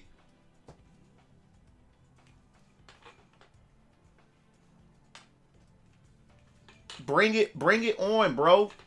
Give us CVS 3. I don't know what's stopping them from doing it. The fans want it. And SNK, I know SNK wouldn't even turn that opportunity down. I don't know what's stopping them from doing it. I bet it was, Boris. I'm mad that I missed out on that because I wasn't into fighting games at that time. I was very casual. Fighting games was not a thing for me at that time CVS 2 came out. Like I said before, I never even heard of FGC. I didn't know I walked into an FGC event in Philly, in South Philly at South Street. In South Street, back when I was in, was it 5th or 6th grade? What year was it? What year was when Marvel vs. Capcom, not Marvel vs. Capcom, Marvel Super vs. Street Fighter came out. But whatever it was, whatever year CVS 2 came out for Dreamcast, right? I walked into our father took me and Keo out. DX Strike was still a little kid, so he really didn't hang out with us too much, especially when we was out really late. Well, like that, Mom wasn't having that because he was little and he had to go to school and stuff. He had to go to bed and go to school and stuff like that. Unless it was the weekend, it was different. But during the weekdays and stuff, it was so Dad always took the older boys like me and Keo out. So we did the comic book store. Hanging out with Pops. Pops brought us some pizza. Then we went to the comic book store. We walked into the store, and it was all these Dreamcast setups. Never saw anything like it. And it was the first time where I saw custom arcade sticks. Because like people had their own custom arcade sticks. Then somebody had a Dreamcast controller, but it was in the shape of a Sega Genesis controller. And he had the Dreamcast button color, like it was a 6-button layout, and it was in the form of a Sega Genesis controller. And he had the analog stick and the D-pad on it. A beautiful controller. Never seen anything like it. And it was a custom controller that he had. And all these setups and people playing Capcom vs. SNK 2. I didn't know it was an FGC event. I never even heard the FGC. Didn't know we walked into one.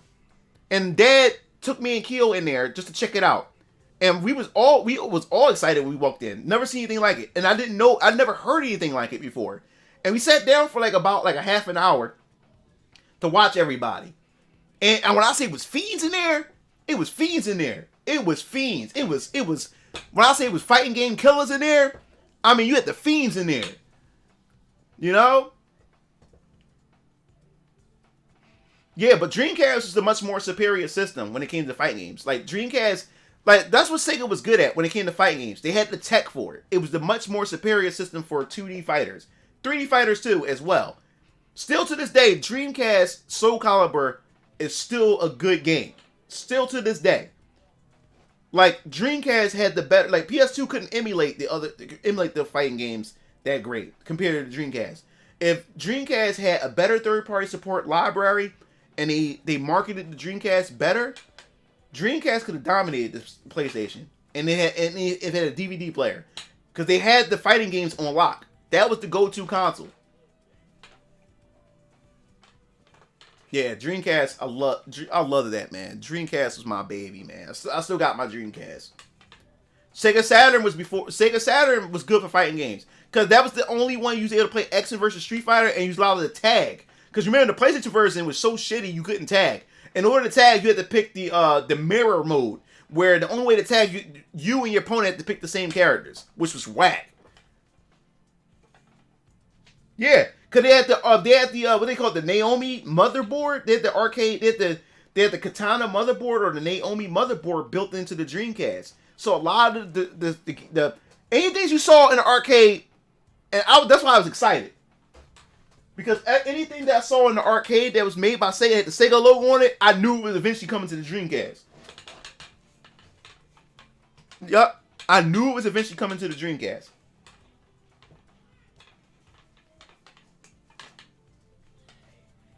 Yeah, man. That mirror mode was stupid on the PS1. And I was so desperate as a kid. I wanted to tag so bad. I used to play that shitty ass mode. It was not good. That's the only way you was able to do it. Sony sucked with that. But if Dreamcast was still around, a lot of these fighting games we playing right now, I guarantee you, mostly everybody in the FGC would have a Sega console. If the Sega was still alive today with a console, I guarantee you most of those fighting games would be on the Sega system, and most people for the FGC were probably playing it on there.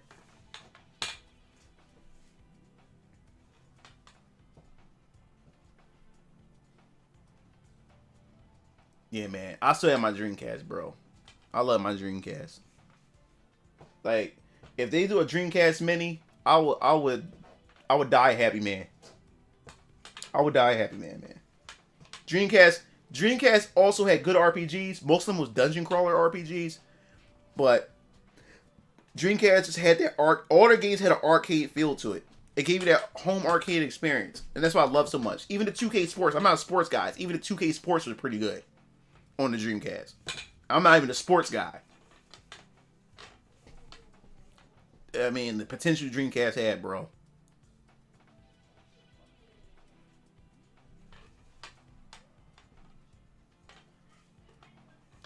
Yeah, so yeah, I'm gonna wrap this up, guys. I'm gonna wrap this up. It's 1 a.m. over here. I had no idea it was 1 a.m., man. Yeah, definitely, guys. I'll be streaming again, and later today. Yep, Grandia 2, got that on Dreamcast. Best port. PS2 port was trash. Even the PC port is trash. But yeah, guys, I enjoyed this stream. I'll put it on the community tab so you guys can put down your top 5 or top 10 on Waifu, so we can make this universal tier list of video games. They have to be based on video games, these waifus. So we can, and then once I get enough, I'll create the tier thing, the tier template, and then I'll set a day where we all get together and we're going to grade these babes, these waifus. So, this is going to be fun, man. This is going to definitely be fun. So, I'll definitely be seeing you Game Fiends later. We'll be streaming Donkey Kong Tropical Freeze co-op play. Me and DX Strike. So DX Strike gonna be in my room. We're gonna definitely do some co-op play for Donkey Kong. I think this is gonna be pretty fun. For the Nintendo Switch. And then Sunday, Phantasy Star Online 2 with my brothers. And if you guys have Phantasy Star Online 2 for the PC or the Xbox Series X or Xbox in general, let's play, man. Let's get together and play. So, it's definitely been a ride, Boris. I'm glad you stopped through. I'm surprised you stuck through all the way through, man. I appreciate that, man. Love the support, bro. I love talking to you guys, man. And like I said before, man, I know some people may get offended, may think I'm bashing women, but which I'm not. I'm just talking about a particular set of women when it comes to that, and I just, just share my experience. I know a lot of you guys was going through a lot of that stuff when it comes to like those type of particular women that I'm talking about. And like I said, and if you are a female that's in this chat and not saying anything, no need to feel offended, especially if you don't fit that category. If you're not any of these women that we talk about, you shouldn't feel offended. And like I said, like I talk about just the same way I talk about those type of women, I talk about scumbag dudes too. Like I can spend a whole day talking about shitty ass dudes all day, cause I seen it, been around it, and like I said, I dabbled in that area, didn't like it, or whatever like that. So trust me, I know about that. I know about it. So yeah, man, love you guys. So definitely gotta talk. Oh yeah, I'm gonna call you. I'll call you this weekend, Boris. I'll call you this weekend. I'll shoot a text to you first to let you know when I'm gonna call you or like that. But yeah, we definitely gotta catch up, bro. We definitely gotta catch up. Like I said, those times I saw your text, I saw your call, I could not answer it because I was busy. If you know what I mean, I was busy and I was caught up in some moments. But yeah. So definitely be seeing your Game Fiends later. You guys have a good night. I love you guys. And you guys stay safe, okay?